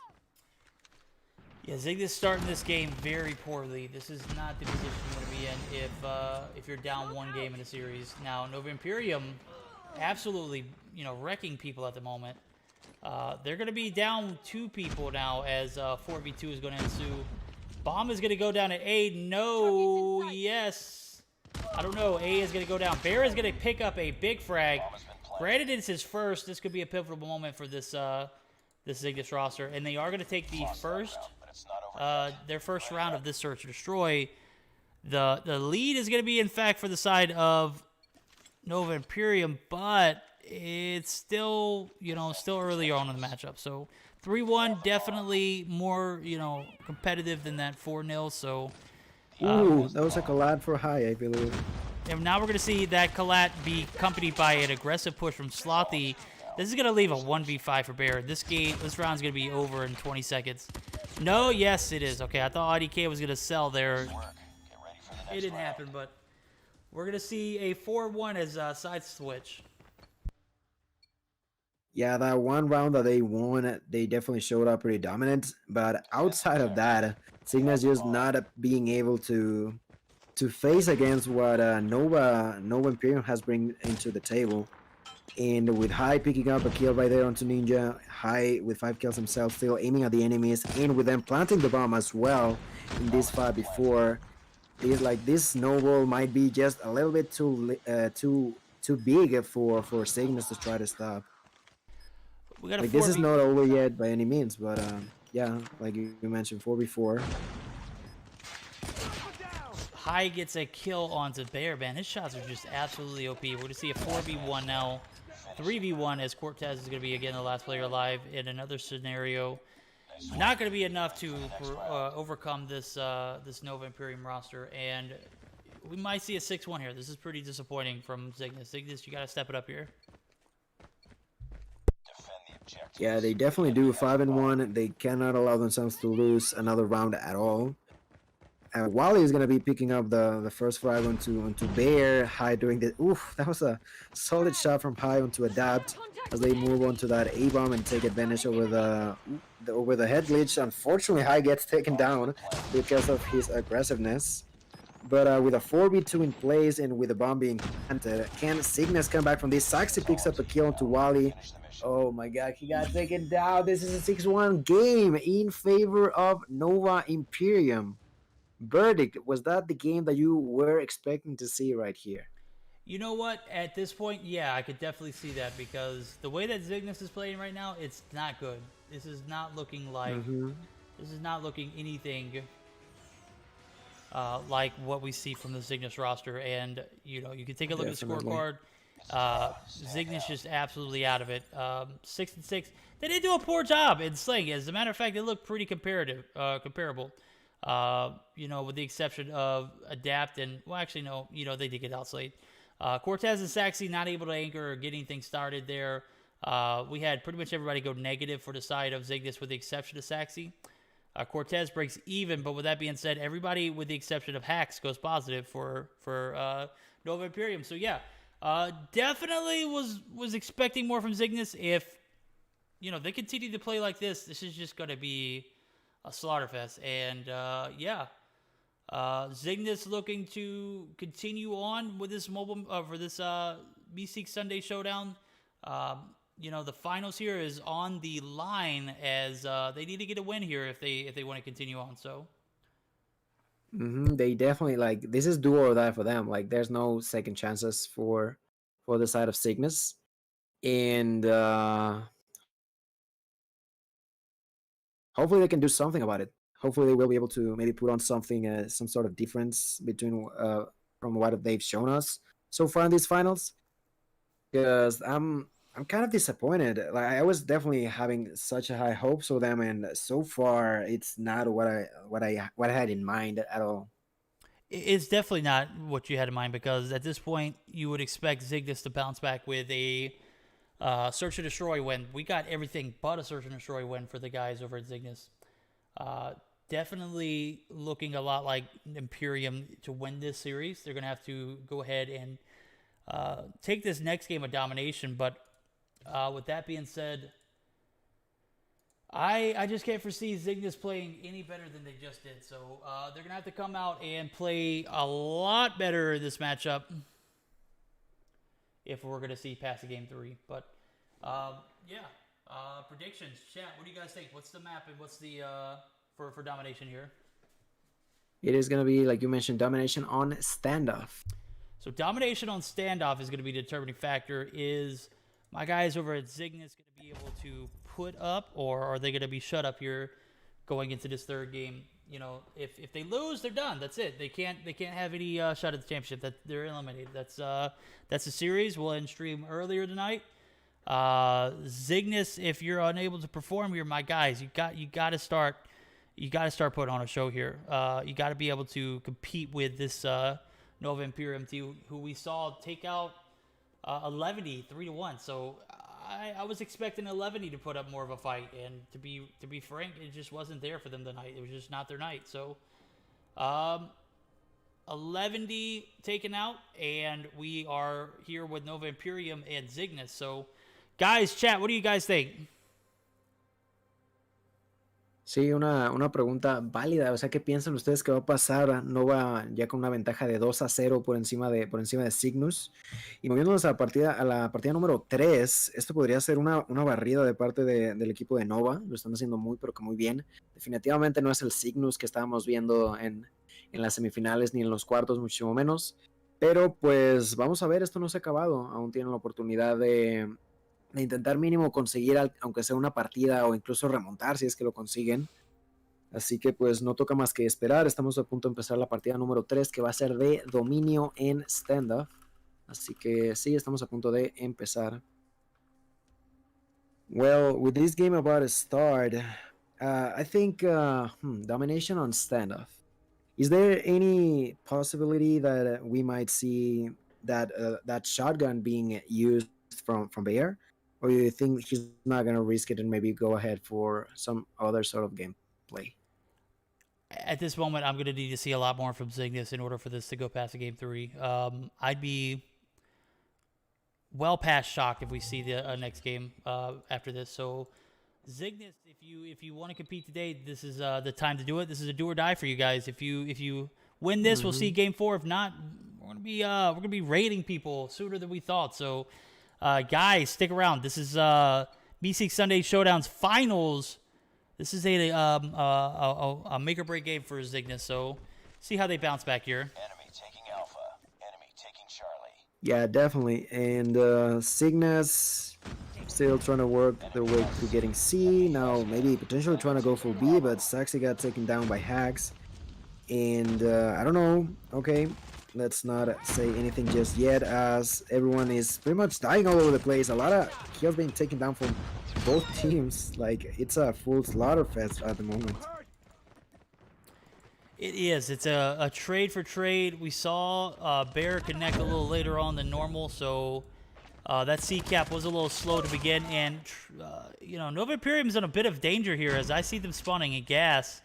I don't think Zygnus is going to be able to capitalize on that, so keep an eye on that. You know, there's something on this map in particular that could make or break a team. We're going to see the B cap come through for my guys over at Imperium, and Imperium just continue that reign of dominance. Lost the lead.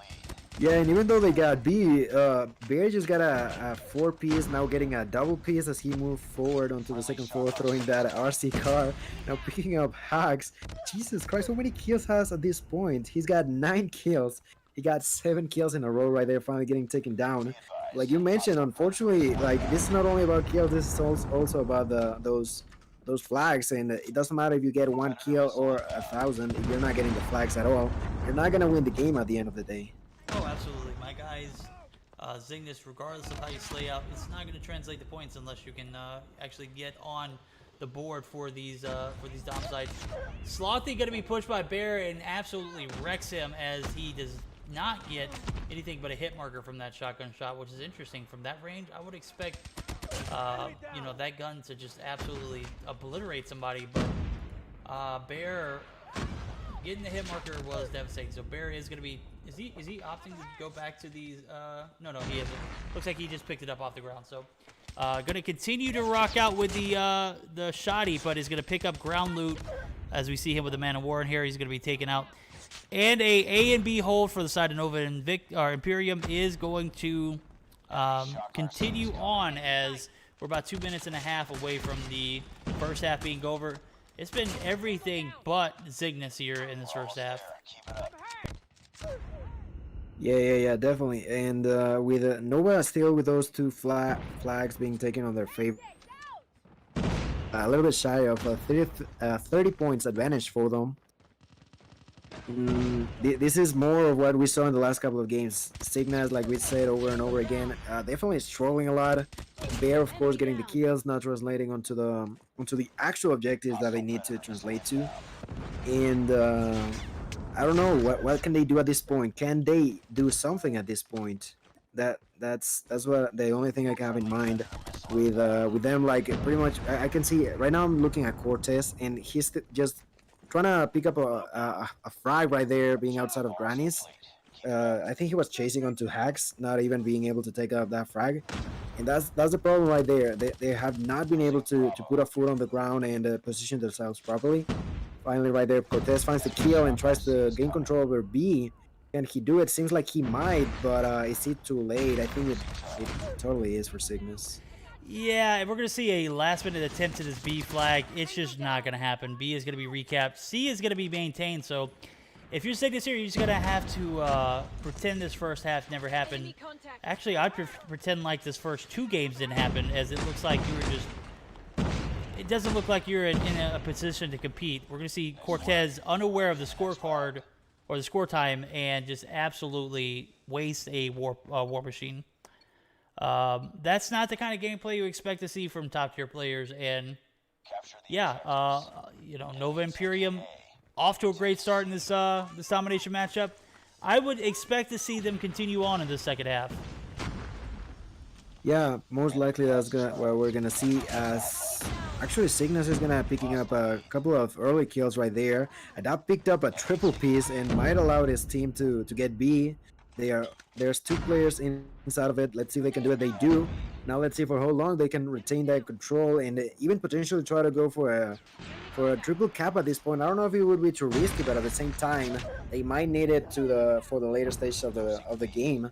Because of how dominant Nova has been, they still have that 40 points advantage, and they are trying to get control over B once again. Adapt gets taken down, and Slothy picks another kill onto Ninja. Can they get B? I don't know. But what I do know is that Zygnus, okay, he's gonna start off strong this round number 2. Yeah, Cygnus is going to start this round off strong. However, we are going to see a B cap come through for the side of Nova. Their dominance is going to continue to come through. They're going to have to hold B here pretty consistently, as I feel like if you have C, it's a lot harder to hold B because it's a larger larger area to cover. Saxy is going to be forced off of this B flag, and taken out. So Hacks coming through with some clutch Predator missile kill. Oh my God! Oh, that was so Goat close. Saken just absolutely denied the man. We're gonna see Saxy push and pick up 2 frags. He's gonna be taken out, and oh, the nade kills coming through. Oh. That might ensure a B cap for the guys over at Cygnus. Down by 50 points, they definitely need it. Yeah, they most definitely do. Oh, Bear They breaks finally- so many shots there on Hacks. Hacks lost, or Bear shot like 3 times and could Yeah, not get 3 or 4 anything happen. They times. almost both botted out there. Yeah, one with the RPG missing the shot and having enough time to take out the other weapon while Bear was still shooting at him. So, like you mentioned, both of them struggled, but at the end of the day, I think Bear must have had that fight, Oh, but bro, like, dude, you're unfortunately like he 2 didn't. feet away from him, and you could not hit 1 shot? I'm not just got a Bear, dude. I'll continue to praise man. Man needs to be paid. Pay the man. Man's an absolute animal. But those 3 bricks just, they hit me. They hit me different. It hits a little different when you're this deep in. We're gonna see Hacks and team Nova Imperium try and fight back for that B flag site. They're going to apply some pressure to this A site as Bear again spawning in. Going to be taken out. Hacks, or Goatsaken gets the revenge from his teammate, and Hacks and Goatsaken are going to be pushing up onto this A site, allowing a little bit of pressure to come from this roster. So we're going to see Bear take out IDK. Goatsaken is taken out by Adapt. This is something that might pan out. It might not pan out for Nova Imperium. That triple cap, or that A cap flip, did not go through, and we're going to see C now almost taken by the side of Cygnus. You know, they're going to recover it, but it's one of those things to also keep in mind. So this A flip did not go through. The pressure that was pressed onto A did not translate to a B cap, as we see no more traction onto this B side. And Cygnus, someone who we've, watched sell these past 2 games, going to play super aggressively here, and they might take us to a game 4. Yeah, they definitely. This is another Cygnus that we saw last 2 games. This is another Cygnus that we saw the first round. Seems like a totally different team. Let's see how long that's gonna last. And even though Ninja is still struggling to find those kills, like the others, Adapt, Saxy, Cortez, and Bear, are putting in the work. Bear with 34 kills is gonna be helping his team a lot alongside with his partners as well. Saxy picks up a double with that, but picks a triple. That is the power of an operator. Like, if knowing how to use it, being the war machine, the explosive bow, or the annihilator.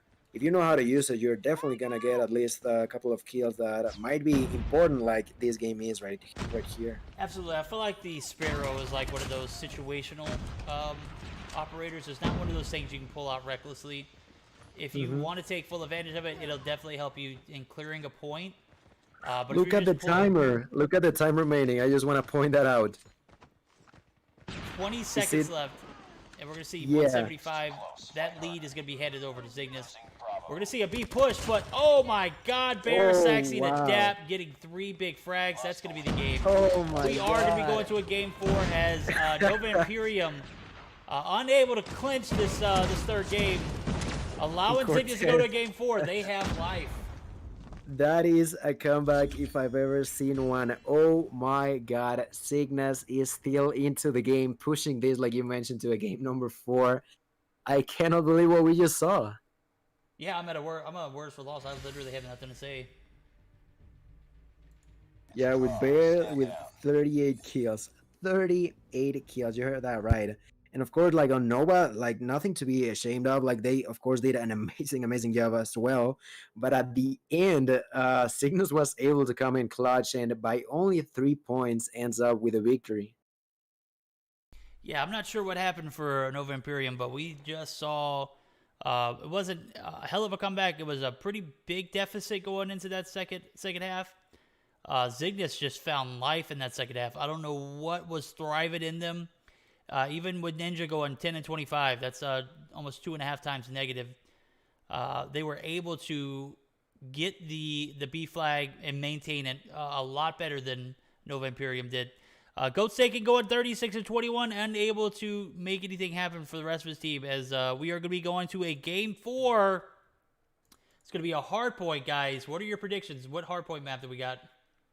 It is gonna be on Crash this time around.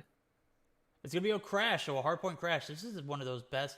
In my opinion, I know people, a lot of people don't like this hardpoint Crash map, but I feel like Crash is only acceptable to play if you're playing hardpoint. So this is probably one of the best competitive maps in the game for hardpoint, if you ask me. So a lot of people say they don't like it. I love it, dude. This is absolutely, one of those maps that can make or break a team. Obviously, if you're a Zygnus fan, you want Zygnus to push through and get another win. If you're a Nova Imperium team or fan, you're definitely going to be scratching your head. Why didn't they, get that game? A 3-point difference. Zygnus Bear, just too OP with the shoddy, if you ask me. Definitely OP with that shoddy, putting in the work that he needed at the end. And like you said, I think that for the next game, Hardpoint Crash, the reason for a lot of people not to like it is that it can be a little bit tricky, a little bit hard for you to play around properly. Like, of course, the rotations can be a little bit tricky, and given the fact that P1 is one of those that if P1 is usually a place where it's gonna be usually back and forth between the teams, but in this one specifically, it can get like super crazy with the amount of positions that you can get shot at from. Absolutely, I feel like this map, it's two points that are held by spawns. The other 3 are, who plays the game better. So if Nova Imperium is able to, start off strong and get a good hold on P2 and rotate back to P4, get a few points on Delhi, they might be able to edge it out. But if Zygnus plays like they did in that second half, we might get a 5th game here. So never know what you're going to expect, as we look like we might have ended the stream early. We're going to be extended that for a little bit of time here, as Nova Imperium unable to get the dub here. Definitely need to see a little bit more from my guys over at Zygnus, so if we're going to take this to a game 5. Sí, la verdad, un muy buen comeback de parte de Cygnus. Lograron empujar esto a una partida número 4 cuando ya muchos de nosotros lo dábamos por perdido. Ganaron por una diferencia mínima de 3 puntos en esa de dominio. Y ahora que nos vamos a punto caliente en Crash, la pregunta es, ¿ese dominio que tuvo en la segunda ronda específicamente Cygnus se trasladará a la siguiente partida, o por su parte Nova va a buscar y finalizar de una vez por todas al equipo de Cygnus? Will Nova be able to close this game, or will we see that Cygnus from round number on the last game? That is going to be the remaining factor as we move on to the 4th game on these finals.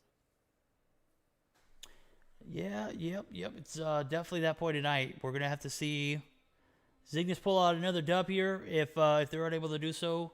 We're going to see Nova Imperium crown champs, as this week's edition of Meseeks Sunday Showdown is the finals are going to a game 4. We saw Nova Imperium take the first 2 games with ease. The 3rd game, they kind of choked, if you ask me. A pretty stellar start, very bad ending. So Nova Imperium looking to bounce back after a win that they handed over to the guys over at Zygnus. So bear with us as we are about to get started here. Bear with us. Bear, you with us, my guy? You slayed out last game. Bear is absolute animal. 38-14. My guy slayed. 30, yeah. Like not only the amount of kills, but also that he didn't die like a whole lot, right? That was the main thing. He was being able to translate, like, to position himself in a place where he was getting a bunch of kills, and he was being super aggressive. That's the thing. Like, it's not like he was camping to get all those kills. Like, he was being extremely aggressive in picking up those like 1v1 fights. It shows us how good of a player he is. With that being said, seems like we are about to start on to this 4th game of Hardpoint on Crash.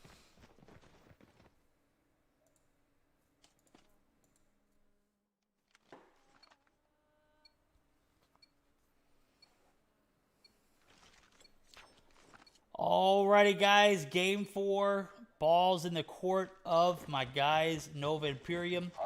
Are they going to take their shot, or are they going to pass the ball to Zygnus as they stole that third game? Will that be enough energy moving into this to this fourth? I don't know. We're gonna see how they translate. We're gonna see some serious action going on at P1. That's a lot more action than I expected. We're gonna see a stellar start by neither team, as both teams are opting to push towards this second point, three-story. Zygnus gonna take the points if you're handing them out. Staxy's gonna get on the point, and we're gonna see a little bit of a lead now for the side of Zygnus. Yeah, Saxy, the first one actually being on that hard point for more than a split second, was able to pick up like about a bit more than 12 points.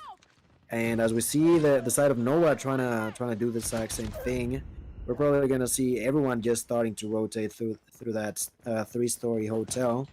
And on the top of that building, we're gonna see Godsaken with that Man of War trying to protect his allies right now. Alongside with Wally, it seems like they have an OP defense. Let's see if they can maintain that while Cygnus are gonna start rotating to their way.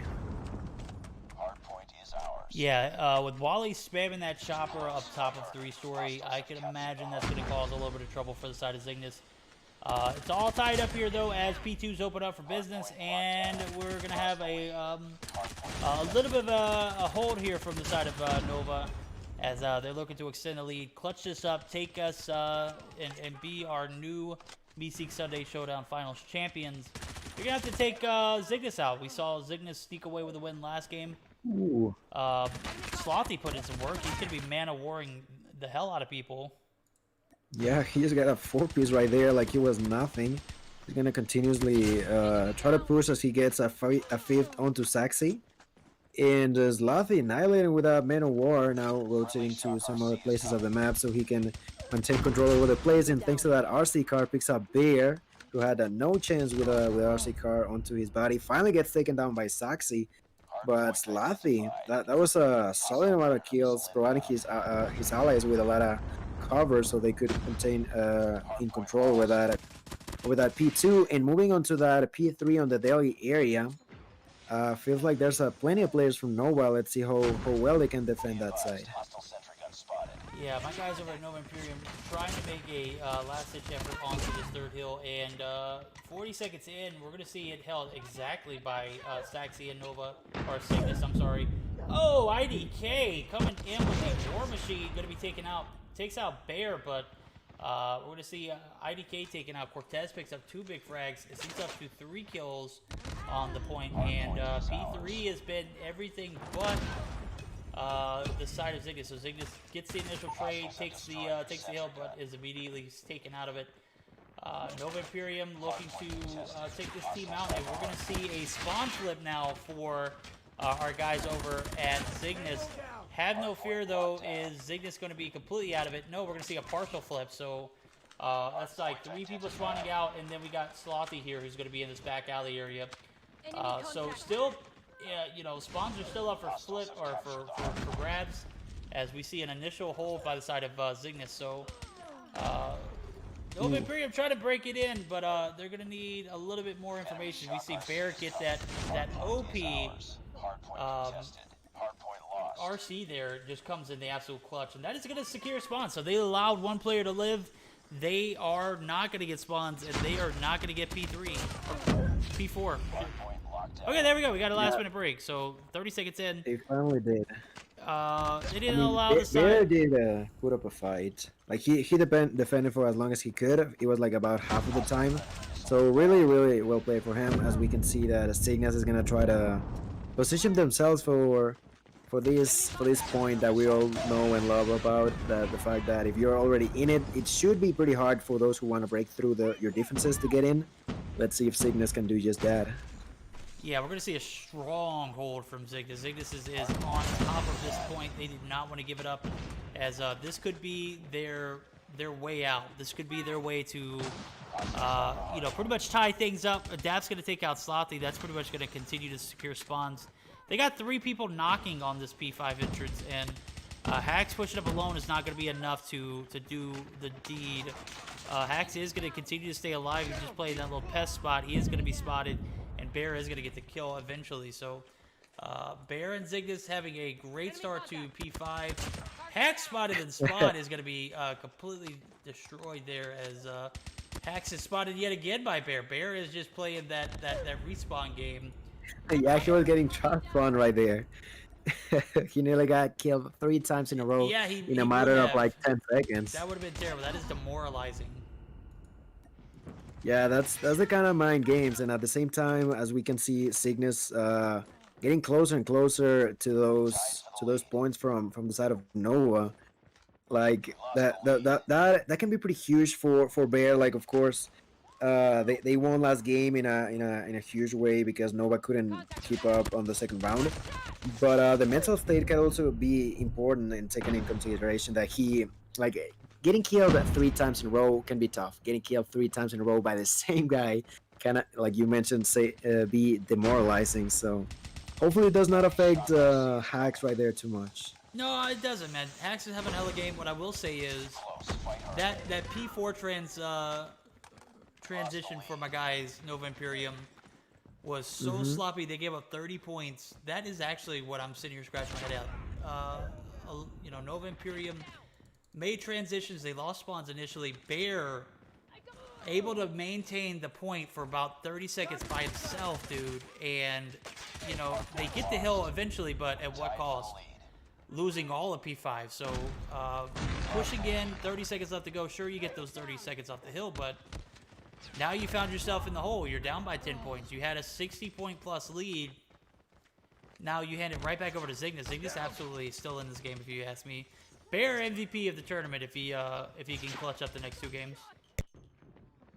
Without a doubt, as he was an important factor, of course, throughout most of the tournament. He definitely was on the last one, and he is being really important as he reached 23 kills himself. Constantly being able to get he usually gets like a couple of kills, get that RC car, throws it out, and gets an extra just for the hell of it. And pretty well played by him so far. And also from a guy, Adapt right there on the roof on the hotel is trying to defend as best as he can. Gets a shot right there onto Hax, and they finally break through on that P2. And Adapt was trying to defend that place, but gets taken down by Forsaken. Yeah, we're going to see a 2-1 now go potentially to a 5th game. We saw Zygnus play the domination, the second half of that domination very well of last game, and my guy Zygnus absolutely do not want to lose this matchup. So we might see a game 5 if Zygnus can continue to play here like he's been playing for the past 2 games. So Slothy and team unable to find any kind of traction onto this this 3rd point, and guys, we saw a 60 plus point lead for Nova Imperium just be handed right back to guys at Zygnus, and they have developed a little bit of a lead for themselves. They're up 60 plus points. So how the shoe was on the other foot, the expression could not be any truer. So if Zygnus is able to zygnus this hill is like they're doing now and spawns for Nuke, this game might be over before P4 or P5 even opens. So Zygnus looking to come back, reverse sweep this Nova Imperium roster. Definitely capable of doing it, if you ask me. Definitely capable of doing that. And I know that you said that maybe Hax was not gonna get a little bit losing his cool by the last couple of encounters that he had, but at this point, it even though of course there are pro players and they know what they're doing, they've been doing this for a lot of time. At the end of the day, they're human, and like you mentioned, they were not only winning last game, they were winning this game with a 60 plus points advantage. And now they are literally about to lose with Cygnus with less than 15 points to win this game. And with no one around from Nova, I think this is going to be GG. Damn, Saxy just picked up 3 with that Sparrow. Absolutely sexy with it. That's pretty much going to secure the game. That is game. We are going to a game 5. Nova Imperium, 119 points since P4 of the previous point reset. So, wow. What is going on with Nova Imperium? This is absolutely incredible. This, like you mentioned, this could be a reverse sweep. Like, it's gonna be we're moving forward to a game number 5 thanks to those 2 games for Cygnus. And when we thought that this was gonna be a clean 3-0 for Nova, Cygnus was like, you know what? I'm gonna prove you wrong. I'm not only gonna do a comeback last on game number 3, but I'm also gonna do it in a way on game number 4. So unbelievably well played by them. Superly played by Zygnus. Zygnus coming back down 60 plus points after they lost the P4 hill. Well, actually, it was like P3. P3 was where they found themselves in that deficit. They put the pedal to the metal, my guys, and not look back. The guys over at Nova Imperium, the only guy to go positive here is going to be, well, we got 2 guys, Hax and IDK. With that being said, that doesn't translate to points. 1 minute and 4 seconds, 64 seconds cumulative for Hax. He's a top fragger in the OBJ department. 64 seconds. You guys sit there and scratch your head. You got guys 1.5 minutes for Ninja, 20 and 20. Saxy, regardless of his KD, 1 minute and 41 seconds. These guys right here are your anchors. These guys held down the point like it was nobody's business, allowing your guy Bear to go 35 and 22. When you allow Bear to do his job, bro, this is absolutely devastating if you're on the other side of it. So Bear's cracked. I'll continue to say it, and I'll continue to point out the fact that he bricked those 3 shots in that hard point or that domination. Yeah. But I mean, come on now, you got it. Any rate, we're going to see a game 5 of the Meseeks Sunday Showdown. Zygnus ties it up 2-2. Who will win? It's a great question.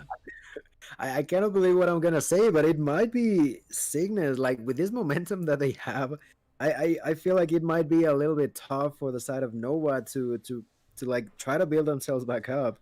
Like, I just went back into the lobby. It seems like one of their players is no longer in it. They might be trying to get a sub, but yeah, it doesn't matter how tough you think you might be mentally. Like, this kind of stuff can get to you. Oh, never mind. Seems like Hax is actually going to be back into the game still. But yeah, Cygnus has a solid chance as we move on to game number 5. And game number 5 being, I'm going to look at it, is going to be Search and Destroy on Raid. That is what we're about to see right now.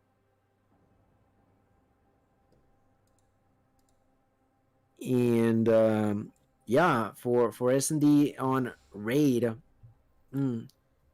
I don't think I've seen I don't think I've seen a game of S&D Raid between this like where these play sorry where these teams played. So I'm not sure what I will expect. Maybe we could potentially see like a sniper play from Bear, but I'm not necessarily sure. Like, Raid can be used in a bunch of different ways.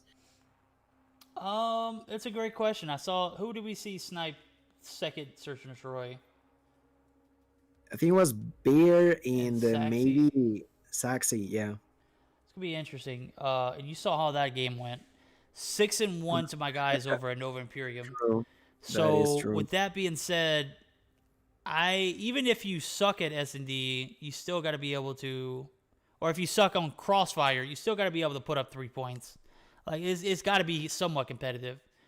That kind of dominate, or that kind of like performance on a Search and Destroy map like Crossfire, it baffles me. It makes me, I'm conflicted right now. I can't really say that Zygnus can make this comeback happen after that kind of performance. Now, with that being said, I didn't think we'd see a game 3, so I still have to get the ball to my guys over at Nova Imperium. I think they're going to clutch it up. We're not even going to go to 11 rounds. And I also want to point out something I saw in the chat. Someone saying Arctic time. Unfortunately, Arctic is banned out of this game. So no Arctic 50 for the side of Cygnus, which is a really important weapon for them, in my opinion, for the S&D matches. And just like that, we are straight into the action. No ifs, ands, buts, or maybes. We're going to have a clear, decisive winner here, as Search and Destroy is going to be played here on this raid map. Expecting to see some OP gameplay. High's going to take his first shot, and Brick going to get the information over to his team. Bear's going to pick up his first kill, and yes, Bear does have the sniper in hand, so this Locust might be OP for Bear as he finds a Man of War from his opponent. Slothy's also going to go down, so we're going to have a 3v5. 2v4 now as Goatsaken is going to get taken out, so Ninja is going to go down early, and we're going to see, oh, Bear gets demolished. IDK.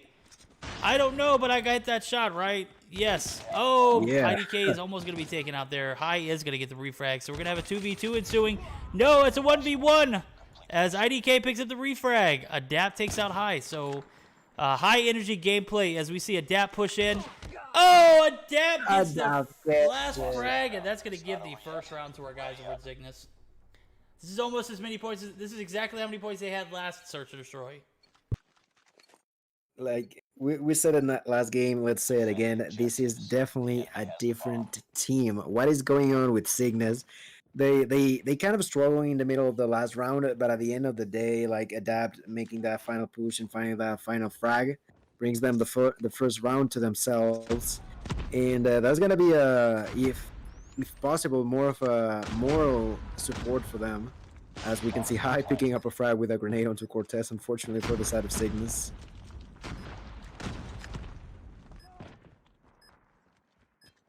And from the side of Cygnus, like we said, Bear and Saxy using that sniper. Saxy gonna get taken down. Bear gonna get taken down as well, and Adapt picks up a revenge frag. And now he's in a 1v4 situation with 10 seconds on the clock. Let's see if he can defend the bomb. Nope, He he's gonna cannot. be taken out. That's gonna be no, Yeah. no boy, no. He was not in a position to defend that bomb as it was planted for what looked like pool bar. He was nowhere near pool bar. He's up top of staircase, and you can't defend a bomb if you are not in a position to do so. I'm not saying if he would have been inside pool bar it would have been any different. What I'm saying is you can't do your job if your job requires you to be on the other side of the map. Yeah, and even being on a 1v4 was no help either. Definitely not. So a few variables in that scenario. We're going to see High take out one early on in this matchup, giving the side of no, we're going to have a 4v4 ensuing now as Cortez is going to even the playing field. So 4v4 bomb is in the hands of your guy Ninja. They're making their way over to this B bomb site. Nope, they're going to play super conservative. He's going to be beside this garage area, plays super conservative, makes our guy Slothy pay for being aggressive. We're going to have a minute and 15 seconds as the bomb is going to start to rotate over. We have a 3v3 now as Cygnus has to bounce back after that last round. The last round was just not it for them.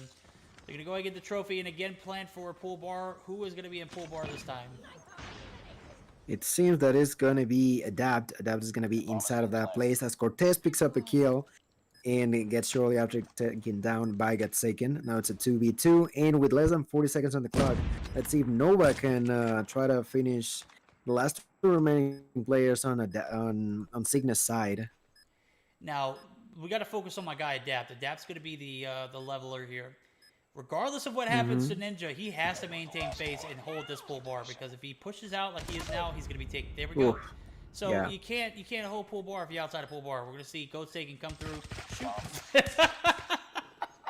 Nice work. I don't know why, but that was so funny. Yeah, I But he think ran maybe- all the way over there, waiting until he got all the way on top of him, and then aimed down to shoot his body.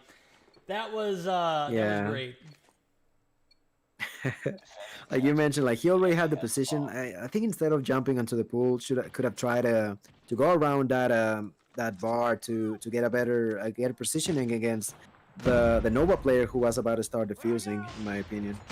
You know, yes and no. You can never compromise that pull bar scene. If you were planning for pull bar, you got to dedicate it, bro. You got to just peek angles, take shots, pull them out. That was a complete brick from High. High absolutely destroyed his own gas there as he was unable to get the gas outside of the muddy room window. We're going to see Goatsaken and Team Nova Ooh. Imperium swap back. Oh, my God, Slothy. Don't wreck him too hard, man. Yeah, picking up a double and unfortunately getting taken down. Wally getting a snipe onto Adapt, making it a 2v2. And once again, the side of Cygnus is going to be without the bomb. Seems like Sax is going to try to gain control over it as Gotsaken is gonna be the last player alive for Nova. Gotsaken, I think he nearly spotted Saxi planting that bomb. But with a really good positioning from Saxi, that's not gonna happen, and that's gonna be hard for Gotsaken to take care of. Let's see if he can do it. That is a great bomb plan, if you ask me. Saxi knew what he was doing. That's a well-vetted OBJ player. He knows that they cannot get that pool bar covered completely, and now they're just going to play time playing head glitch. Cortez is going to snipe me. 100%. Yeah, 100%. That was OP bomb placement, in my opinion. That is, oh, Gotsaken makes him pay for pushing out. Saxi needs to play this head glitch for his life, as if he allows Gotsaken in, he does a good aggressive gameplay by Saxi. We are all tied up. Yeah, 2-2. he was aggressive. Like, it could have been paying off against them, but unfortunately enough for him, he does get the frag at the end and ties up the series 2-2. As we move to the last round before this team switch sides. All right, Nova Imperium had a early lead in this series. 2-0. They sold the last 2 games. We're going to see Slothy take 2 out before he is indeed taken out, giving a one-man advantage to Nova Imperium. Hacks caught in no man's land. He's still got a donut on the board, chat. Hacks needs to get on the board here as we see a 3v3 ensue. Bomb is in the hands of Ninja, who is holding this zigzag area as they make the rotation over to red. Expecting for a B bomb plant. And I think our guys over at Nova Imperium know what's up. Yeah, and with this being a 3v3, seems like for the first time Cygnus is gonna try to rotate towards that B bomb right there on the ring. Let's see if they can do it properly. It seems like at the same time the players from Nova maybe didn't think they were gonna do that. They are finally rotating towards that laundry area. Gotsaken being in the laundry area, but without actually realizing that they're planting, they're gonna get the plant on time, and now it's their moment to defend as Bear picks up Wally, picks IDK right there, and that's gonna be huge. Like, having that kind of advantage can be pretty important. High nearly getting taken down. Ninja picks up the frag on Gotsaken, and now High is all on his own in a 1v3 against Cygnus. He takes out one. Can he get Bear? This guy has... Oh, did he just jump shot him? I believe that was mid-air, dude. I saw that mid-air. 100%. My guy jumped up and literally off that ring and said, you know what? You're going to push. I'm going to make you pay.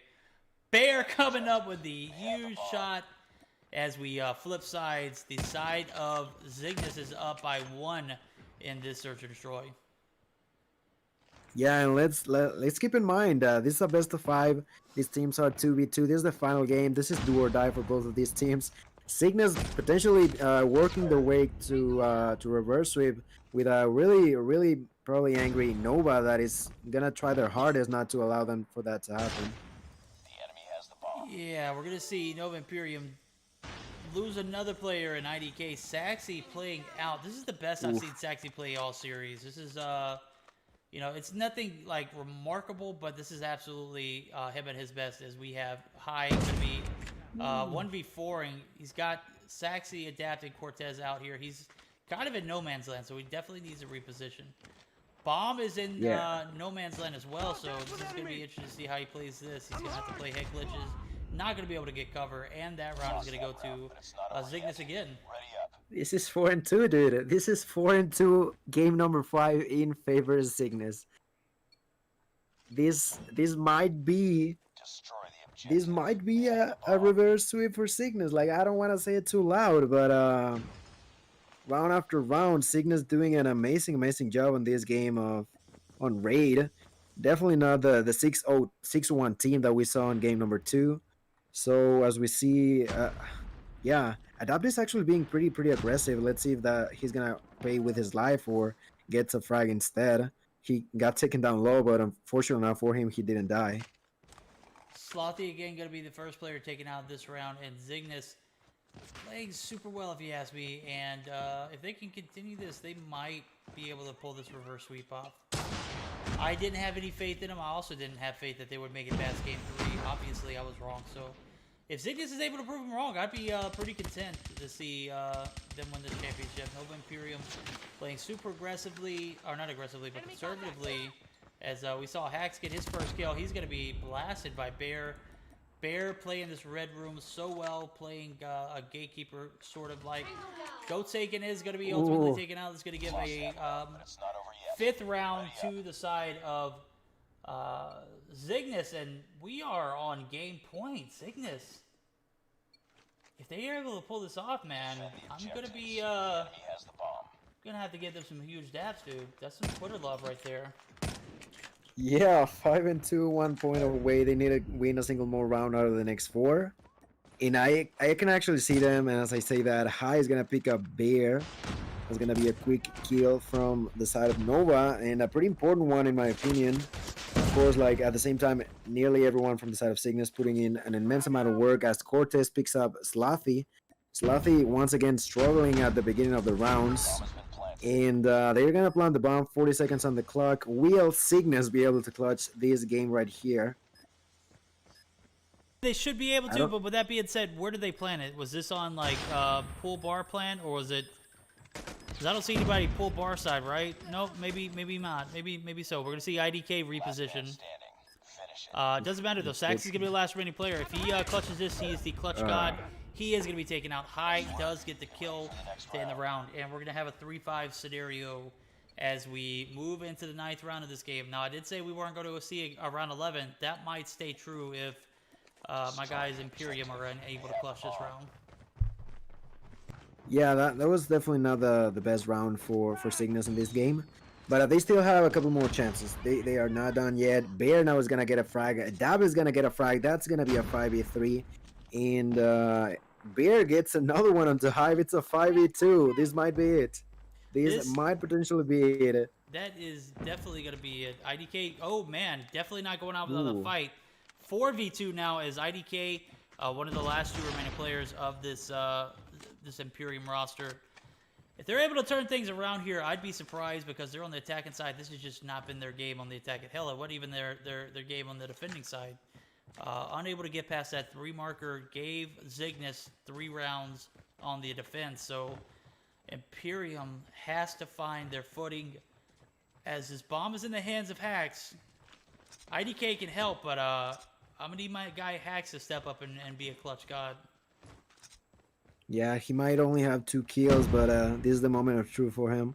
He gotta make sure that he puts in the work in this one specifically, because if he doesn't, that could be potentially devastating for the team of Nova, as they got no more second chances. Adapt picks up IDK. That is gonna be a 1v4. I don't think he can do it, but let's see. He's playing with HBK right now. Oh my god. We're gonna see Hacks with 30 seconds on the clock. He's got the bomb in hand, so he's gonna see Cortez. Cortez gonna slide feed. Cortez is gonna be taken out, but Adapt secures the bag, and the dub goes to our guys over at Cygnus. Guys, go nowhere. We're gonna be raiding my guy Duke as we are concluding our finals here. Meseeks Sunday Showdown.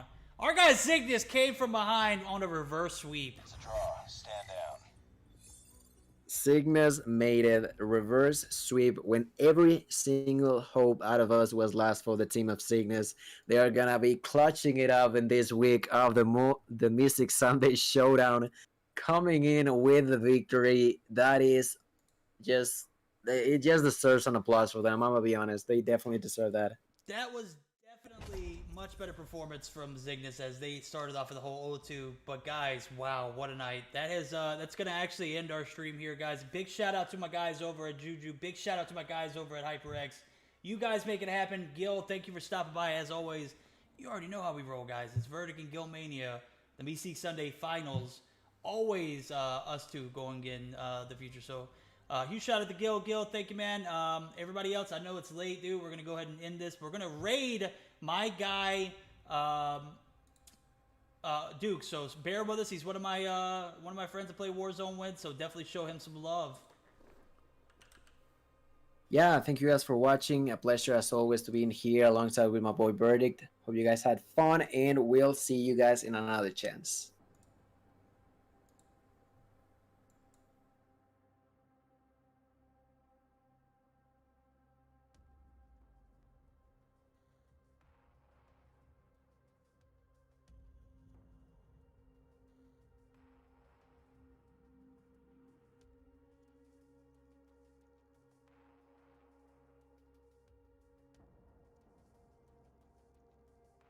A pink. Oh. God damn it. Ammo, not armor. I jumped off this motherfucker to try to fucking come down Give and me get my it. ammo box. You ain't got no armor? Oh, yeah. Grab your money, I'll go over there. What do you want? Ammo? Armor? What? Yeah, he needed it. Yo! Vern!